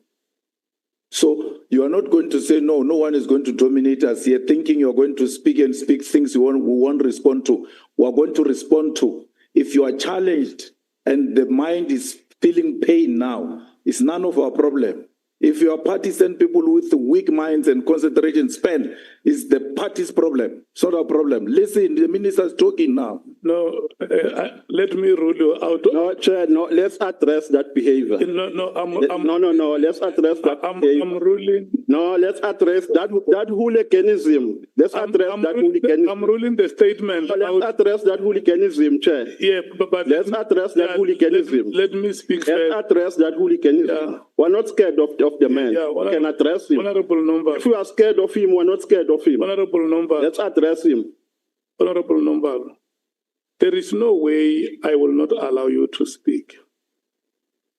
I'm ruling that statement out of order. It's what I'm saying. It does not belong here. It's unfortunate that it has to be made, and I'm ruling it out. So now I give you a chance to speak. I withdraw, Chair. You have made a progressive ruling, Chair. Thank you very much. That's why we have confidence in you. So, relax, Minister. No. Wait. Honorable members, can I check if there is still anyone amongst you who wants to say something? Okay. The people who are operating the cameras of Parliament, because when we ask the minister questions, he may take some time to respond. In our meetings, what we normally do, we rotate speakers. So if you can also rotate the camera so that it does not always focus on the minister, I think it's... Are you saying, Chair, the minister will abantu? It will help us because, when we go for a long time without members being rotated on the camera,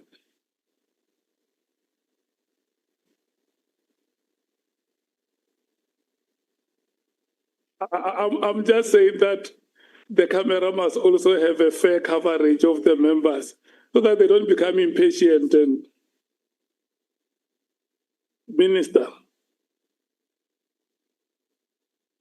we are back from the ad break.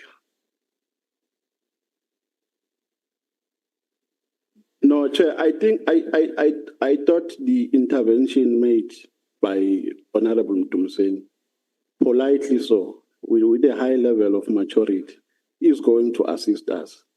The intention was to get which question is the minister responding to for the purposes of our records, nothing else. If you can remind, you can do it by yourself, Chair. No, that point is covered. Everybody agrees with it. And then which question, if you can remind us a question to which he is responding. So you want the senior counsel to restate the question. I thought that what the honorable members says, the three of them, Honorable Ngola, Honorable Malema, and Honorable Ntul, have sufficiently explained the question that the minister was addressing. In fact, you were right when you asked because you wanted to have a proper understanding of what the minister was doing. And I think the honorable members have assisted to bring you on board. And so let's allow the minister to continue presenting the reasons that he wants us to understand from the logic behind the decision that he has taken. Is that proper, Minister? I want to apologize if your chain of thought would have been distracted. No, I'm fine. That's proper. Thank you so much. Chair, in case anyone needs help, I'm here. But you are advertising that brand. Can we continue? Thank you very much, Chair. It's my belief and my submission that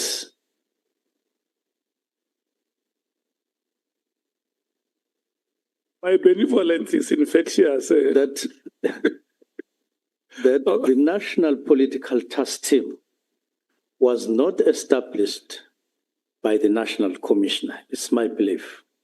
And I've done the best that I could to think through, and I'm convinced that there's no National Commissioner who, after the matter of Mr. Mchunu, went to establish the task team. It was the president who went there. And it was executive or political intervention. And then he gave birth to something that was not there, the IMC.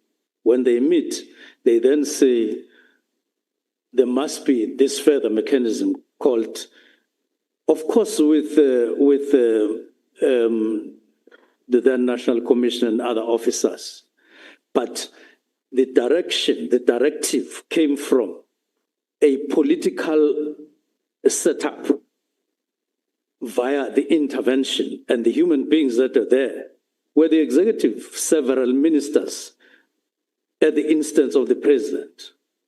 So they then say, do 1, 2, 3, and then it gets done and so on. It was not, for instance, 702, the minister using his powers in the office, which are there to say, let me establish this.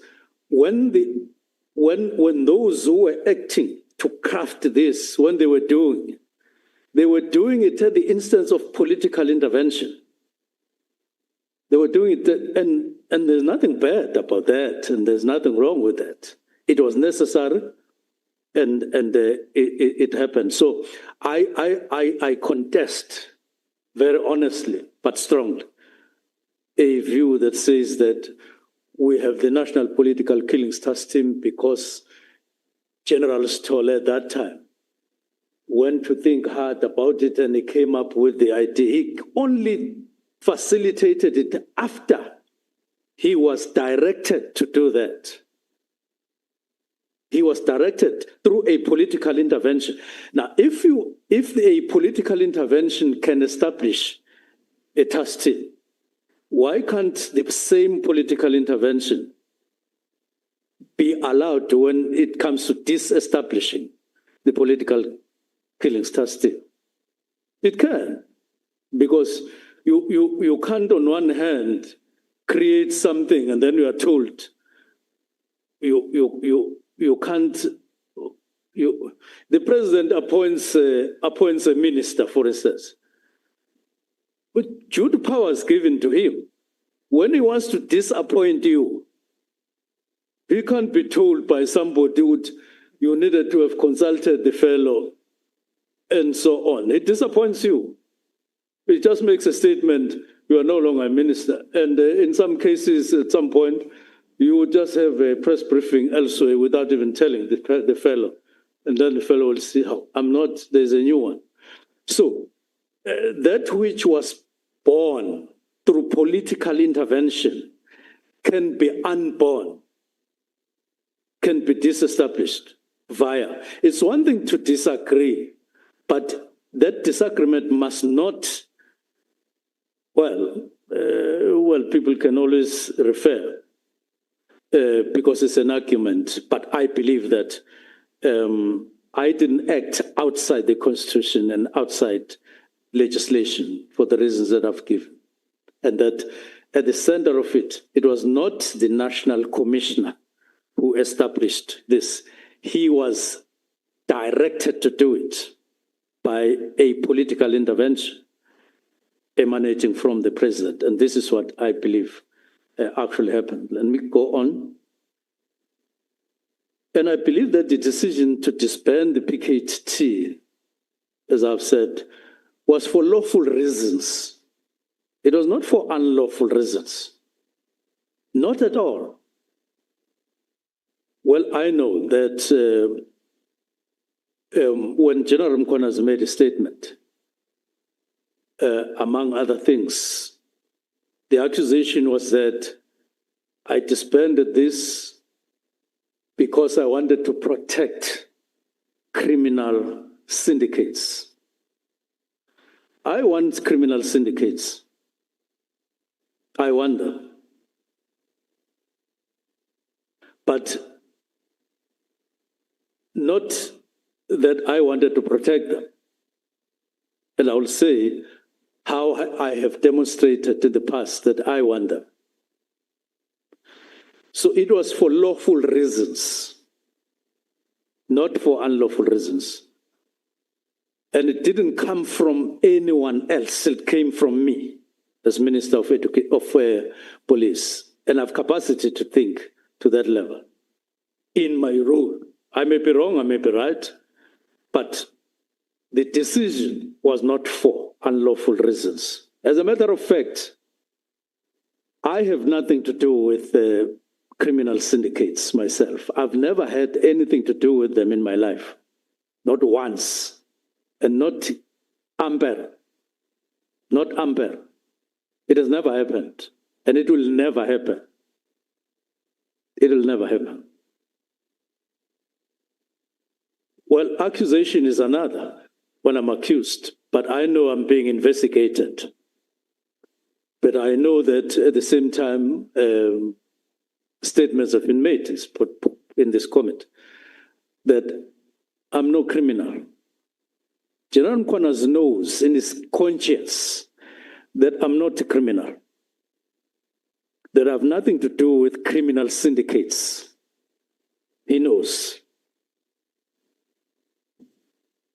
Now, let me go on. So it was not for criminal reasons. Now, I may as well add, the crimes that are being associated or lined up with the decision, those activities on those alleged criminals took place long before General Mchunu deployed 10 people there, for whatever reason. These people were investigated and so on, and whatever happened, because the 10 members